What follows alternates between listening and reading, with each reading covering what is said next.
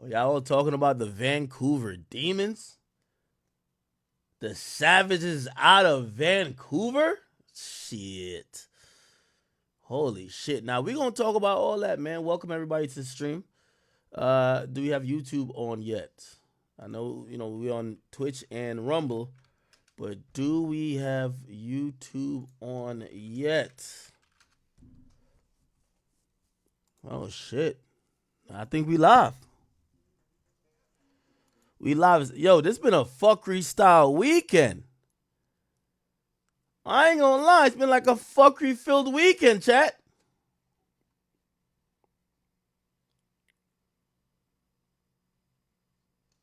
Okay, let me just make sure this is good here.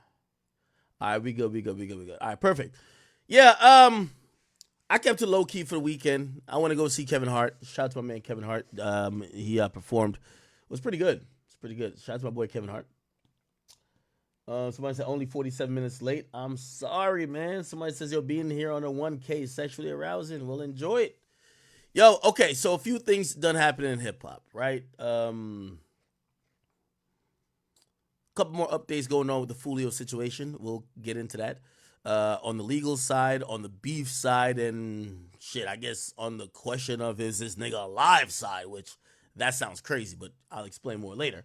Not only that, the BT Hip Hop Awards. Was it Hip Hop or BT Awards? I don't even keep up with BT anymore. That's how crazy it is. I think it was just a BT Awards that went down. There's a couple moments from that. Gunna got ran up on. People calling him a rat. Taraji P performing a different version of "Not Like Us" with their own lyrics. So whatever the case is, we see Kodak Black. He's dancing to "Not Like Us."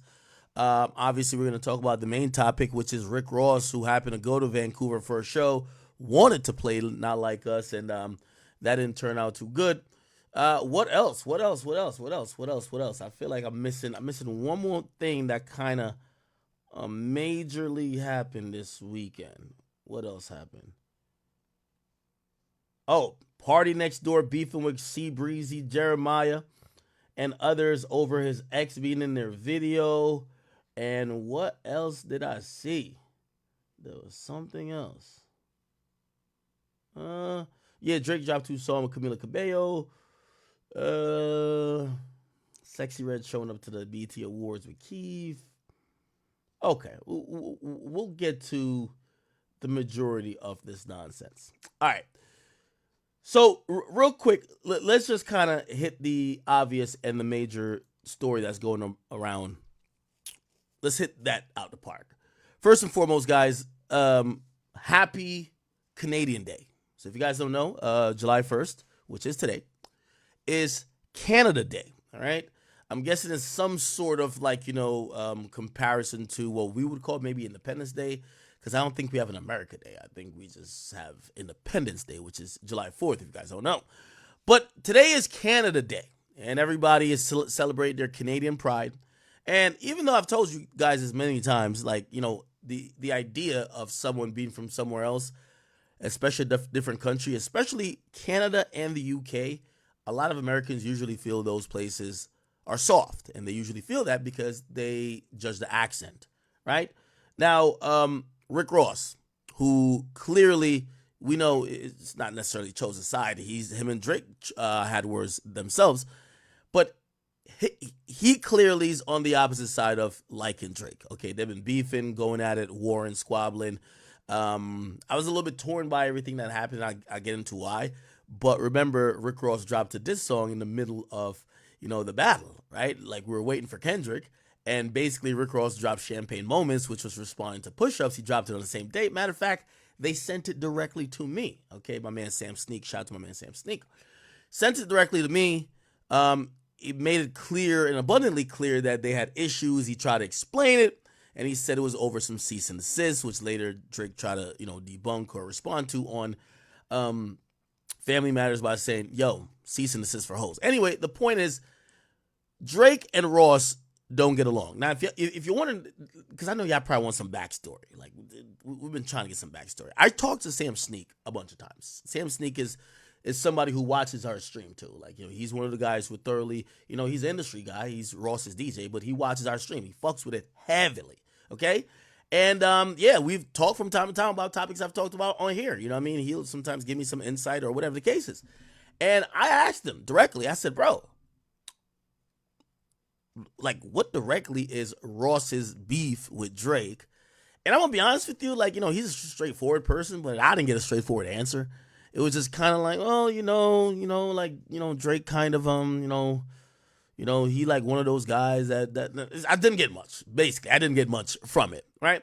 So to this day, I really don't know why they're beefing. Now, I know if you want to stick by what Ross is saying, and he's saying, yo, you filed a cease and desist on French Montana record, it appears that French Montana and Drake are still good. So that's confusing. Regardless, they haven't seen eye to eye. We later seen Rick Ross go on with a bunch of tirades on Instagram. Yo, white boy, BBL Drizzy, which is, by the way, I think Ross doesn't get the credit for bringing that up and even inspiring, number one, the BBL Drizzy like melody and song that later Metro Boomin and also obviously whoever produced that sexy red record with Drake later sampled.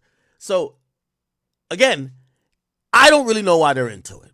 However, we could get into what happened last night. So if we go to Rick Ross's story, and I don't even know if he posted a flyer of the event, but if you go to his story, you start scrolling through. He made it clear that he was taking a private jet, and basically he was going to Vancouver. Now, hold on one second.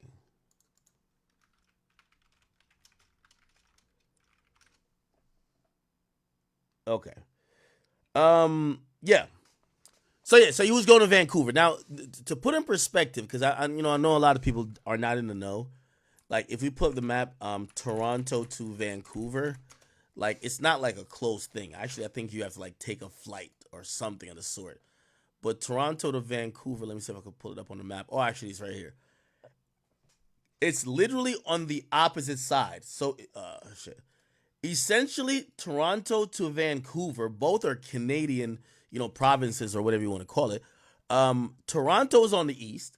Vancouver is on the west. So it's not necessarily like right next to Toronto. So I know a lot of people, they thought, oh, damn, why would you go to the six? This wasn't the six. This is actually on the opposite side of Canada, right? Anyway, Ross goes there. You'll see some of his story. Like, this is him on, the Maybach Music Airlines. This is him reposting some shit about nepotism before. And this is him. These might be my LV. And fuck it. These are my favorite. Okay, and I think this is when he gets to Toronto, Vancouver. Here we go. I'm going to keep it real. Canada, the boss back. The boss is back. Vancouver, we finna shut this bitch down. You heard me? Them Luke Belair bottles on ice. That rum, that Bumble rum, aka the Louis Vuitton. Yeah, that's on ice. We finna shut this bitch down. They said it might be a little chilly tonight. You dig? I'm with it. We with it. I'm with it, baby.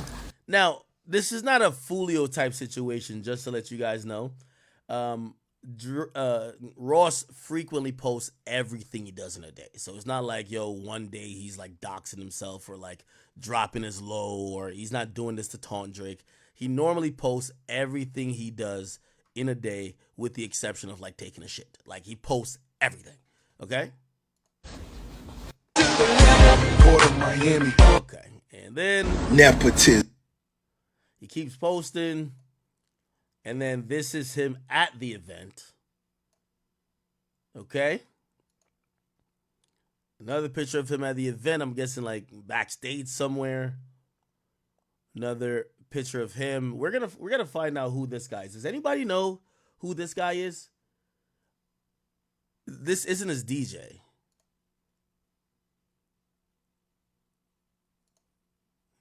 He's posting. Now this is from today. Let me see. Sam Sneak Instagram. Let me see if he posted anything. Does anybody know who that was, by the way? Anyone? Who? Anyway. Oh, Sam Stink don't got nothing posted to the story. Somebody say a Fed. Man, stop it. Okay. Anyway, let's get to the meat and potatoes of it, right? So I get hit up very, very early this morning. They're like, yo, Rick Ross and his crew just got jumped and beat down. And I'm like, what? It's like, yeah, the nigga went to Canada. And apparently, and now this is not confirmed yet, but this is the narrative that even people that were at the event are saying. This is what's alleged. So Rick Ross does the event. You know, ever since he's been in this beef with Drake, he's kind of been trolling him. By the way, I enjoy the trolling that Ross does. I thought it was funny. Also, I secretly always wanted Ross and Drake to get back cool, and I was hoping it didn't get too far because they make phenomenal fucking music. Gold Rose is a song that got nominated for the Grammy. Lemon Pepper Freestyle, one of like the pretty much most popular cuts where it's like about bars from like 2 years ago. So I wanted these two to really like kind of lock back in, right? Don't know if that would be the case after this, and not saying that anyone particularly did it. However, from the story I heard, Ross does his normal thing on stage. Apparently, he plays a bunch of tracks, so he performs already.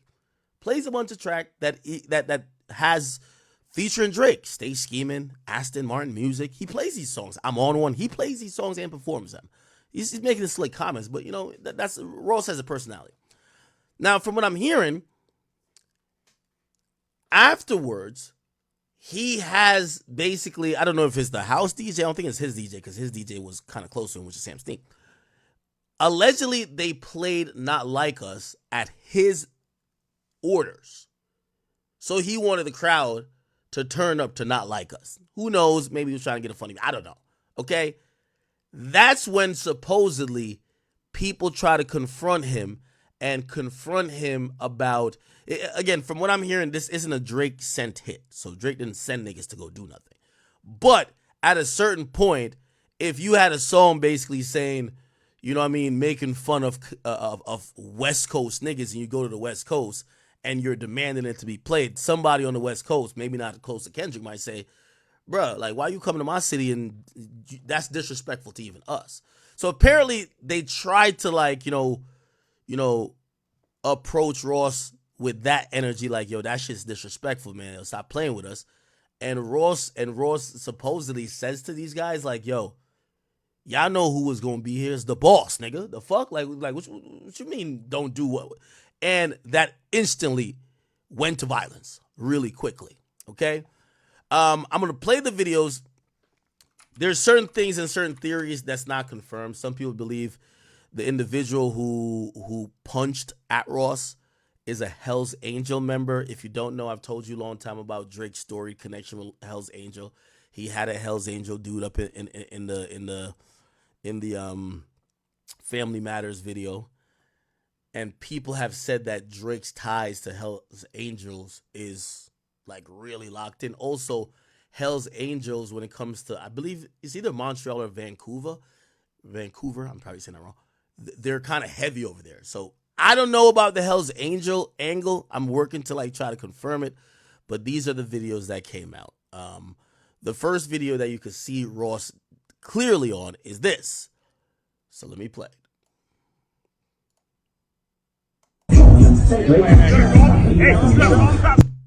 Now you see Ross. Now you see a guy who's directly in front of Ross, and I couldn't tell if he was security or if he was just trying to press Ross. Anyway, Ross is kind of frontlining it here, but look like he's not running from shit. You gotta give him credit.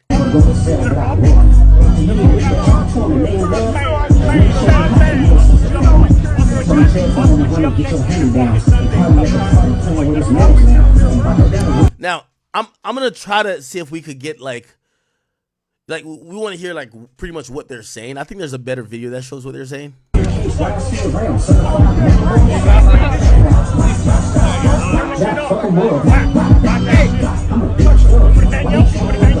Now, what I definitely heard for real is this guy here. Another reason why people are thinking this guy is Hell's Angel is because of the haircut. A lot of Hell's Angels guys has this type of haircut. By the way, I'll actually pull up this guy's Instagram because I do got his gram. You know what I'm saying? That guy right there. Where is he at?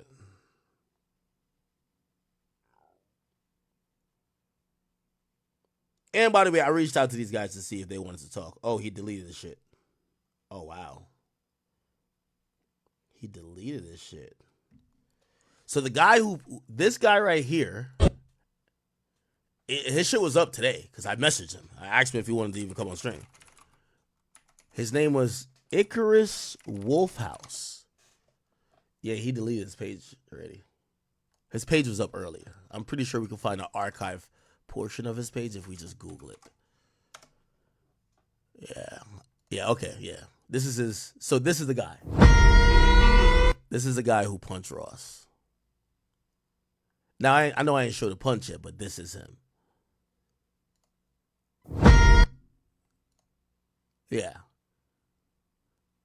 Now, the only thing that I keep saying, hearing people say, yo, he's Hell's... Oh, never mind. He is Hell's Angel. What the fuck? Never mind. We don't gotta speculate too much. Yeah, he has a Hell's Angel jacket on. Yeah. By the way, he took his Instagram down because I hit him up to ask me if he want to come on stream. So I literally, I didn't even know this before. I Googled his name. He has a YouTube account. This is his YouTube account. And on the YouTube account, he's rocking a Hell's Angel jacket. Is this his name down here? I don't know. But yeah, he's definitely Hell's Angels. Now, I think what's going to be assumed is people are thinking, yo, you get touched by Hell's Angels, nigga, in Vancouver. Hell's Angels is super tapped in with Drake. Maybe Drake, not saying ordering nothing, but maybe Drake is like, yo, man, you catch what these niggas lacking? Let them have it. I don't know. Also, this dude's demeanor, he sounds like he wanted it from the get-go. He says, the one thing I could hear, he says, you want to bang out? You want to bang out?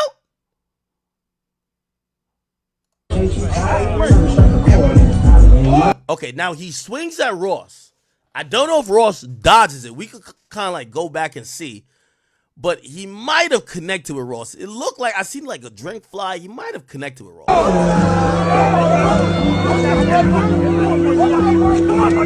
Now, I'm going to be honest with you. And I love security. Everybody knows security is one of my favorite things in the world. But I'm going to keep it a bean with you. Hey, for all y'all dope-ass security guards in the game, I want to give y'all all the credit in the world. And I don't want to discredit this guy. But I know I've hired some security guards because y'all just big as hell and y'all look like y'all got muscles. But if y'all big as hell and look like y'all got muscles but can't do nothing, it's still a waste of time. Okay? So apparently the security instantly gets fired up on as Ross kind of steps back. By the way, like, you could tell Ross knows kind of how to play this. If anything, and this is with anybody with security, they'll punch first and fall back and let their entourage deal with it, and they get the win. Or you just can't be, if niggas are attacking you, you can't be the nigga getting stomped out. So Ross, after his little mashup with this guy, he falls back, his security guard gets into it, and I'm going to give his homeboy some credit, including his DJ. They step up and they're ready to squabble. They're ready to squabble. So the Vancouver Demons, the Hells Angels, they're trying to like see what's up. Hey, and I'm going to be honest with you. Y'all know I'm with the Pussy Nigga Association. I didn't get all this rich to be over here like fucking up my knuckles. I paid niggas to do all this shit. I have no problem with Ross fading to black, moonwalking, getting the fuck out of there, skedaddling. You know what I mean? Like, yo, hit the road, Jack. I don't care how. Get the fuck on out of there, Ross. Why'd you pay your big ass security if he's just gonna sit here and get his ass beat? Here we go. Oh, actually, no, the security did his job. He pushed the guy in the middle, so 4 people started attacking the security. Gave Ross enough time to get the fuck out of there. What's up, nigga? What's up, nigga? Yeah, the Hells Angel guy is here. They're all fighting Ross's security. I think another one of Ross's mans runs over here. He's like, all right, bet. This is a guy who I was asking to see who he was, right? Because he's pictured in one of Ross's posts. He says he's down with a squabble. Look like he's a squabbler. Now, here's the thing. This looks like the promoter right here, right? This little scrawny ass promoter ain't know what he got into, man. Like, yo, they set your shit up, bro. You ain't about to protect Ross, so he's standing in front of Ross because he knows he probably's trying to do more business with Ross. He's not trying to have that reputation of you hired a guy to come to an event and the guy you hired gets his ass beat. That's a really bad look, right? Like, this nigga, if he was gonna book me, you got to give me double, right? It's just a thought, right? Like, if a nigga is in the promotion business and they're booking people and people are getting their ass whipped, people are not going to work with you, or you're going to have to pay a wild amount of money because now niggas are going to say, I got to take security in my own hands. So he's jumping in front of Ross. I think he's with the festival, or whatever this is. I don't think he's with Ross. Yeah, and one of the reasons I feel like it, he don't look like he has any fear of them packing him out. Looks like he's saying, I'm trying to stand in between y'all and Ross. No, don't hit him. Don't hit him. You know what I mean? Now, here's the funny thing. I guess whoever the house DJ was or whoever the fuck was on stage, either they're in on it or they got the motherfucking picture. They cut off that Not Like Us so quick, they then put on, you ready? They put on Meek Mill. Hold on, wait a minute. Now, this security, and by the way, I don't want to slander him because he's 1v5ing. He's 1v5ing.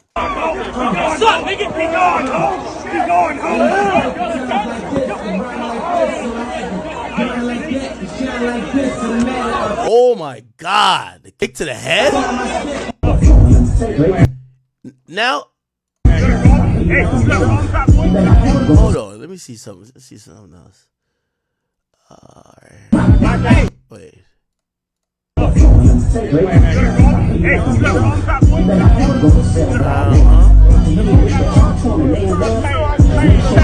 Now, I see somebody else I know. I'm going to see if all these guys deactivate their page. Okay.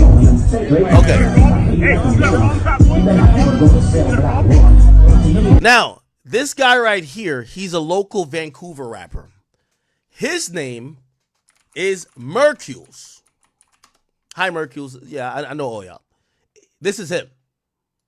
Okay? He hasn't really posted many stories, but he did post 23 hours ago, Vancouver today, and I guess it was a festival, the Ignite Festival. Okay? So, can we click on this? Ignite Music Festival. Let me see if I can pull up that thing as well.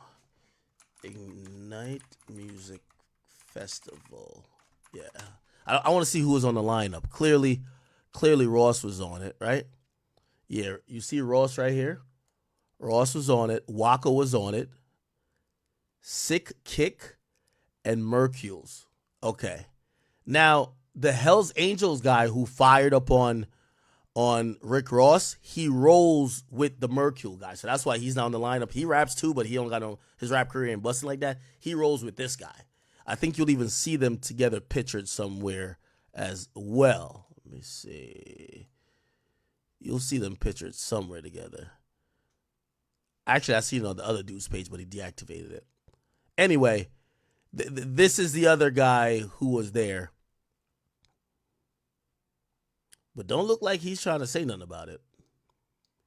So he's the guy right here, chat. So again, it kind of looks like it's on point of what we're talking about. Essentially, Ross and whoever, they're probably, and I don't think necessarily it's well, I can't say it's not a Drake thing because the dude that set it off happens to be Hells Angels, and Drake really locked in with Hells Angels. So I'm not gonna say it might not because they were picking up for Drake, but supposedly from what people told me that are in Vancouver, they said, yo, Rick Ross was disrespecting the city by playing shit that is essentially clowning Canada. And it's almost like doing it like, yo, y'all are bitches. I could do whatever I want here. And niggas is like, no, you can't. And they approached him about his behavior. He's standing on business, and niggas just got tired of it and punched him. That's what it was explained to me. Okay? I know I'm pausing this a lot, but I'm trying to, y'all seen this video a million times by now. I'm trying to get to who the fuck was around and maybe what happened.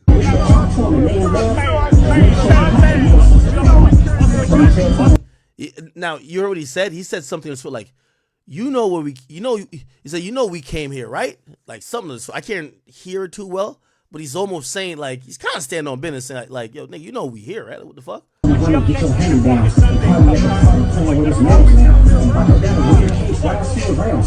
Now I'm gonna be honest with you. If I'm at a hip hop show and a nigga's talking to me like this nigga's talking like, with all due respect to you, Icarus, or whatever, I want no problems. Hey, listen, I'm one of the OV hoes too. Like, chill out, okay? They love me. That was a joke. But this nigga, like, he talking like he racist. So I'm not arguing with this guy. Like, this guy I'm not arguing with. Like, this guy sound like you talking like you from Florida. He's talking like he in the Klan. I'm not arguing with this guy at all. Like you could tell how his mouth is moving. No diddy. You could tell. He don't look like, he look like he's on some other shit.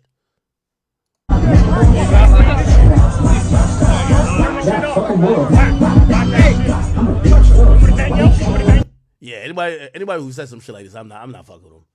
I'm not fucking with him, chat. I'm not fucking with him. Look, and he's looking at, I think Ross didn't think he was gonna punch. And then now he's gonna swing. Bang!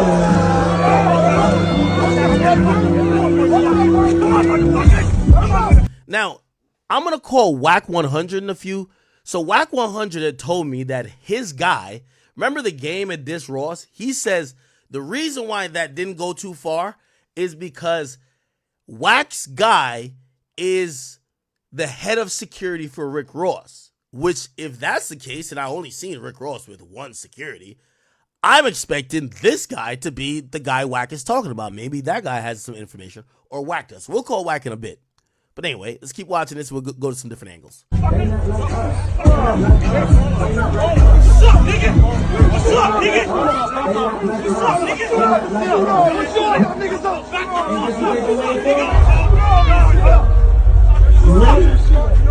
nigga? Now, put it like this. You see this guy right here? He has security. He has a security vest on.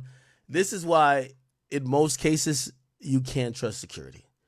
Because in reality, half the time when security is more of something like a placebo. It's supposed to make you feel safe and make others feel safe and deter people from starting bullshit. But half the time, especially when you go to some of these local places, like I always bring up that example of me being in Complex Con at Long Beach, and I didn't know half of the niggas they hired as security were just niggas off the block that they just gave security shirts to. Apparently the security gave up the drop on niggas. You know what I mean? So again, you gotta, like, when you see security, it's a placebo. You don't know, this nigga don't look like he trying to involve himself in shit. And he got a big ass sign that says security, right? Look at this guy. What's up, nigga? Be going home. Be going home.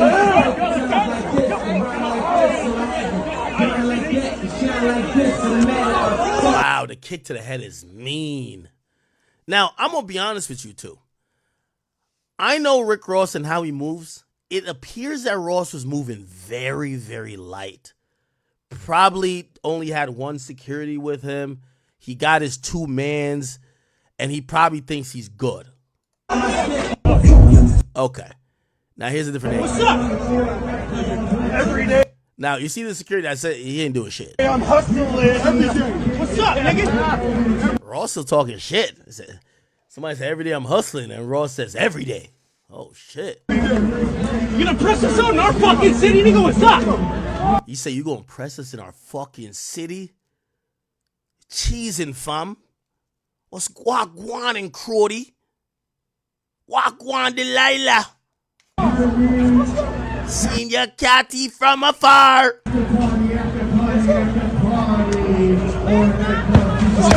Oh shit! So Ross's mans did the classic. Yo, which city in America is known for that? The walk like nothing going on, and then all of a sudden, bam! That's what he tried to do to this nigga. Except I think when you do that, you gotta knock the nigga out. The blindsided hit, the blindsided sneak, you gotta knock him out. Oh shit! Nah, nigga squared up.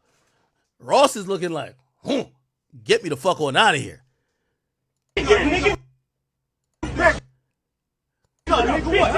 Now, I'm giving Ross some credit. Ross ain't run at all. I'm not seeing Ross running. Come on, what's up? Why do you want me right now? Come on, man. Now, what you don't realize just happened. They did a pretty good job ushering Ross to the right as his homie is about to fade. So his homie is about to catch. It's probably a 1-on-2 because you see this other guy, this other white guy right here. It's probably going to be a 1-on-2. But what he did is Ross started, like the security guard who got hit before, it was just like, yo, Ross, go over there. Like they're trying to get him away from the crowd because, I mean, shit's already going left. The craziest part of this would be Ross on the ground getting his chain took, him getting stomped out. That would be very, very bad. Also, product placement a little bit. Y'all see this nigga right here with a Full Send hat? Yo, Full Send, I think they're from like Vancouver. They're like from Vancouver, so like they run Vancouver low key. Like y'all know Full Send. By the way, salute to Full Send. You know they own a Happy Dad. You see a Happy Dad in the background right here? Come on, man, stop playing with me, man. We locked in, man. You know what I mean? Anyway, okay, all right. My boy looking like Brick Baby. Okay, Baby Brick. Oh shit! Once I see them go like this, I'm like, all right, he dog. That's a doggy paddle. You know what I mean? Night of the Shaolin monk type of shit. I'm like, oh shit, this nigga doing like, okay, I'll fuck with that stance. Now, I don't enjoy this. I'm gonna be honest with you. I think this is Sam Sneak, and Sam Sneak is my man's, and like this is my man's. So, bro, I don't even. I'm actually very upset about this clip because Sam is my dude. Now, I've heard other people say this. Yo, Rick Ross left his mans. So? The fuck are y'all talking about? Hey, the goal was for them to beat Rick Ross's ass, my nigga. Rick Ross is the brand. I get it. If everybody's broke, yeah, Ross, you look crazy. You're the brand. They're trying to kill your career, right? These guys get paid when your career is afloat. Of course you want to stand there and squabble with your guys and never leave. But you got to get to somewhat of safety because if you get beat down, your career is 100% like altered as opposed to your man's getting beat up, right? Again, obviously also like if this was Sam Sneak, I think it might be, he probably got the laptop bag on, this and third. I'm hoping nothing got lost. Or sometimes niggas will give their jewelry, like some of the jewelry they wear on stage, they might just put it in a thing and put it in their cameraman, not cameraman, their DJ backpack. Anyway, I'm gonna be honest with you. I'll give security credit for this. They distracted these guys enough. Not saying Ross's team didn't get beat up, but they did a good job to make sure that other people were targeted while they got Ross the fuck out of there, right? So I guess now they're on the DJ right here. Oh my god. What's up? Fuck my watch. Now, I'm gonna be honest with you. At this point, I'm looking at this because it's about like, it looks like about 7 to 8 dudes. Bro, I'm thinking, truth be told, dog, this is what I'm personally thinking. This not random, bro. Now, granted, I do think it's super dumb to go to Canada and play not like us. Granted, if Kendrick goes there, I think Kendrick could do it because there's going to be a line of police outside. There's going to be a line of police and security inside. It's going to be in an arena. You know what I mean? It's much harder to get at a nigga on an arena. This shit look like you probably got local mom and pop food shops there. Probably got some security guards that's usually like, you know what I mean, at Home Depot. It's not much really like insulated. But these dudes look like they're all on the same accord. Like, we want to beat them up. So this might be, y'all remember the shit that happened to Pusha T? Right? Remember the Pusha T thingy? When Pusha T got rushed in Canada? Pusha T, Toronto. Let's see if we find that clip here. Right? Now, we never knew or got word to say if Drake was the person who sent these guys. All we know, it could be just overzealous fans who, again, at the end of the day, Drake put an entire country on the map, right? Like, you know what I mean? Obviously, you see how the West Coast been popping out for Kendrick. Well, I mean, shit. If you think about Canada, what Drake has done for their visibility and their rap scene or music scene is like immense. So maybe that's the reason why. Anyway, this is after the story of Adidon. Remember this happened to Pussy?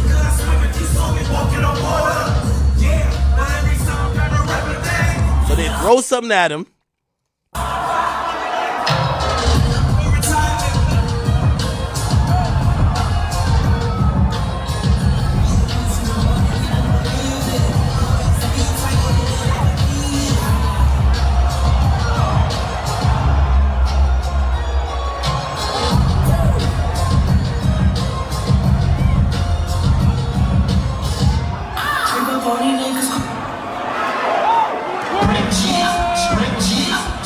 Yeah, and then people are running on stage.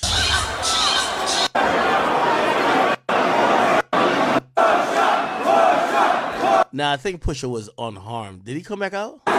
He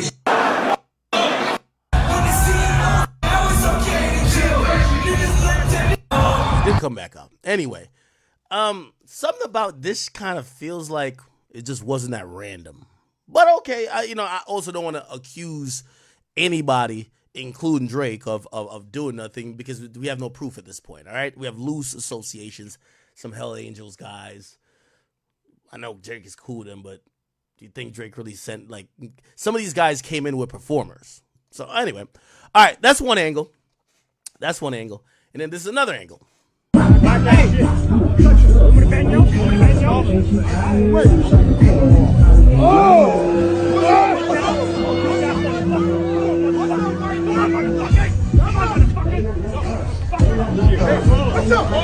up, nigga? What's up, nigga?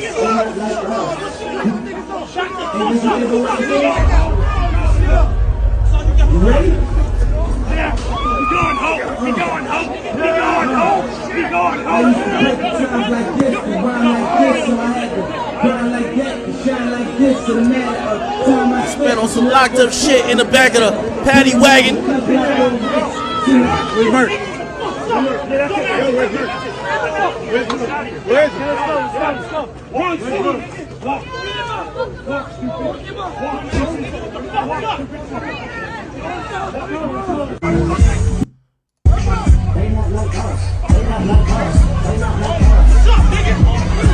Nah, so this is Ross right here. He's kind of like, as I said, we're not seeing like a man just completely running. He definitely got out of there, but we're not seeing him really run. But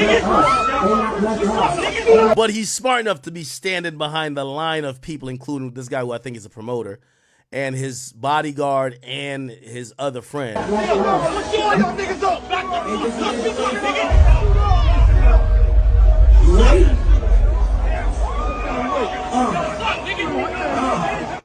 And I guess they were trying to get him out at that angle. This was him on stage before.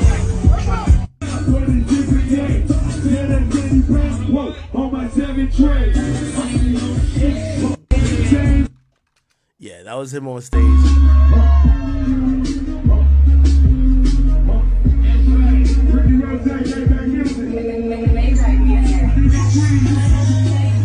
I think you see Sam sneak up on the DJ booth as well. He has that nice hat on. All right. Okay. Then here's the part of how Ross gets out of there, because if you're wondering how he didn't get beat up or that crazy, this is them getting him into the back area.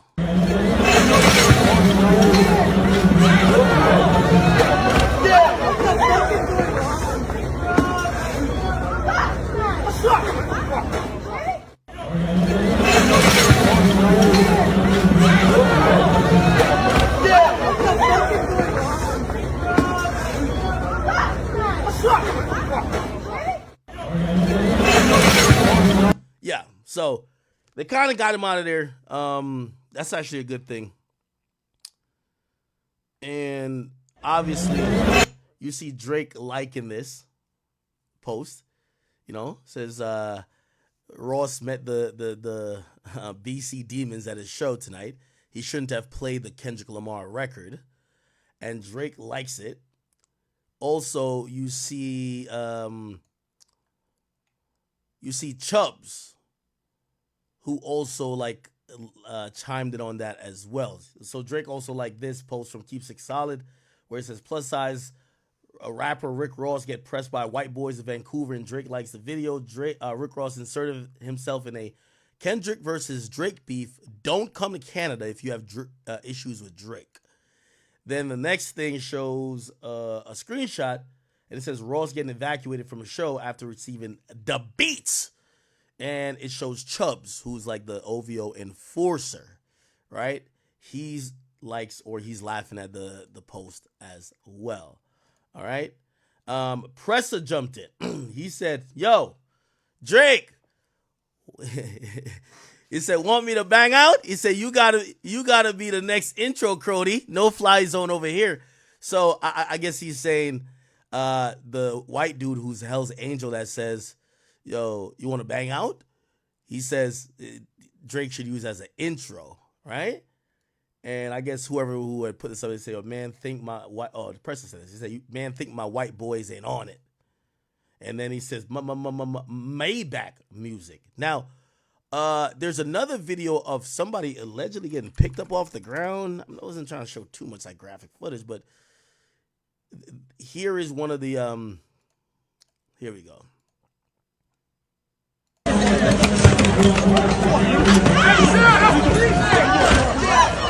Now, you see, they start shouting, yo, that's the DJ. That's another reason I feel like it was targeted, because they're shouting, that's the DJ, and they all start to attack the guy. You know what I mean? So it's not like if you have a problem with just Ross, unless the DJ starts fighting y'all, I'm guessing like you're trying to get to Ross. Now, if his mans in him jump in and try to fight you, cool. But when somebody shouts out, that's the DJ, sounds like the goal here was to get Ross, right? Or anybody with Ross. What's up? Fuck my watch.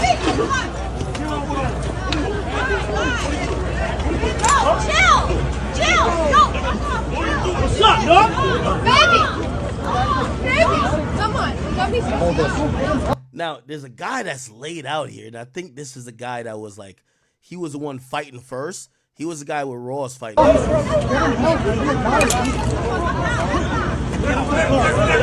Wow, he's knocked out. Somebody get into the car, bro.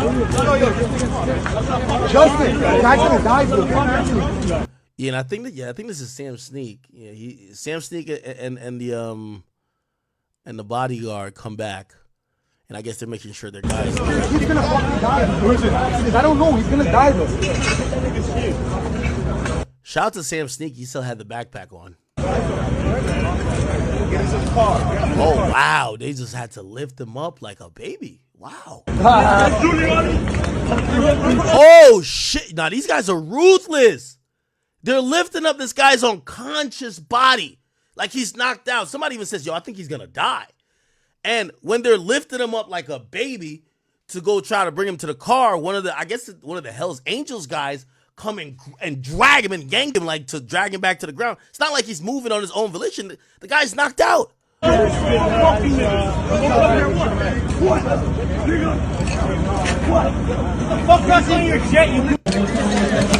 And I think this is a guy right here that got knocked out. Damn, Sam, I'm glad you didn't get knocked out, my brother. Jesus. I'm just playing this again.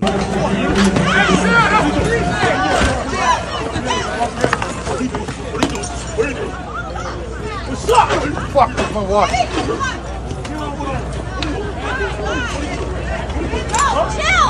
Chill. Go. What's up, dog? Baby, come on. Don't be so.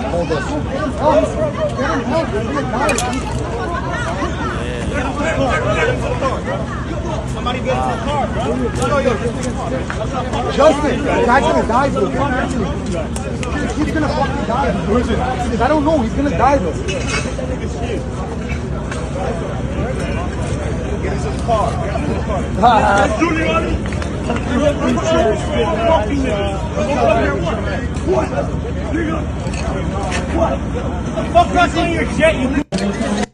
Oh wow! Somebody said at the end, yo, get back on your fucking jet. Like basically tell him to get out of here. So this is the guy who got knocked out. This is a Sam Sneak. Sam didn't get knocked out, but he lost his hat, I think, or he lost his little head thingy. He kept the backpack on, which that's important. Like shit, the backpack probably had the laptop. Who knows if they received like a backhand in cash?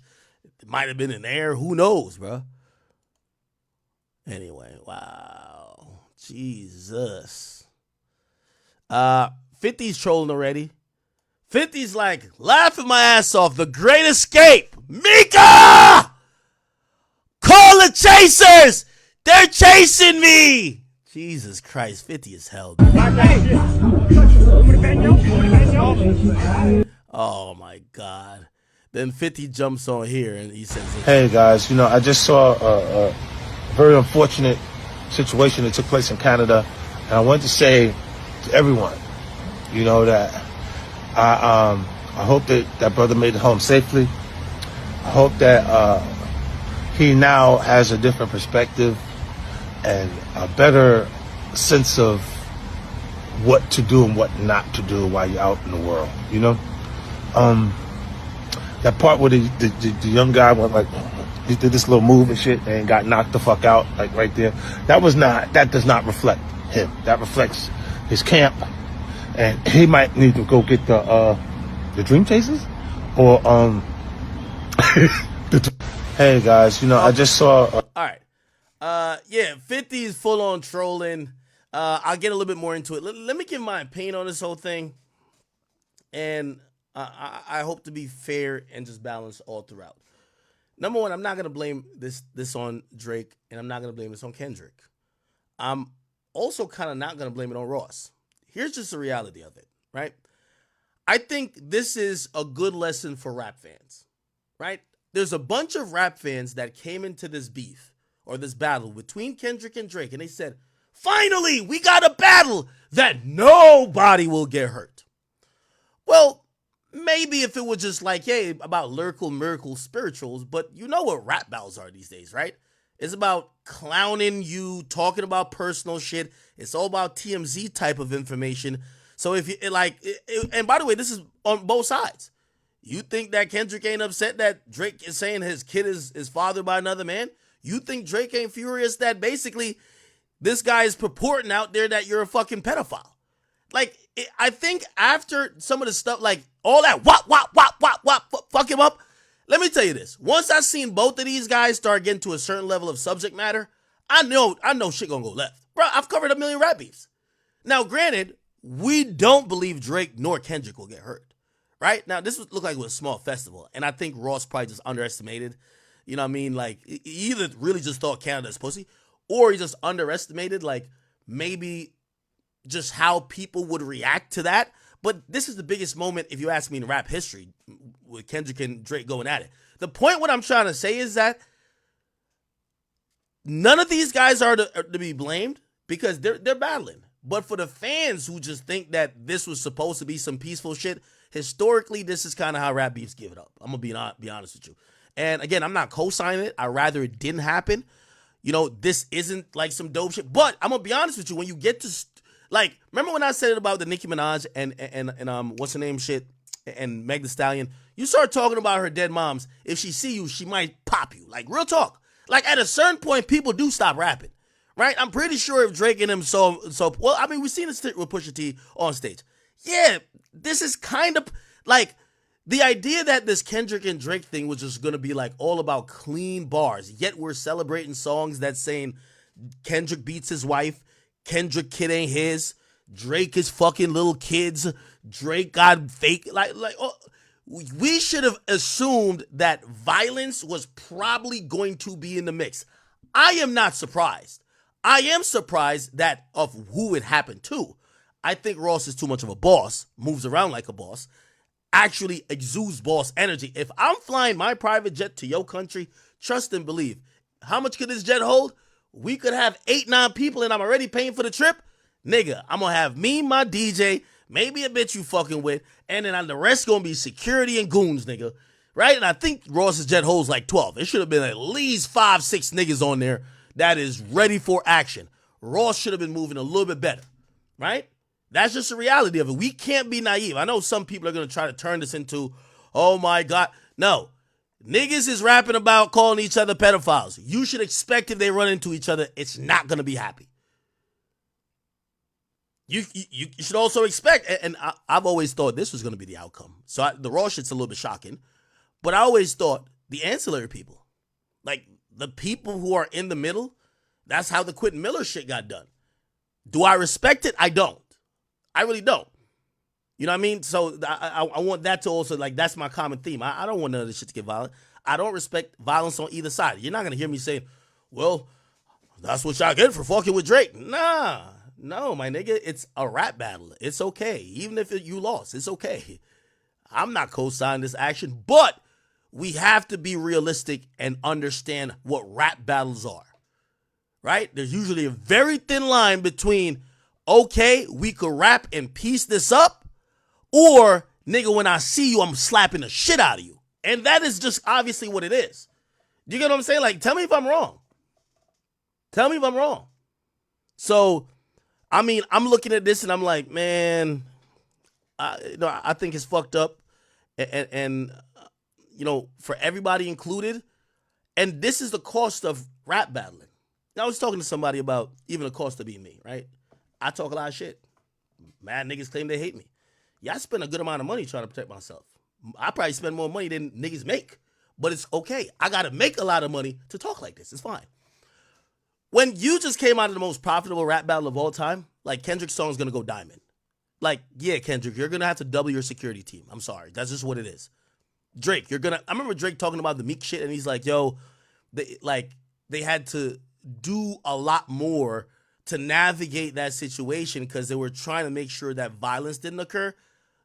That's kind of what comes with it. Y'all niggas is making millions of dollars off rap beef diss songs, but it's probably hurting the brand of the other guy if it's successful.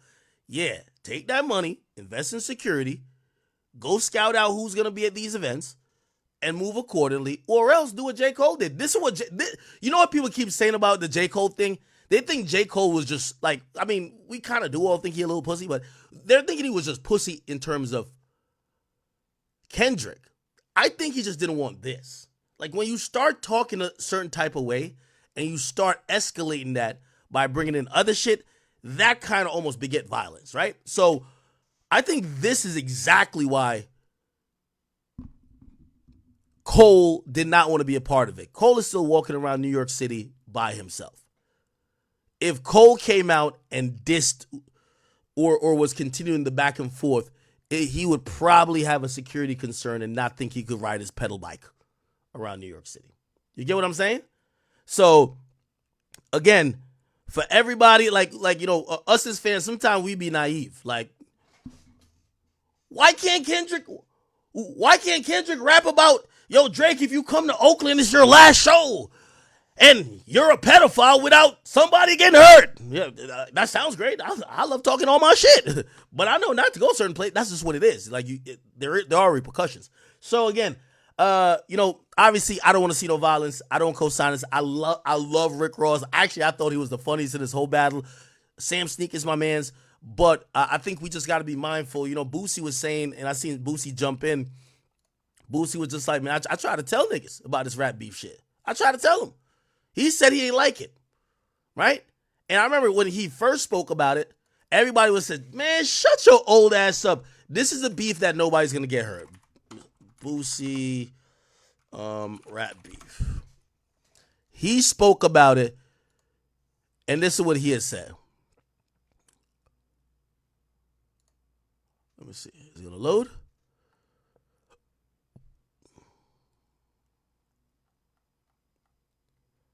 Okay, maybe it won't load.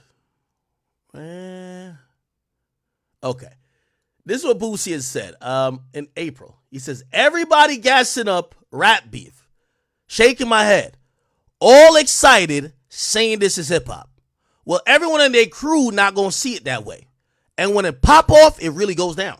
So when someone from these crew die, don't say they stupid. Shaking my head. Go support them in court like y'all supported the rap beef. How could you feel if your family member died because of a hip-hop rap beef?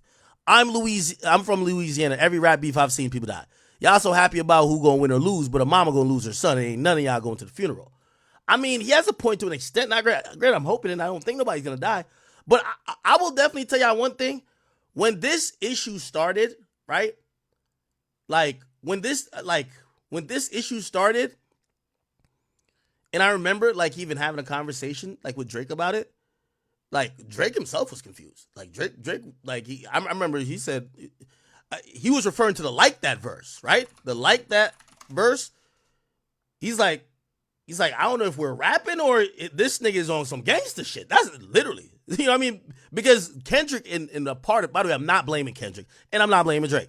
But what I'm saying is that this is how quickly rap could escalate. Like there's a part in Kendrick's verse where he says, I'm with 2 T's. And that's some gangster street nigga. He's like, and we snatching chains and burning tattoos, which is like, yeah, that's not just a rap bar. That's like a nigga, we'll fuck you up bar. Like, you know what I'm saying? So it's like, you know what I mean? I don't know. So I'm probably sure that, you know, this is probably gonna be like some type of issue. Again, not necessarily. Nobody could find Kendrick. Like Kendrick is like invisible. Like Kendrick pop up less often than Bin Laden when he was alive. Like we probably gonna see Kendrick for another 15 years. But there's other people. There's mad other people, right? Like, you know what I mean? And I do think this might get to the point where a Birdman or a motherfucking a Birdman, a Whack 100, who else? Jay Prince jumps in, and because it is looking like the ancillary people, this whole picking sides thing. Yeah, I know Drake went to war with Kendrick, but he don't like them niggas neither, and them niggas don't like him. So it's clear where the sides are. So now there's a lot of tension. Now, let me also put it on the opposite side as well. And this is why I think this ain't cool. In reality,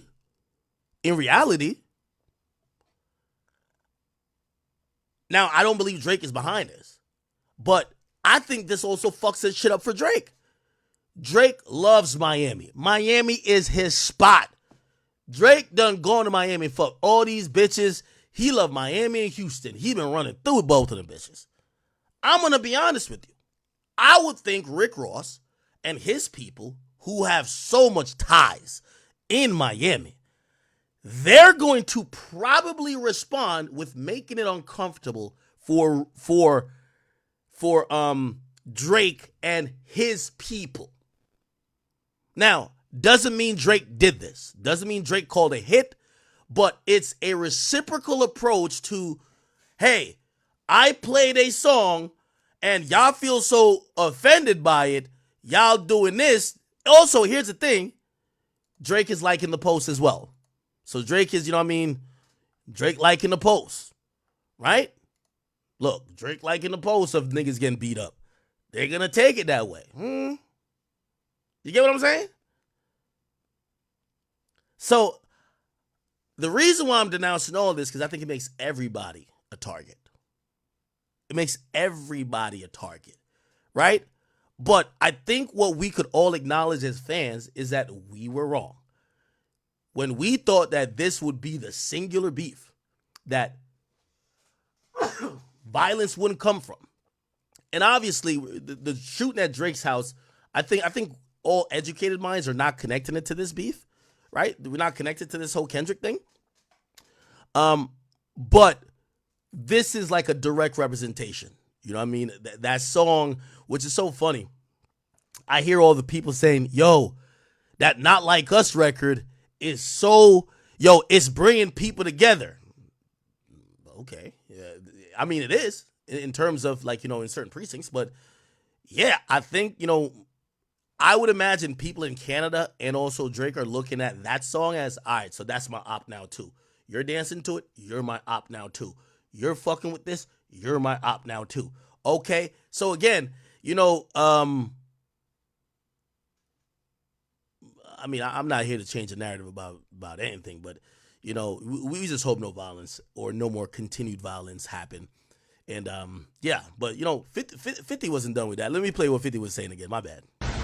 Hey, guys, you know, I just saw a very unfortunate situation that took place in Canada, and I wanted to say to everyone, you know, that I hope that brother made it home safely. I hope that he now has a different perspective and a better sense of what to do and what not to do while you're out in the world, you know? That part where the young guy went like, he did this little move and shit and got knocked the fuck out, like right there. That does not reflect him. That reflects his camp. and he might need to go get the Dream Chasers, or Hey guys, I just saw a very. Bobby Shmurda reacted to this. Hey. Hold on. Listen to Bobby Shmurda reacting.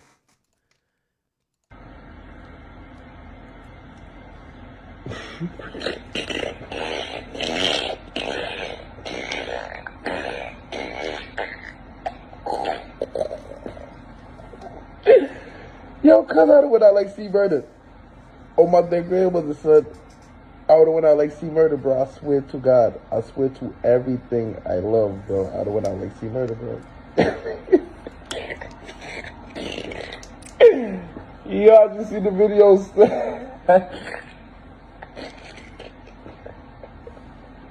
Yo, story said, yo, a nigga feed me out when I was like 12 years old. Yo, a nigga choked me out when I was 12 years old. I tried to kill a whole building.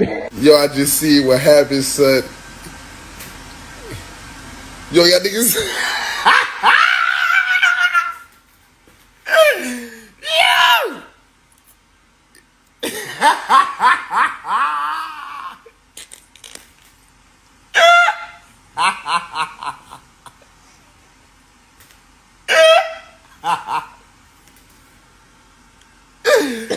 Oh, shit.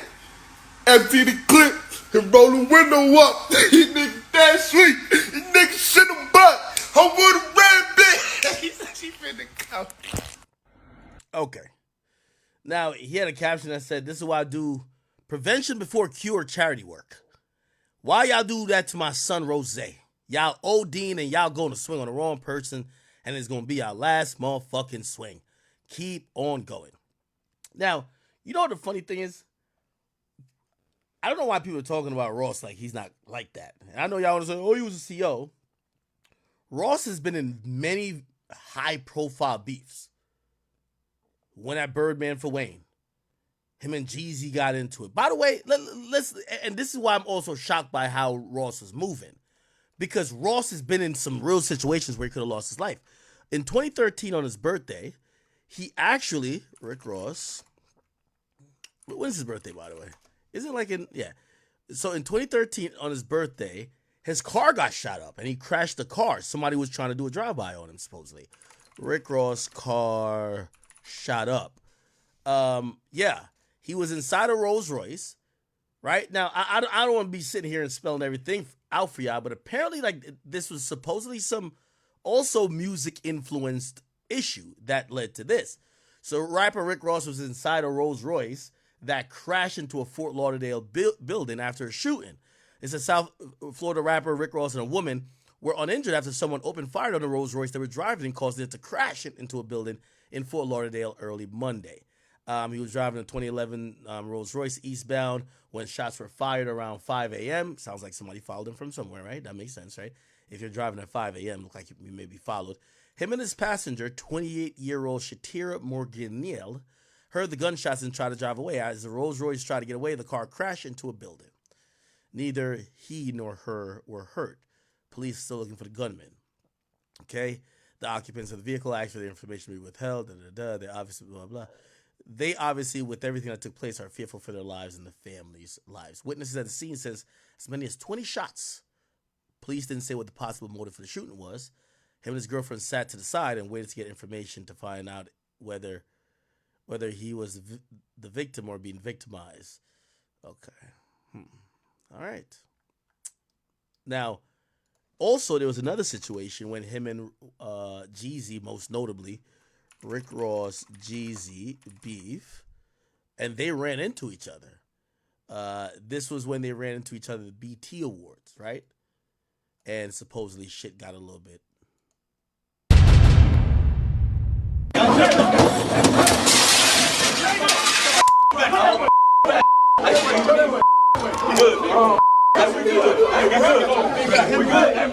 Ross is here.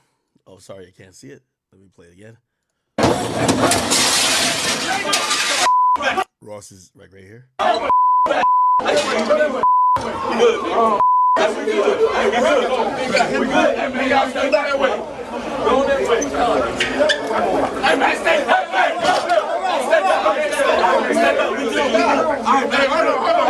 Now, keep in mind, him and Jeezy had this beef. They're both at the BET Awards. They had like small hallways. Apparently, both entourages run into each other in the hallway, and shit goes left. So the reason why I'm even showing you this, basically, like Ross is no fucking like green nigga, obviously, and he's just not no nigga who doesn't know about the situations that come with rap beef, right?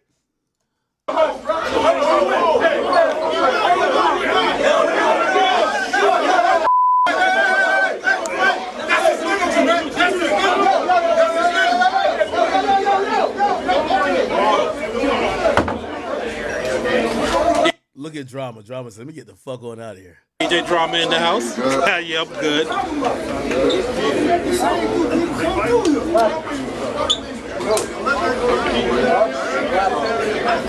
DJ Khaled.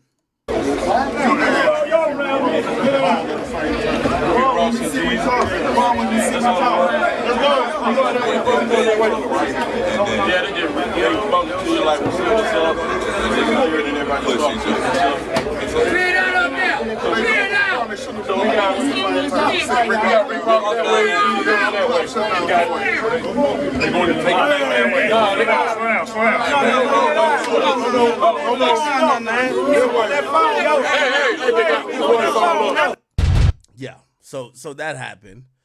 That wasn't also the end of it. Gunplay, who was with Rick Ross, BET Awards with 50 Cent and G Unit.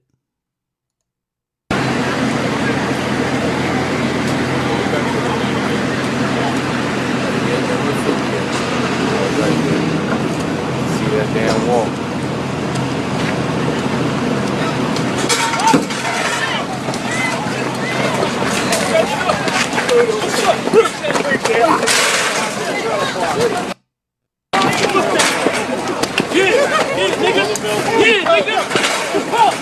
Yo, I think I hear Yayo's voice.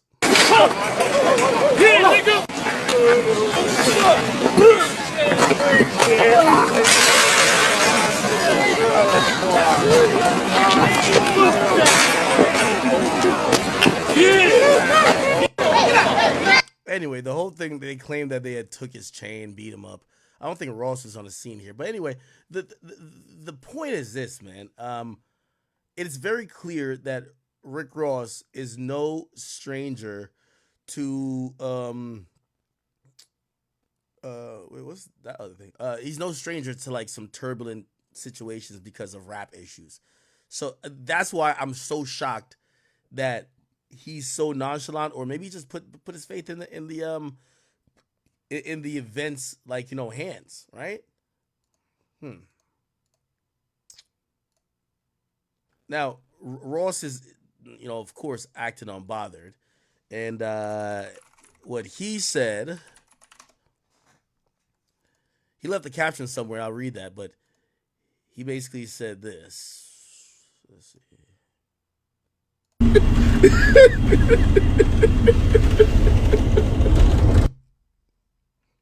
He's back on a plane.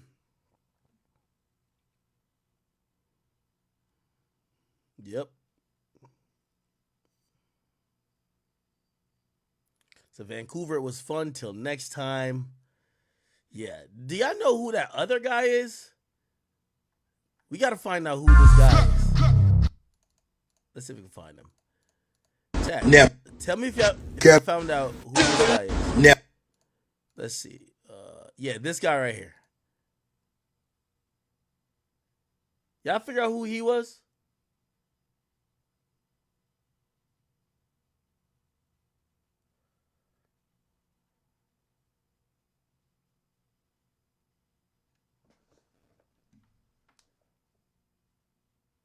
What the fuck?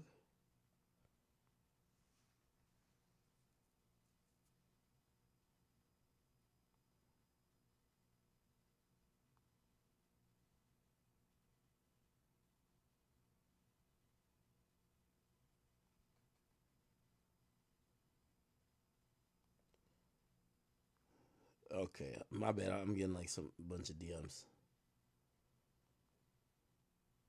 Okay. Yeah, do y'all know who this is?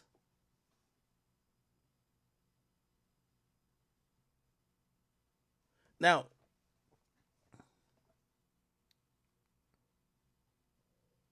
I kind of do want to.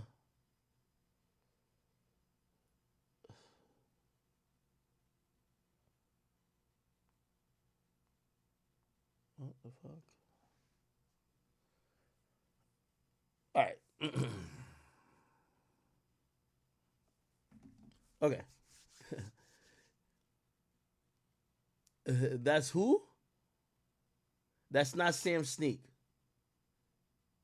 That's not Sam Sneak. That's Queez MMG. Okay, that might be him. Thank y'all. Queez MMG. Is it him? It is him. Oh, he put his account to private. Yeah. Yeah, this is him though. You can tell. His account is private. Huh. All right, let me call Wax to see if I can get some info because Wax say his guy's security for Rick Ross. Let me see. Where's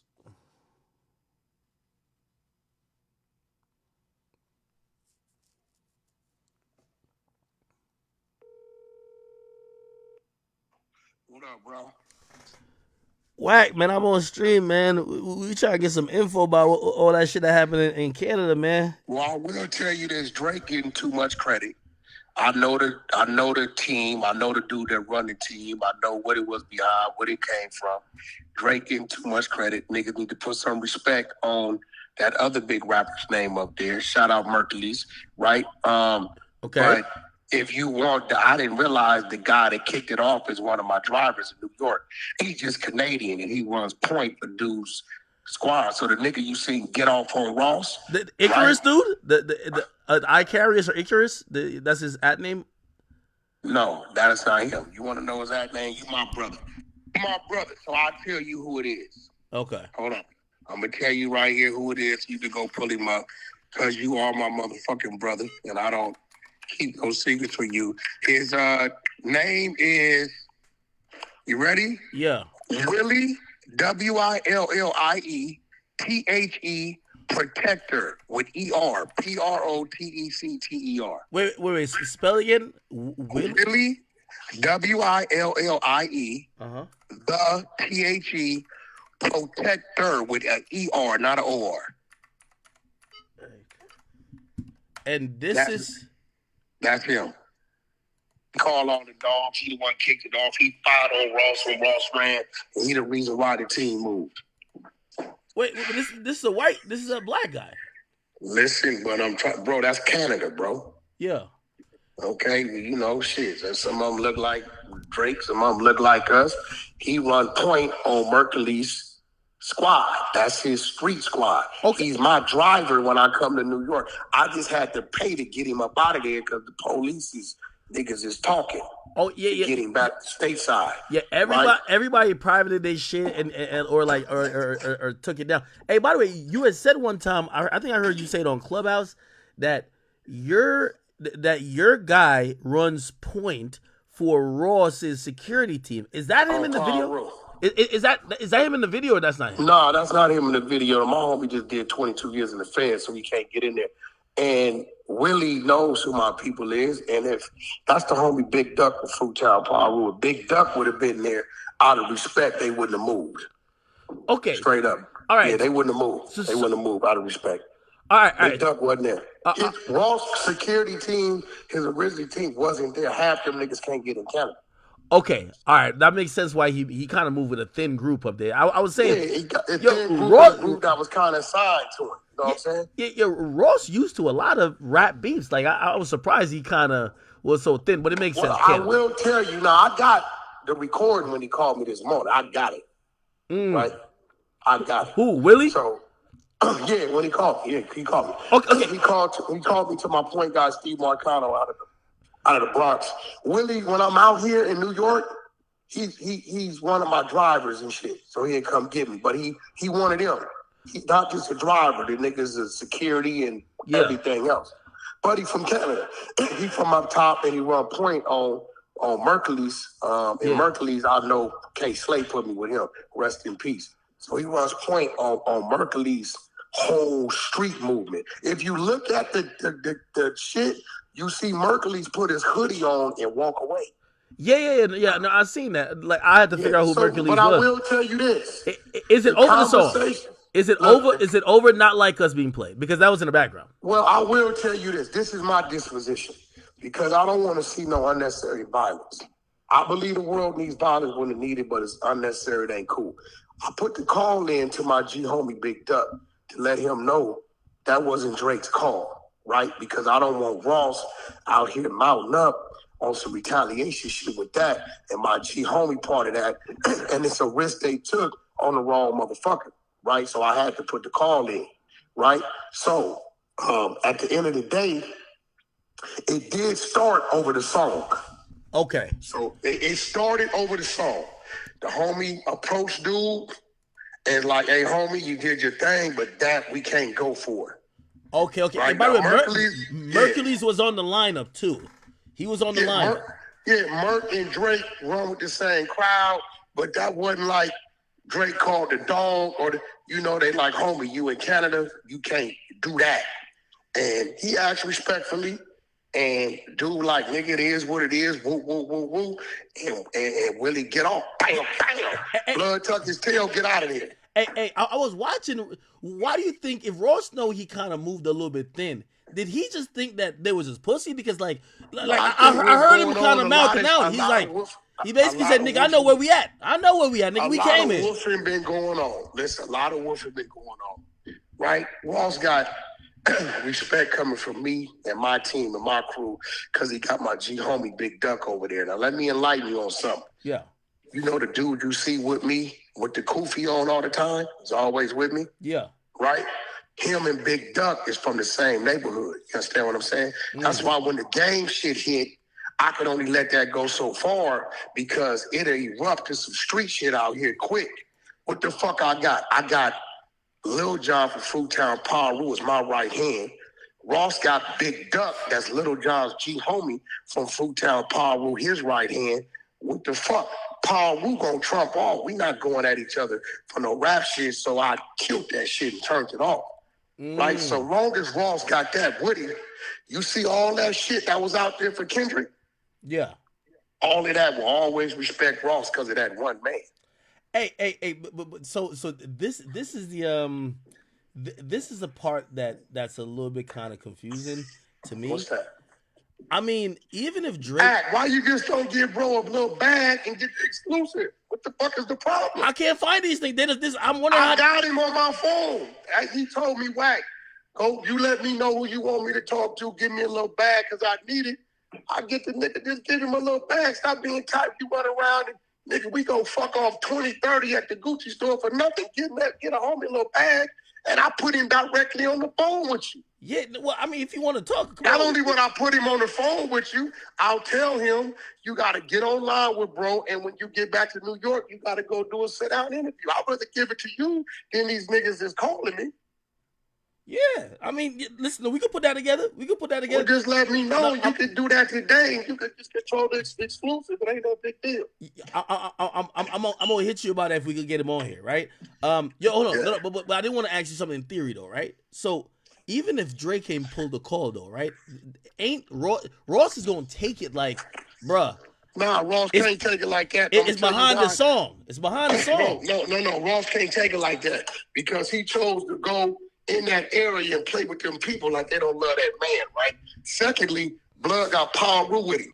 Out of respect to Paru, I put the call in so he don't be having our G homie in the middle of some shit that ain't it. If it was Drake, then the G homie got to do what he got to do. But you ain't finna pull a stunt and have one of ours in the middle of some shit, and that ain't what it is. Nigga, old boy gonna come out, he gonna expose himself. Do what you got to do with him or get at the other rapper, whoever you want to get at. But don't be pushing no buttons and moving some shit around on Drake when it wasn't Drake. You understand what I'm saying? That ain't cool. That ain't cool, homie. It ain't nothing bigger than the phone. And we going to look out for our homie because if something happened with our homie on false pretense, Blood ain't gonna be able to come west of the Mississippi, fucking with Big Duck. That's a G homie. Well, that ain't regular right there. Yeah, but if I'm Ross and I see Drake like the picture, I'm gonna be thinking. So what? Oh, but that wasn't a Drake call though. Listen, I tell a nigga, get your man. I don't have a problem with you getting your man. And when I was coming up in this street shit, if one of my homies went through and did a drive-by, we disciplined the nigga. Listen, nigga, that's your man in the yellow shirt. Get your punk ass out and get your man. Don't go by there spraying shit and the old lady get hit and this dude got hit and dude little nephew who just came home from college got hit. Fuck that. Drake ain't your man on this. Respectfully, he's not. So do you think that, and two questions, do you think Drake will be good in Miami, and is Drake good in LA? Yeah, nobody got no issues with Drake in LA. Listen, I'm gonna put it out there. The homie don't like me to mention his name, but he need to give credit where credit's due. Right? It was one man on both sides of the ball, Kendrick and the Drake side, that orchestrated and made sure all safety stayed within both camps. His name is Wacko from Westside Paru. Right? We used to see us together. We used to be brothers. We had a falling out about 2 years. It don't matter. If I hear something happen with him, I'm a mount up nigga and I'm a ride. I love him. I love his family. I love his kids and what it is. He don't be on the internet a lot. He is the owner of Teach Me How to Dougie. That was his song. That was his group. Right? His name is Wacko. Y'all want to go follow him. He's Wacko142 on Instagram, at Wacko142. He is the man that was in communication with Drake's camp. They checked in, and Kendrick's camp. He checked in. If you look at that picture they took on stage, he's like 10 o'clock squatting down, light-skinned dude. You would spell it. Wacko about 50 years old. Very influential dude in comedy from Westside Paru, right? Got an impeccable track record. So he is the man, right, that made sure when the songs was going on, he was in between them. Right? He's the one that called a dog to wear No More Dish Records. He called that dog. So, yes, if they respect Wacko enough to communicate with him, right, and Kendrick and them respect Wacko and them to let him kind of turn it on and turn it off, of course Drake could come to California and L.A. and still move around the way he do. Ain't nobody looking to do nothing to Drake. You know, we just was victorious out here on the back and forth. Kendrick won. But niggas ain't looking to do nothing to Drake. Hey, okay. So would you advise, and we need the WAC 100, manager hat for this one, for any rapper, whether they were involved in the issue somewhat or not, would you advise any rapper to go to Toronto, Vancouver, Winnipeg, Montreal, and play Not Like Us? Because some people say tripping. that they tripping, and us letting people know that, and Drake's not a gangster. Let's understand that.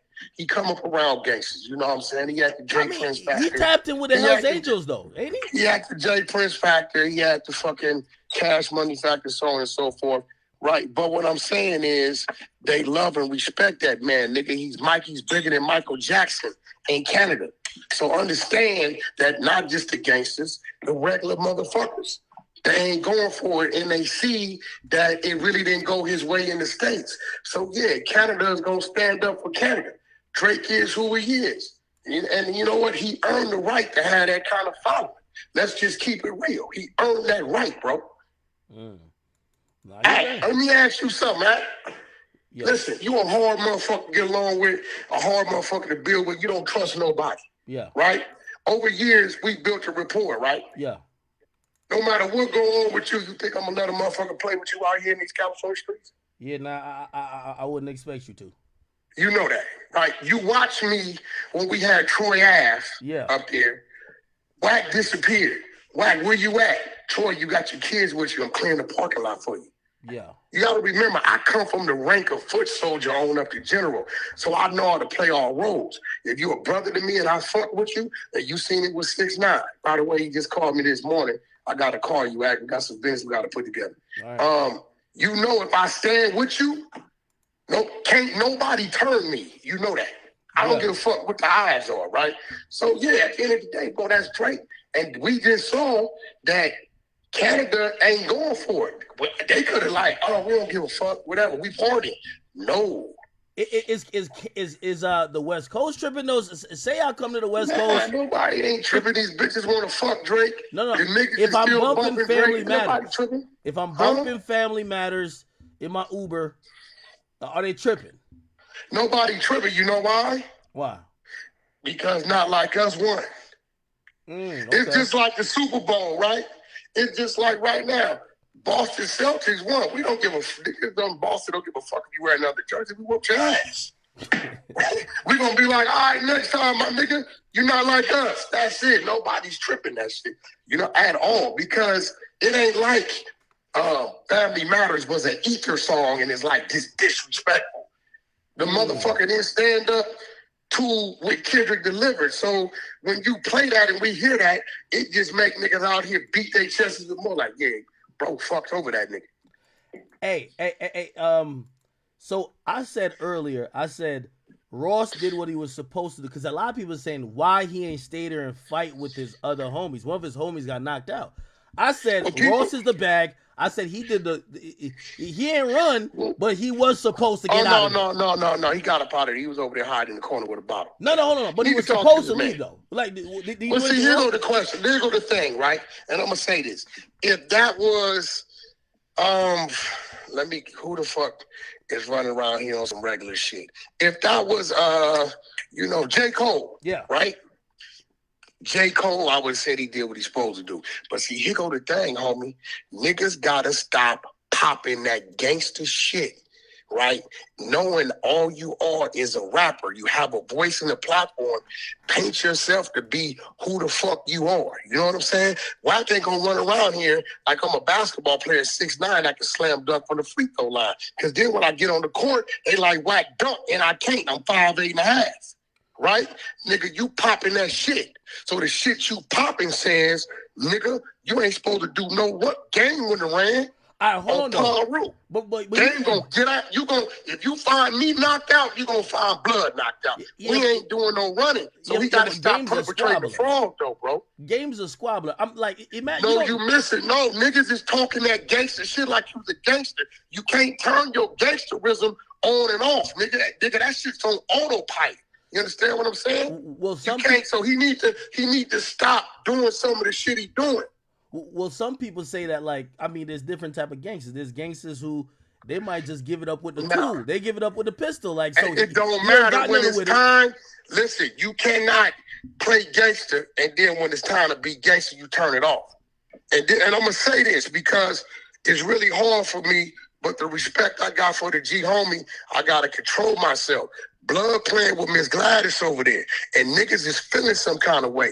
He really need to issue Stunner motherfucking apology, bro, because there's some shit floating around out here that not even Stunner can control. And he ain't calling no dogs, and the dog is barking.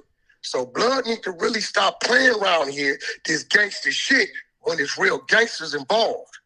You don't think Ross Stunner might be mad at me that I mentioned it, because he didn't told me whack. It's some industry shit. Fuck that. Because I seen my brother face when he heard that shit. And one thing about Wack, if I seen him and my G homie there, Blood got to give me mine. He got to give me that. Wait. So I thought Ross is gangster though. I mean, we know the CO stuff. I thought so too, but Blood ran over there and grabbed a bottle. That ain't gangster. Academics, if you did that, I wouldn't have nothing to say. Act, well, that's Act, nigga. Fuck you, man. Get up on out of there. You know what I mean? Like, yo, Act don't claim to be no motherfucking gangster. It's Act. Rick Ross did what I expect you to do, and you don't claim to be gangster. Damn. So you think him leaving his man knocked out was kind of? Edie, listen. First of all, as a man, fuck the gangster shit. As a man, you don't leave your man. Second of all, but he's the bag though. He's the bag. I don't give a fuck about none of that, niggas. What the fuck are you, nigga? You a man? This your man, right? You don't leave your man. Second of all, you popping this gangster shit. One thing about a gangster, right? When we leave, we don't leave expecting to come back. Whatever come with our journey, come with our journey. You understand what I'm saying? But see, once again, these niggas over here is Denzel Washington this shit. They playing the role when the camera's on. They need to stop because guess what? The camera was on, nigga, and this shit wasn't no motherfucking controlled environment.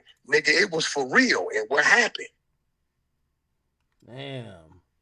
I mean, do you think this affects his like how people look at Ross? Because some like 50's laughing at him. People are saying that Ross got a twin. Ross' twin is Brick Baby.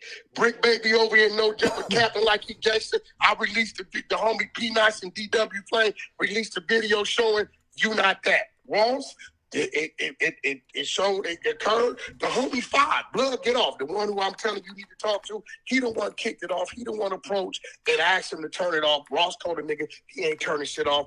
He got busy, right? Nigga, and your homie over here stressed out, DJ stressed out, niggas running pockets, and you over in the corner. Ain't nothing gangster about that. If my homie Duck would have been there, Brick Baby, y'all would have to kill blood. Hey. Like, you know what I'm saying? He ain't doing no running like that. Hey, speaking of which, with this Brick Baby situation, hey, did y'all line him up? Like, why does video look like this? Why? What video look like what? I thought he was like no jumper. I said no jumper, bro. I ain't gonna lie, Whack. This might be some sucker shit. Next time I came to the West, I was gonna tap in with you and him. I thought he was a big dog like that. No, he ain't nothing like that. I ain't never seen this nigga. I ran with Big U 17, 18 years. When I tell you we ran his video shoots, my video shoots, his hood, my hood, his house, my house, his backyard, my backyard, the Beast of the Belly, Crip celebrity parties, fucking Crenshaw High, all this shit. I never seen this man.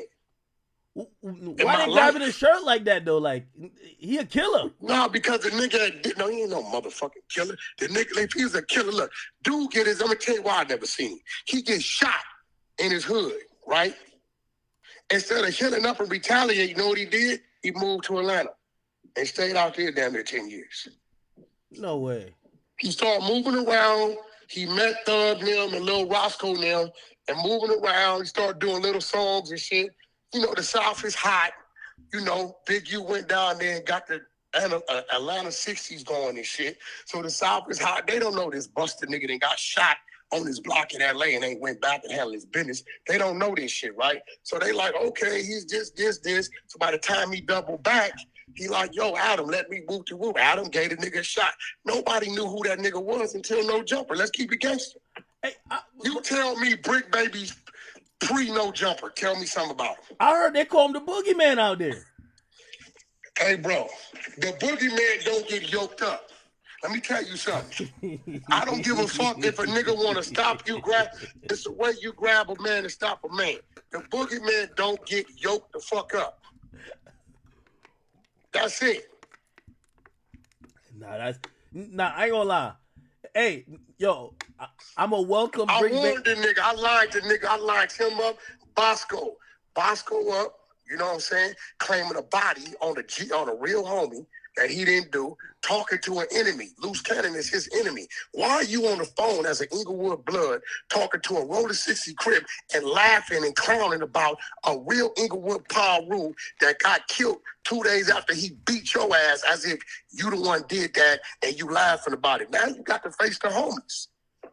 Oh, the exposers, nigga. We the exposers. We out here to let niggas know who fake and who bullshit. We ain't telling you to unfollow. We ain't telling you not to stream. We just gonna let you know who real and who fake. That's just what it is. Hey, I think Brick Baby, like, listen, Brick Baby, he could come be a civilian now. Like, he could come on my side of things. You know what I mean? Yeah, he act like a civilian. You hear how the nigga talk? Look, everybody, I challenge y'all to pay attention to his conversation. This is Brick Baby conversation. Yeah, because motherfuckers like, you know, and and then, you know, on hood, dead homies. And then at the end of the day, it was like, you know what I mean? No, nigga, what do you mean? Niggas is so caught up in his antics, if you pay attention to what he's saying, he ain't saying shit. Oh, right. Oh, they give me more details on the video. They said he wasn't really getting yoked up.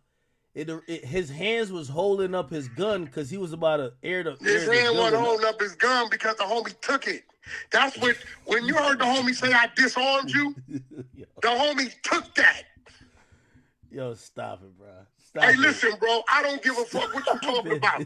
Anytime a man puts you in a compromising position, right, as a man, you defend yourself. Nigga, get off me. We talking street nigga. Fuck, a street nigga. Nigga, get up, back up off me, nigga. fuck you grabbing me like that for? Nigga, but he had the nigga, took his burner, and telling me, bitch ass nigga, you disrespect, nigga. I order whoopty whoopty whoop. Nigga, that's why you hear DW Flame saying, nah, bro, back up off of him, leave him alone. DW didn't come over there like, nigga, why you think he came over there like, bro, leave him alone, let him go? You didn't hear the nigga brick baby bitch?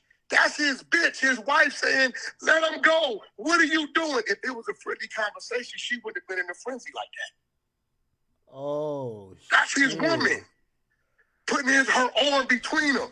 Nigga, you such a bitch. You got your wife, nigga, the mother of your children, nigga, in harm's way. She more gangster than you. You ain't even trying to get away. Yo, Wack, you a foul nigga, man. Why nigga, you I'd in hit that nigga P Nice, and that's my nephew. I love him to death. Nigga, first of all, now I'd have been body blowing, throwing four. Get off me, nigga. Yo, Wack, you a foul nigga, man. Why you trying to end foul Brick as a Baby? motherfucker, nigga. I'm Wack. Listen. Why you I'm trying to Wack end Brick Baby's street career like that? Power Root Blood Gang, the Valley. 818, like he say, it's a valley nigga shutting your bitch ass down because you's a hoe. I'm letting niggas know it ain't about where you from. It's about where you at. New Jersey, New York, Connecticut. Nigga, it don't matter. Long Island, Strong Island, the Bronx, Queens, Pacoima, South Central, Watts, nigga, down to Florida, to the Yams, on up, nigga, Newark. It ain't about where you from, it's where you at. Because it's bitch niggas and it's real niggas from everywhere. Now, what shoes you walking in? Fuck the tattoos and the antics, nigga. How you gonna stand on your square? How does he come back from this? Because like he got to gain his boogeyman. He gonna come back, and his supporters will be the weak-minded niggas that's like him. Like-minded people stick together. That's how he come back. It's over with. That's it. We don't want to hear no more tough talk. I think you could agree with that. No more tough talk from you because you done blew your hood up. Blew your dead homies up with saying, what did I, now let me tell you how stupid he is. I had the people tell him, Wack line, don't no footage exists, right? He has not listened. I keep telling him, P Nice and DW Flame is my family. The Insane Card been tied in with me for damn near 2 decades and some change. Stupid nigga, I don't give a fuck how much cripping you thinking you doing. You just met these men in the No Jumper building. You ain't been knowing these niggas. You think nephew and them going against Unc? Is you crazy? Hey, Wack, you don't think you and the P Nice dude are bullying him though? That's not cool. Bullying what? If you diss a nigga shit and he see you, be ready, nigga. We exposing you. You's a liar. You jumped on the phone with Loose Cannon, who you say ain't from 60s, is a bitch, is it is, but you jump on the phone with Loose Cannon and another blood who told you he had come over there and knock your head off. The homie B from Nine Deuce Bishop told you, nigga, I come over there and knock your head off right now, nigga. You bowed down like a bitch and got on the phone with Loose Cannon, the nigga you say is a buster, and sat there and act like you related to one nigga and play tough with the other nigga, talking about the 2 niggas that you saying is your brother, P Nice and DW Flame. This nigga is a snake. If you ever hear me on a private call act cutting your throat, don't fuck with me, bro. I'm a bitch ass nigga. Cause you know, however I feel about you, I'ma call and tell you. You know that. We get into it. You ain't gonna, nigga, don't be whooping. I'm like, hey, Act. I'm gonna be like, yo, Act, that shit you did, I ain't with that shit, bro. That's some bullshit. I'ma tell you. That's a bitch ass nigga. He's a nigga that needed to be exposed. He smiled over here and then do this over there. And then see you and act like nothing going on. So He's a bitch. So I heard it was his job to like on a street level to keep the protection of No Jumper. He can't That nigga don't protect No Jumper. That nigga ain't got no job. He can't protect himself. Now, how you getting your burner took and yoked up, nigga, by your enemy, nigga? You protected something. You don't protect nothing. No Jumper don't need no protection. They got a big old youngster in there with a legal gun that everybody respects that protects No Jumper. Adam's reputation of No Jumper, of the West Coast needing No Jumper, protects No Jumper. You understand what I'm saying? When Wack is in that building, everything with Wack at that time will protect No Jumper. Niggas that fuck with me will not go violate No Jumper. They gonna holler at me first. No Jumper protects No Jumper. That nigga does not protect No Jumper. And by the way, Act, I got a gift for you. What? I just thought about it. 1 o'clock in the morning, I go to the gas station. Yeah. I see a nigga in all blue. He say, Wack, can I holler at you? Yeah. I said, what's up, homie? He said, my name is Syke. I'm from 40 Crips, San Diego. I said, okay, what can I do for you? He said, I used to be sharp security. I want to expose him. What? I said, what? No, stop. He said, Wack, can you help me out? I want to expose the nigga. The nigga ain't from Dago. We use the nigga. We use him like a bitch. He this, he that, and I want to expose the nigga. So if you want to get on the line with Syke, I can deliver you that. I just ran into the nigga. On everybody, I'm part of the exposures. Nigga see Wack, they get at Wack. The world better know, nigga. If you hey, and my next move is to the ladies. The ladies in the federal penitentiary. Hold on, bro. My queen R&B just enlightened me to this. The ladies in the federal penitentiary. Y'all follow at RANNB. It's a lot of ladies in the pen because these fake street niggas snitched on them and we don't know. If you a lady in the penitentiary or you got family in there that's a lady and y'all need a voice, follow, hit at RANNB. Hit her DM, let us know, send us to work, and we're going to expose these niggas. There's a lot of niggas running around out here that snitched on the female, and she stayed down. We're going to start exposing you niggas. Hey, Wack, are you not scared that he might put the... I seen he had something called the Kill Squad. Like, he might put the Kill Squad Man, listen, you know what that is? What's that? That's a nigga creating something in a rap song. I'm going to put Kill Squad. Listen to me. The nigga saying he going to put Kill Squad in the street. He said on live. Now follow me. On live, he said, you think they ain't outside right now strapped? Now, shit. This is the conversation of a rap. If you really got a kill squad, like some of us got a kill squad, we're not going to tell the police on live that our kill squad is outside with guns. No, stop. This is the nigga saying it because ain't nobody outside. Stop. These niggas is Denzel Washington on steroids. Yo, Wack, you know what I realized? What's up? Your job is to clear out that whole no jumper building. Well, I mean, at the end of the day, no jumper. Your job, you're doing it one by one. I think... No, they doing it to themselves. You know what I'm saying? You know, this what it is. You know? Oh, man. I'm what I am. Listen, the Honey Show podcast, I'm going to put you on blast right now because you didn't got away from it. Oh, what? The Honey Show podcast is designed and set up to promote. It's a independent artist channel to come through, right? Get some artist development, get some shine, get your freestyle on, and let's put it out there. I need that show to fall up under your umbrella. The way I delivered, if I could deliver Troy Ave to you to do business, then you should do business with your brother, and let's make this shit happen and get back to the underground artists, bro, because ain't nobody fucking with me. All right, hold on. Wack. I'm already set up and ready to go. I'm down to do anything with you. You're going to be on the show, right? Because you know you're the draw. You're the draw. Yeah, I'm going to be on the show. That's a fact. I'm going to get a co-host, probably Gina Views, or somebody you feel like we slide in there. We can rotate them, but we ready to go. I got 500 submissions already set up. R&B. For those of y'all underground artists, listen, go to RANNB. It's a thing up there. Link, give us all your information and all that. She'll email you back. Nigga, we loading up. We got people ready to go. We got 500 submissions, but I want to tie it to your umbrella because you are really the A&R for the music industry. So it's a perk for people to go in there. Hey, Wack, as long as you're frontlining it and you're gonna be actively a part of it, we're gonna do it in my room. I just reconfigured my whole room and all that shit. We're gonna do it right there. I got 4 motherfucking black magic cameras in that bitch. We set up right. We got the sound right. We doing all kind of shit in between it in there. We're going to keep it real quick, 45 minutes to an hour. Boom, boom, boom. Get out of there. But I need that. I need you to plug into it to empower the situation because it makes it better, not for me, but for the underground artists, bro. I need you to do that. Hey, no, I got you on that. Let's talk about it for real. Like, for real. What happened with the Keefy D thing?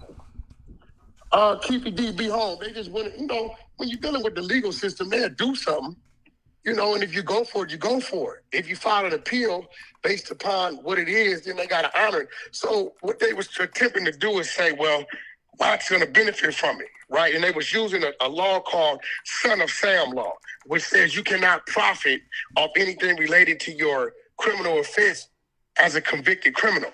It's only one problem.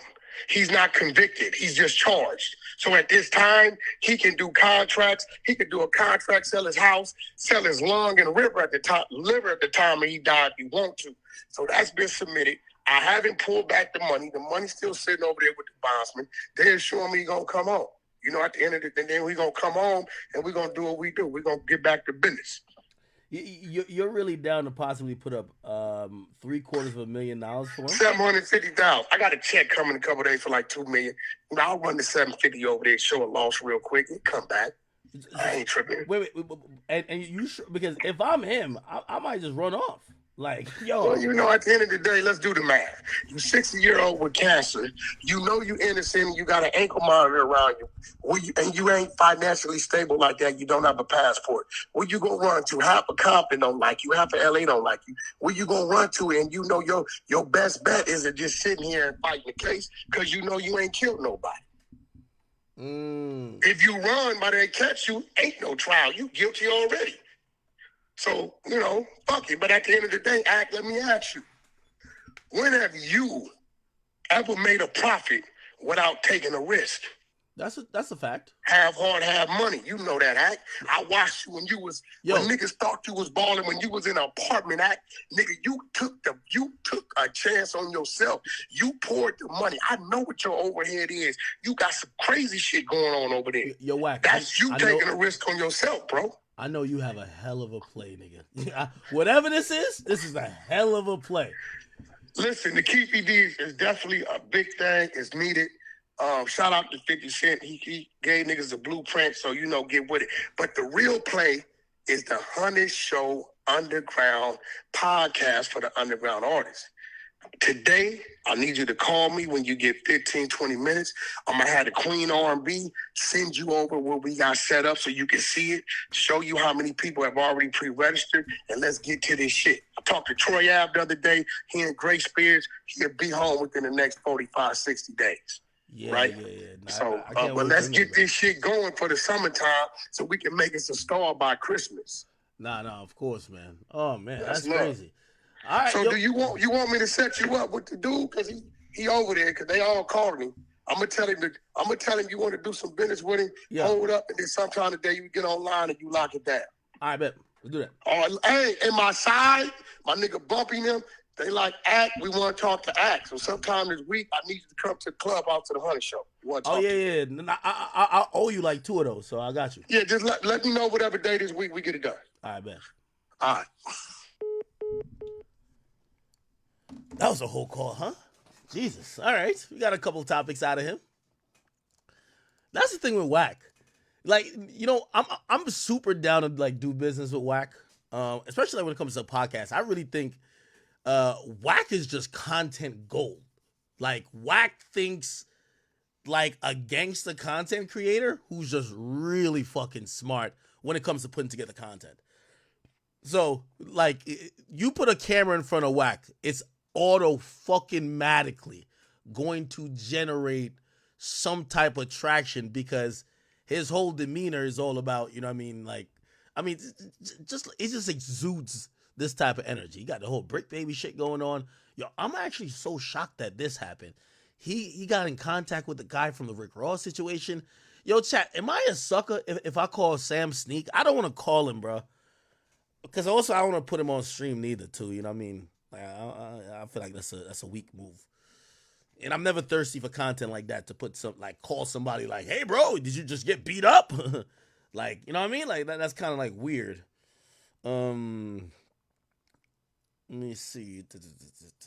Who could I call? Nah, I don't. Bro, I would hate if my man saw some shit and called me for content, like before he even hit me privately to check on me. I just don't feel like I'm that thirsty for content. All right, so let's go off to the information that Wack gave us, right? Wack is saying, so Rick Ross, right? So Rick Ross was kind of trying to stand on business by playing the song. They didn't like him, right? They didn't like that he was playing the song. Apparently, now this would make sense. The Mercule guy, right? The Mercule guy is a guy who, let me see. The Mercule guy, okay, he went private too. They all went private. He went private. He's the one who basically performed, and the guys who like swung on Ross was with them. I wonder why everybody went private though. I'm wondering if, I know Wax is like, nah, it's not gonna go into the streets and nothing like that, but I'm gonna be honest with you, man. Like these days, taking a public L is so fucking hard, dog. Like people just clowning you. Is this the Willie D guy or the Willie the Protector guy right here? There's a guy that kind of looked like the guy who Wax sent me.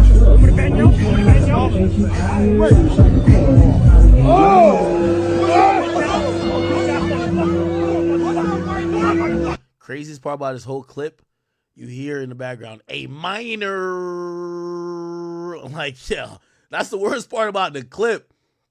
Let me see what people say in the comment section. Somebody says, yo, Canada is soft.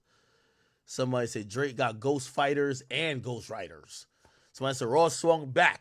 Also, Drake, be safe in Miami. Yeah, I'm hoping this is exactly how Wax said. So basically, Wax said, yo, Drake didn't make the call.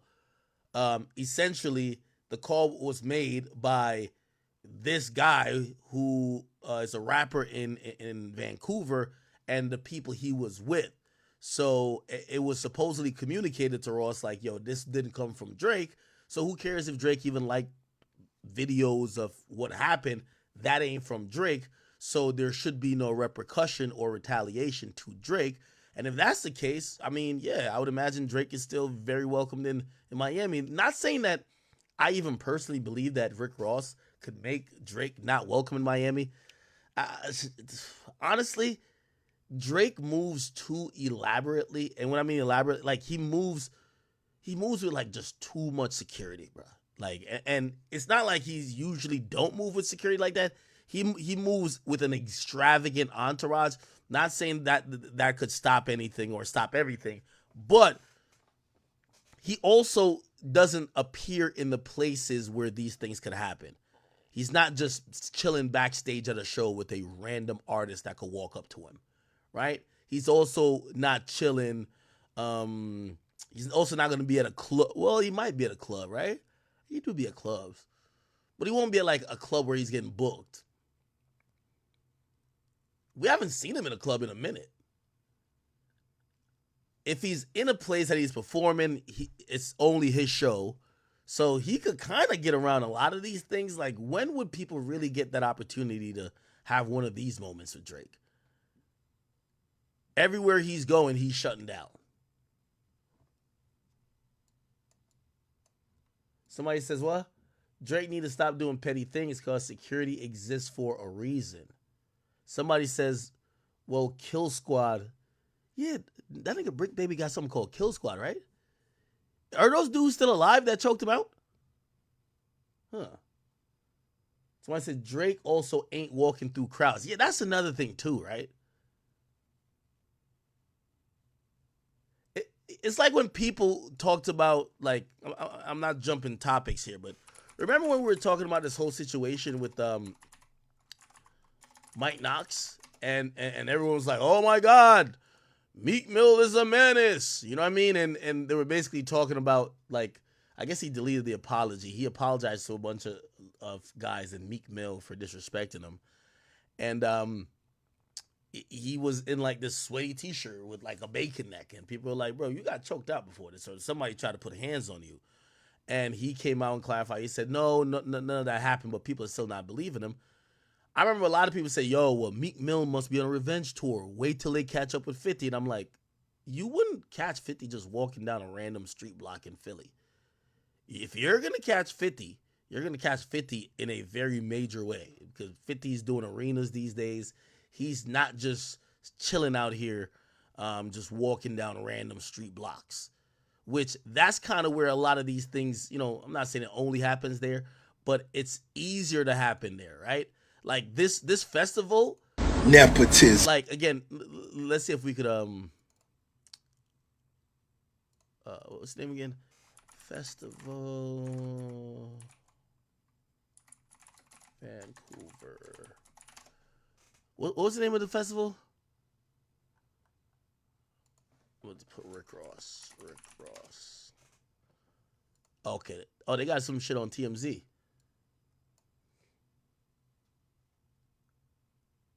What am I looking at here?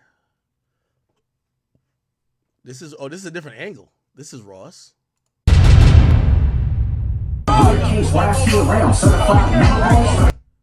Yeah, anytime you see that haircut, you'll notice this haircut is like very distinct. Just imagine they're all Hell's Angels type of people.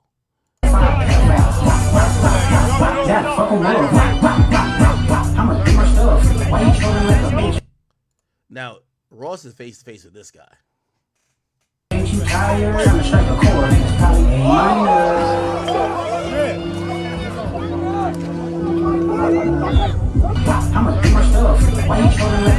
Did he connect with Ross? Like that's what I can't tell.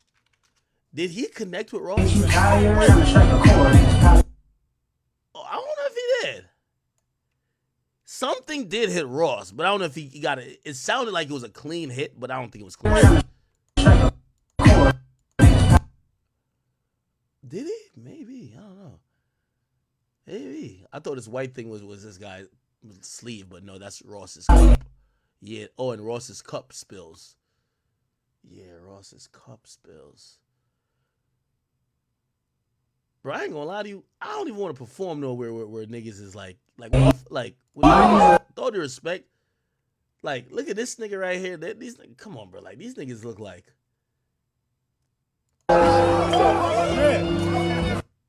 Oh, right here. Oh, he did. Oh, it did connect. Shot. It did connect. Wow. Look. Ooh.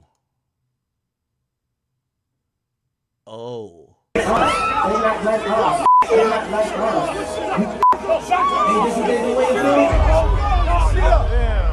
Ready? Yeah. We going home. We going home. We going home. I used to break times like this, and rhyme like this, so I had to burn like that, and shine like this. So the matter of time I spent was a lot of shit in the back of the petty wagon, cuts out their wrist.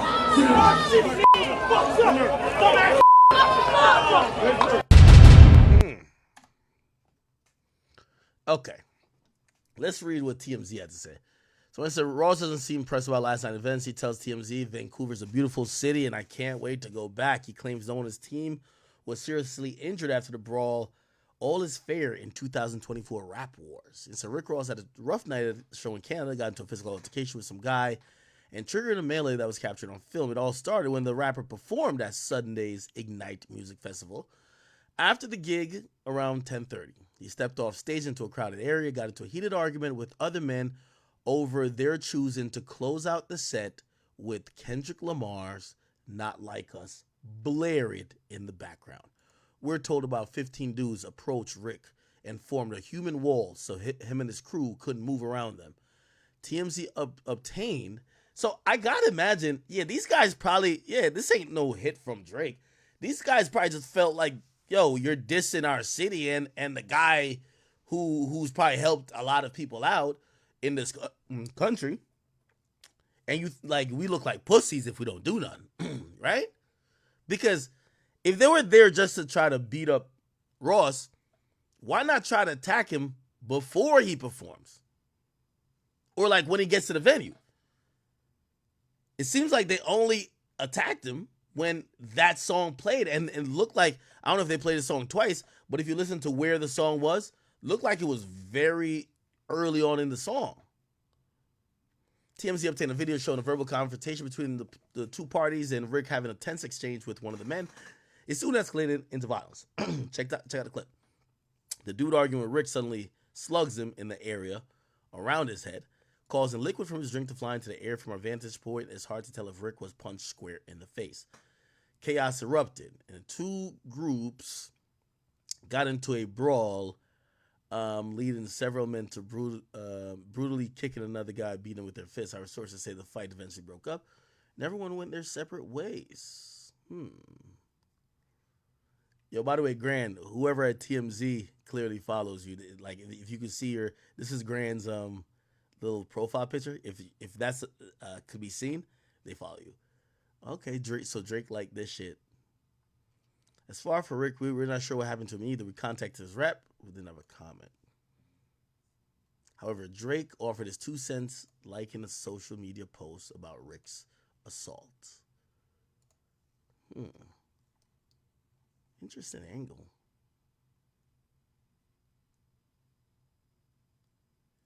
Yeah, as much as and of course, I believe Wack on everything he's saying, but bro, I'm gonna be honest with you. Sometimes it's not even about what happened. Sometimes it's the narrative, right? The narrative is gonna be like, yo, Drake got you beat up for playing that song. So now it's gonna make Rick Ross look crazy if Drake is in motherfucking Miami for July 4th, like having a blast, and they're gonna be like, damn, that nigga got you punched up over there, but now he's in your city type of shit. So, of course this could always escalate. We're hoping it doesn't, but we can't just assume that it won't escalate.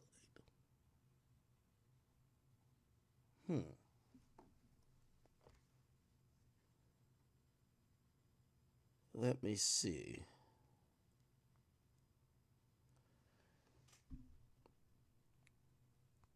This is what Boosie had said about rap beefs earlier. Boosie.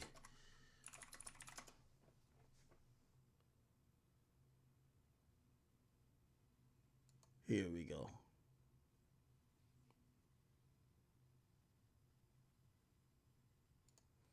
Oh, well, this was his prediction.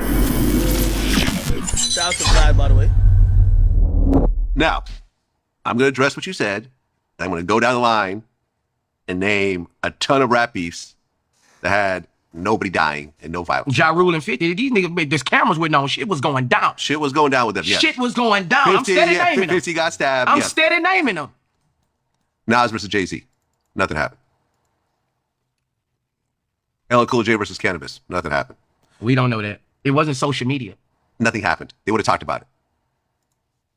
Dre versus Eazy-E. Nothing happened. MC8, DJ Quick. No, something happened. No. Yeah, actually. Yeah. Bro, Dre someone actually died over there. Yeah, never mind. Never mind. Bro, Shug was involved with the Dre and Eazy-E shit. Shug was involved. No, that's true. Shug okay. was in. Shug was. Okay, hey, yeah, bro. You're right. Eazy got beat up in the hotel room. Bro, okay. bro. All right. You're right. You're right. You're right. All right. And I'm gonna keep going after you. Jadakiss and Beanie Siegel. I mean, things almost happened, but nothing happened. T.I. was a little flip. There was some violence. T.I. and Lil Flip. Come on now. Come on now. I mean, someone died with Gucci and Jeezy were beefing. Come on now. Okay, I'm sorry. It was way more gangster shit than you just saw this little what you call shit with Jeezy. Okay, all right. Okay. I'm actually gonna give you. Once I'm going down the list, I'm actually seeing that you're actually kind of right. Okay. It's kind of almost like 50-50. Like half the time, like Nicki Minaj and Megan, nothing gonna happen. But then again, when you look at Lil' Kim and Foxy Brown, a couple people got shot. That's what I'm telling you, bro.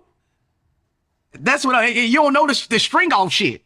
The string off shit that go to the nephews and the cousins, and it keep on escalating. Like it's not a good thing. There's so much other shit to rap about in this world. Well, we hooked on phonics around this motherfucker. Okay. It's all kind of trees. It's all kind of different shit. All these cars. It's all kind of different kind of women. It's so much shit to rap about. It's transgender, transformers. It's all kind of shit if you want to rap about. That can be interesting. Okay. We do not have to, and it's not about the rap quality. Let's get that right. It's who has the most disregarding shit to say about somebody. It's not about, because all of them can rap. These are fucking talented motherfuckers. It's not about who sounded the best. It's who said the most, who got the most dirt on the next person. That's all it's about. It's not about who makes the best fucking song. It's about who says the most degrading shit about the next person. That's not the old hip hop rap battles when everybody was, and they shake hands after. When Kendrick Lamar and Drake meet up, and they crews meet up, it ain't no shaking hands, baby. People have talked about being pedophiles. You got one talking about that ain't your son. Yeah. You got one talking about, you got baby mamas. They going, it's low blows below the knees. Yeah. And you gotta understand, the crews around those people, they feel even more insulted than the artists. And a lot of them want to make the news. And when you go to another city, when you go to that man's city It doesn't have to be the Kendrick Lamar that's gonna try to fuck you up. It's the local artists who want to be known. It's the local artists who gonna throw West Side up. Motherfucker, you saying something about and gonna fuck you up. It's not gonna, if he goes to Canada, he probably can't get Canada. Yeah. But if he goes to Canada, it's not the Drake who's gonna try to fuck you up. It's the little baby Drakes. It's the people who wanted an autograph from Drake their whole life who will put a bullet in your fucking head and go on and go on that mug shot like this. See, but we don't look at it like that because we're hip hop heads. I'm a fan of hip hop too, but Vlad, I don't want what Drake did. I don't want this rap battle from what Drake did and Kendrick Lamar to be shadowed by everything they done did for hip hop. When you bring it, what Biggie and Tupac did to each other with the beef, shadowed a lot of their greatness. When you bring them up, you don't really talk about their music like you talk about the beef. When you Boosie spin. Bring Gotti and Dolph up, you don't talk about the fucking music they done made for these hoods. You talk about the beef. It's overshadowed. It's taking away their legacy. I don't want all the Kendrick Lamar fans to be talking about everything in 10 years, 20 years from now, the Drake battle. What about all this fucking... Nah, that's a good point. And I'm going to be honest with you, like... I mean, I kind of, as I said, I expected it to get violent. I expected it just on the subject level. And by the way, you know, people love to try to place blame. Here's the thing, right? Obviously, this situation, I'm not placing blame on no one. But if the Drake and Kendrick beef ever got violent between either party, the only two people to blame are Kendrick and Drake, right? No, you know what I realized fans like to do? They like to put the blame on everybody else. When niggas in Chicago was killing each other, they blame me. No. Nobody told Drake to go rap about that nigga wife. Nobody told Kendrick to go call that nigga a pedophile. So if somebody get hurt, it's because you call that nigga a pedophile and you talked about his kid and his wife. That's the only two people that should be blamed if this gets violent. Y'all could have just rapidly wrapped it up. But what y'all decided to do was get ultra personal and almost to the point that certain allegations could alter trajectories of careers that now niggas is saying, man, I gotta fuck this nigga up. It's only two niggas to be blamed. And I know y'all think Kendrick is y'all messiah, so y'all don't want to hear this part of it. But if this gets any type of violent, we're gonna blame both Drake and Kendrick, nobody else. I don't want to hear, oh no, but you played the songs on your stream. No. Nobody was with these niggas telling him saying, no, I think you should say certified lover boy, certified pedophile. No, nigga. Also, I think both of these guys, they're so smart, they knew that if, let's say if violence does come, and again, I'm talking about directly, say some OVO affiliate loosely runs into some PG Lang affiliate or TDE affiliate loosely, something happens that we could directly trace to this battle, or say somebody from PG Lang or TDE goes to Toronto and something happened. Hey, what the fuck do y'all expect? Do y'all think it's only gonna be little white boys dancing a certified pedophile? No, motherfucker. I think we both are educated enough to know if a nigga start calling you certain type of shit, you don't even want to rap no more. All right, nigga, let's fight. So again, I'm hoping violence don't come, but I do want, listen, being in the position where people love putting blame already, I'm telling y'all exactly who to blame before we get there. Kendrick Lamar, Drake. He start calling niggas pedophiles and claiming niggas got daughters and all type of shit. This nigga kept calling the other nigga a woman beater and said his kid ain't his. That's why niggas is gonna kill each other. That's it. Nobody else. That's it. Okay? Let me just put that out there.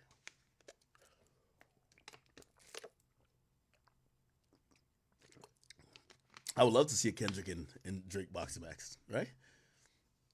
And obviously, well, let me not say obviously, because really anything is possible. Like, for example, again, yeah, Drake probably ain't behind this, but also what happens is niggas is incentivized, right? This is the thing that people don't like. For example, everybody's like, "Oh man, Kendrick brought again everybody on the West." That is great, but if you think that those people aren't incentivized now to in trying to get in Kendrick's good graces, maybe if you see one of the OV hoes, you try to troll him or press him. Yeah, that's kind of baked in the cake. Same with them niggas up in Vancouver. Pretty sure Drake was on the phone like, yeah, punch him, yeah, do it for me. No, I'm pretty sure they're like, yo, Drake fucks with us. He fucks with our city. He's been doing it for Canada. I'm a Hell's Angel. He been fucking with our organization, repping us for the longest. Yo, I look pussy if I let this nigga play the song. So they go up to Rick Ross. No, you're not playing the song in our city. Have some respect. Rick Ross like, nigga, who the fuck are you? Fuck you. I'm going to do what I want. All right, bet. Do what you want with his fist in your mouth. Like, that's kind of how it's going on. And again, that situation there, I think, with all due respect, I'm saying that nobody's to be blamed for that, but you might have to just blame Rick Ross, right? Like, bruh, you know that song's gonna have a visceral reaction, and you're smart enough to know when you're playing it in Canada, you're gonna throw it up on your Instagram saying, "Yeah, I told you, man. Even Toronto love this song. You know what you're doing by ending." Like, that's not even your song. Like, that's another thing, with all due respect. But that's what I'm assuming someone who's been through all this so much, he knows what this is, right? You have performed, and every time when Ross performs now, he's trolling Drake the entire performance. He's putting the mic to the crowd when Drake Parker sing BBL Drizzy shit. White boy, like, that's what he's doing. And shit, people are having fun at it, you know what I mean? But you close out your set with playing another man's song.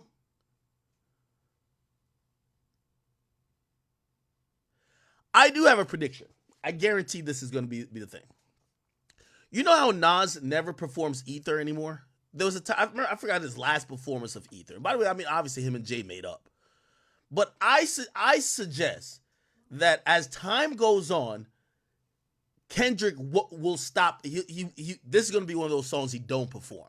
Because the energy around the song, even though everybody's dancing and crip walking and doing all this type of gyration, cute. The energy around the song is not the, like, I mean, Drake don't even perform back to back, but I don't think he's ever had to make a statement to not perform it. But this record is just so, I mean, this is a commercial fucking hit.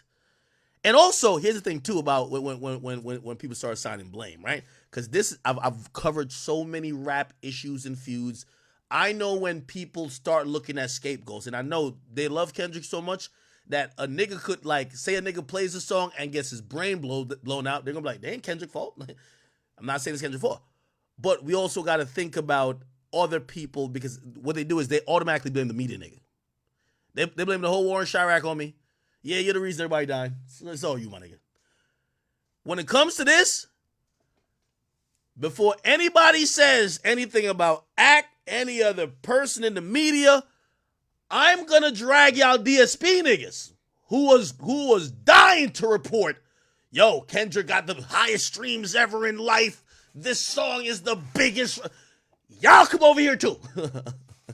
Y'all to be blamed. It's either we all gonna take the blame or we gonna keep it. I really think it's only two people to be blamed: Kendrick and Drake. That's it. That's it. This is how I assign blame. Well, if Kendrick, if you just want to have a friendly rap battle, why are you rapping about you snatching chains and burning tattoos? First one. Drake, why are you rapping about the nigga kid ain't his? Why are you mentioning his goddamn wife? I was some bodyguards like Whitney. What are you talking about? Why are you saying this nigga's fucking children? Why are you saying he's beating his wife? These two niggas actually did it. I'm sorry. I'm sorry. I'm sorry. Now, I personally believe that both have accepted the like, you know what I mean? I've accepted the consequences that might come with this, right? You know, but this is just like some fallout. I'm just so shocked. It's like Rick Ross. Like, come on. Like, Ross is a whole rich ass nigga flying around his own private jet.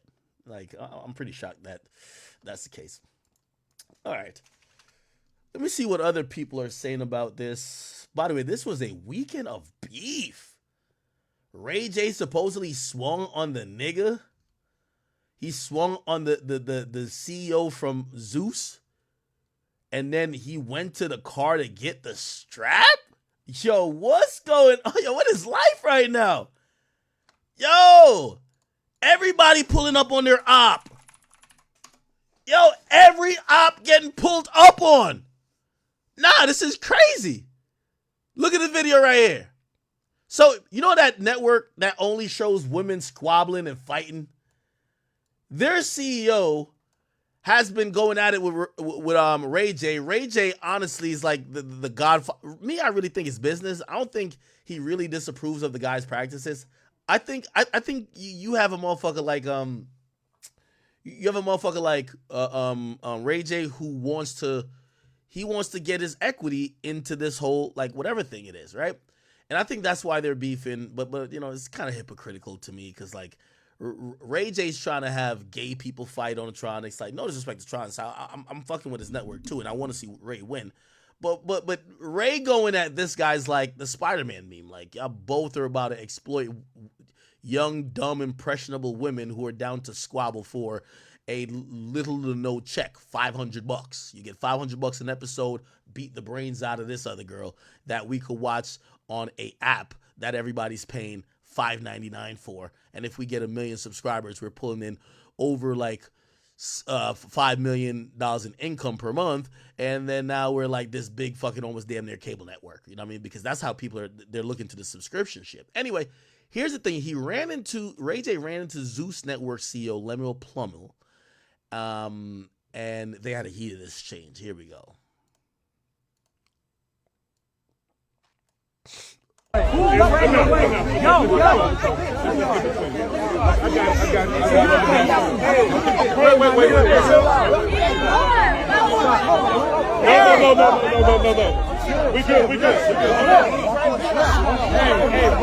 Hey, bro.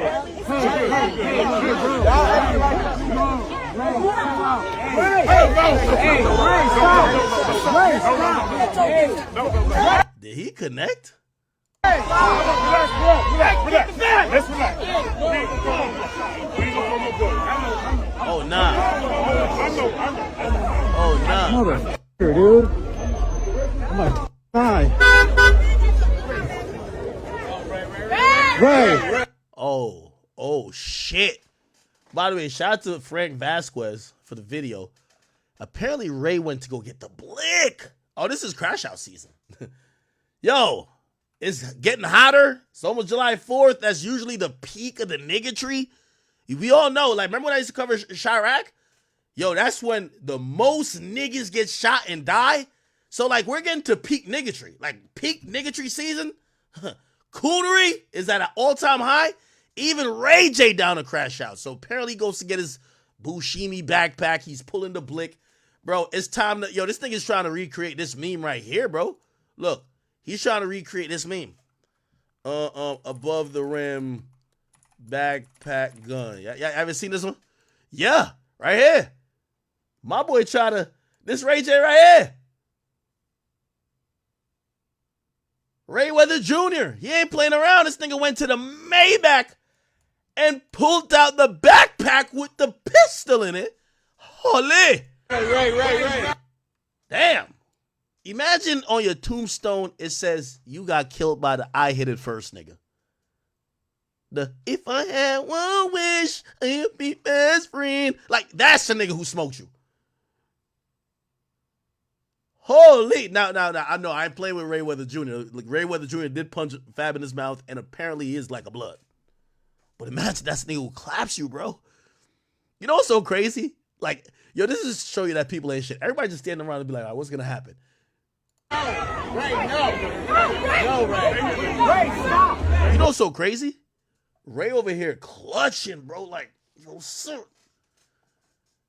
Ray must have been drunk. Yeah, I should have asked Wack about this. This was really dumb.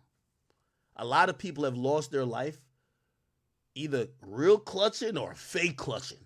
Because let's say, I don't think he pulls out the gun, but if you acting like you got a gun, like you about to pull it, man, sometimes niggas ain't got time to see if you got the gun. They'll just shoot you.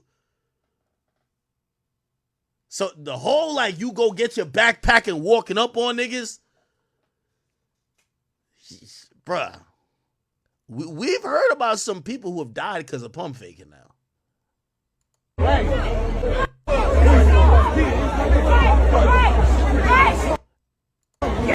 See, he got the backpack here, and I don't know who this guy is, but he's gonna talk some sense into him, like, yo, bro, you're a businessman, bro. Get your ass in the car, bro. Come on.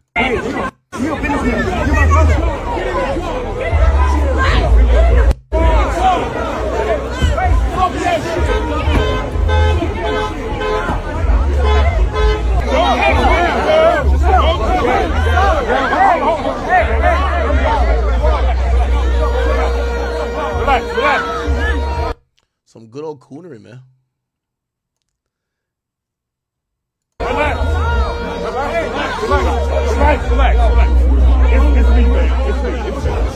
You know what this shows me, man? It's so much of like, it's so much of like black entertainment that's just straight up blood money in a sense. Like, and I know that sounds bad, but let me explain.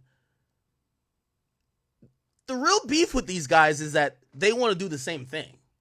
Zeus is exploiting. Let me not use the word exploiting because I want to act like it's bad or good because these whores were going to do what they're going to do regardless.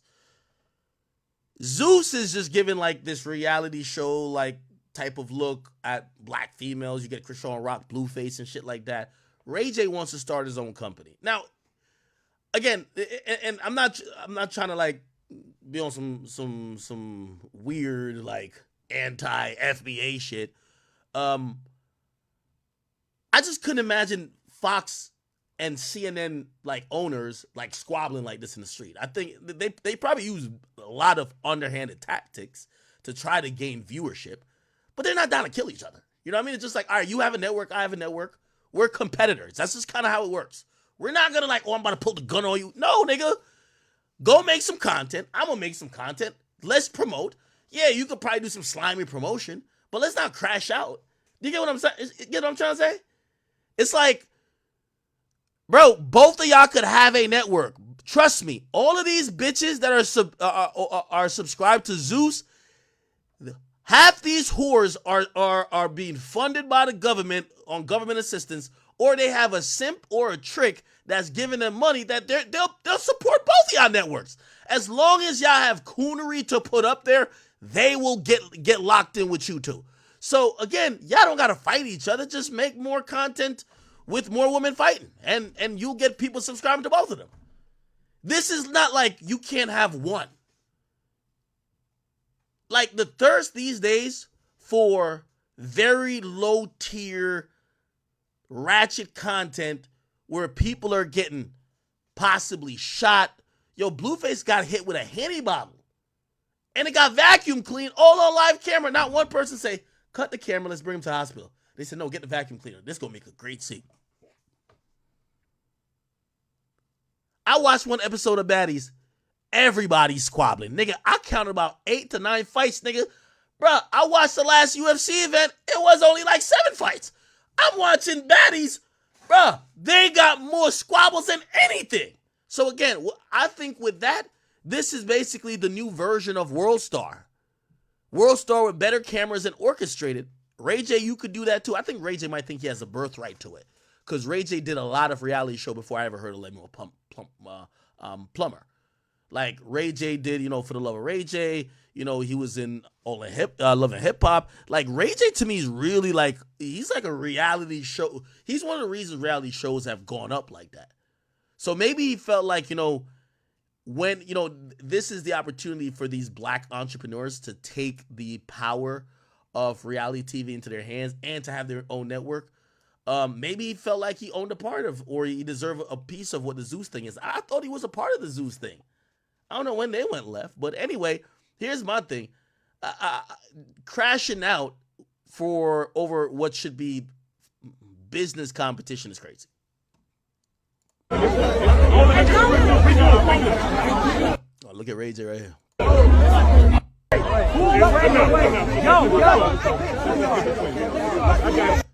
Yeah, this is Lemmy. This is Ray. No.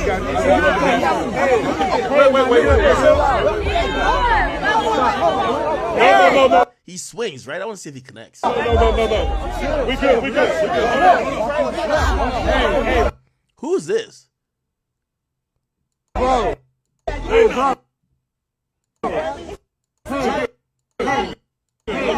think he's gonna swing now. Buddy, I think this is Natalie Nunn just like, yo, let me get my followers up. I'll just record this while twerking on the car. Or somebody. Right here. I think this is where he tries. Or he reaches over to do something. Okay. I don't know, man.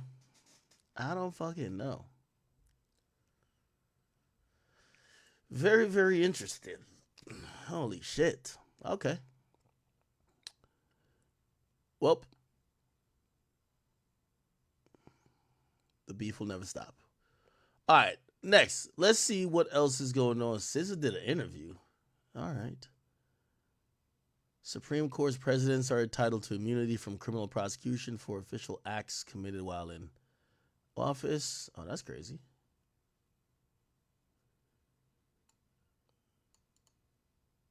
Oh.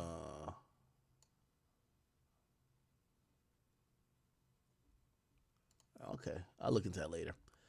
All right. What else? There was some other type of squabble that went down. Oh, now here's so this happened. Gunna is at the BET Awards, and then this happens. Check this out. Gunna want it, man. You can't be in the city doing all that rat. What? Gunna want it, man. You can't be in the city doing all that rat. Yeah. So somebody say, yo, you can't be in the city doing all that ratting. Was the BET Awards in Atlanta? I think, is there a longer version? Let me see. Gunna want it, man. You can't be in the city doing all that ratting and shit. Rat ass nigga. What? Oh, shit. Is this his name? Gunna want. Ruthless Rich? Let me see. Nigga did a drive-by troll. Ruthless Rich. Is it this guy? No. Or did I put it in the wrong ad name?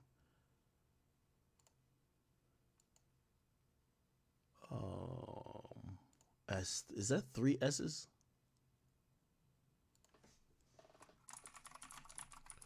Ruthless. Is it this guy? Oh, yeah, it is this guy. Okay. So he was just chilling. So, yeah, you thought I was in talent? What we wearing tonight? Okay. Oh, he probably was out there trolling everybody then. All right. And so with my boy, though. You guys get water? Yeah, we did. All right. You're welcome. Straight to the carpet.